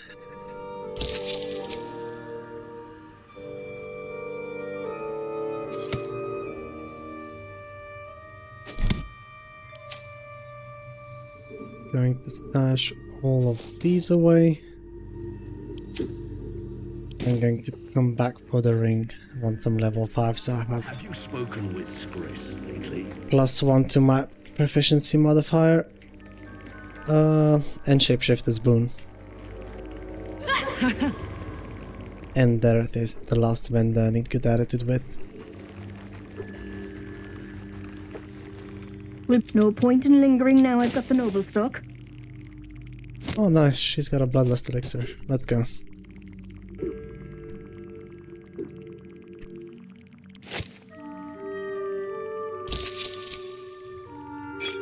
Going to buy this one off of her straight away.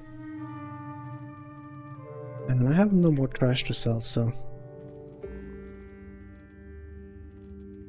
we can start stashing away the valuables by just simply doing that. I will want to buy 1 bomb off you as well. have 5 bombs per act rule, and I'm going to use 2 of them on Frezek soon.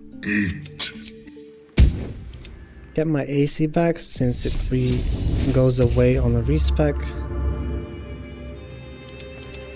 Park her down there.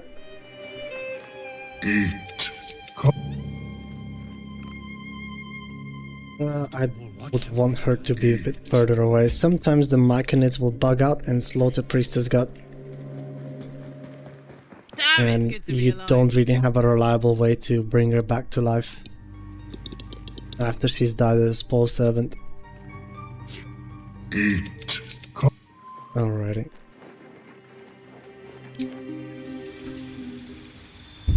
Leveling up once, we're adding in our monk level, getting dexterous attacks, death strikes, and bonus unarmed strike. Taking that.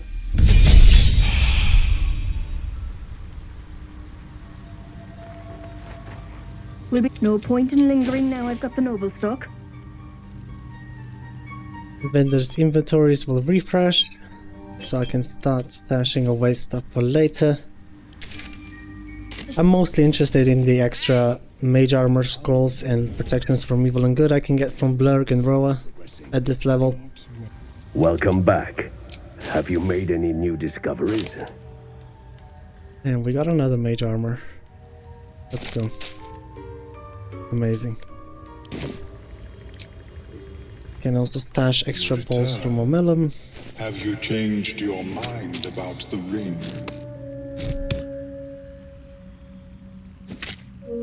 Put those away for later.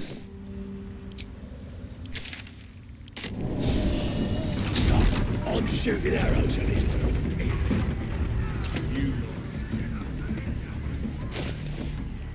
And Damon does not sell anything new at this level, so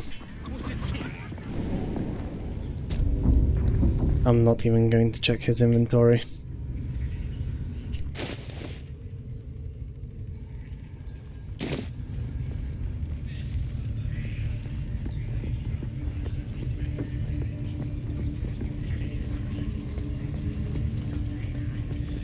Need something? Ro, on the other hand, it's got nice goodies with her. To stash these away for later. Take one more level up. And I'm continuing straight with my second level of monk, getting patient defense and step of the wind actions.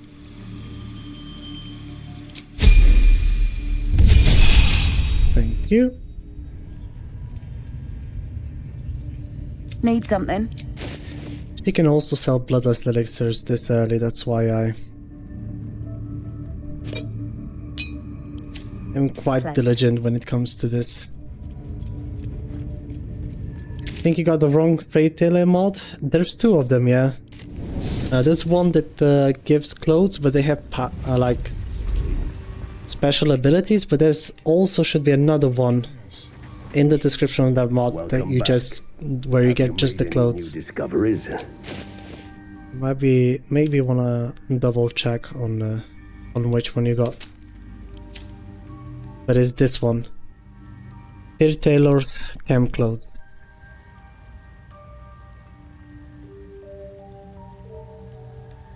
Should be in the description. You get a chest in every vendor's inventory and also in a camp chest.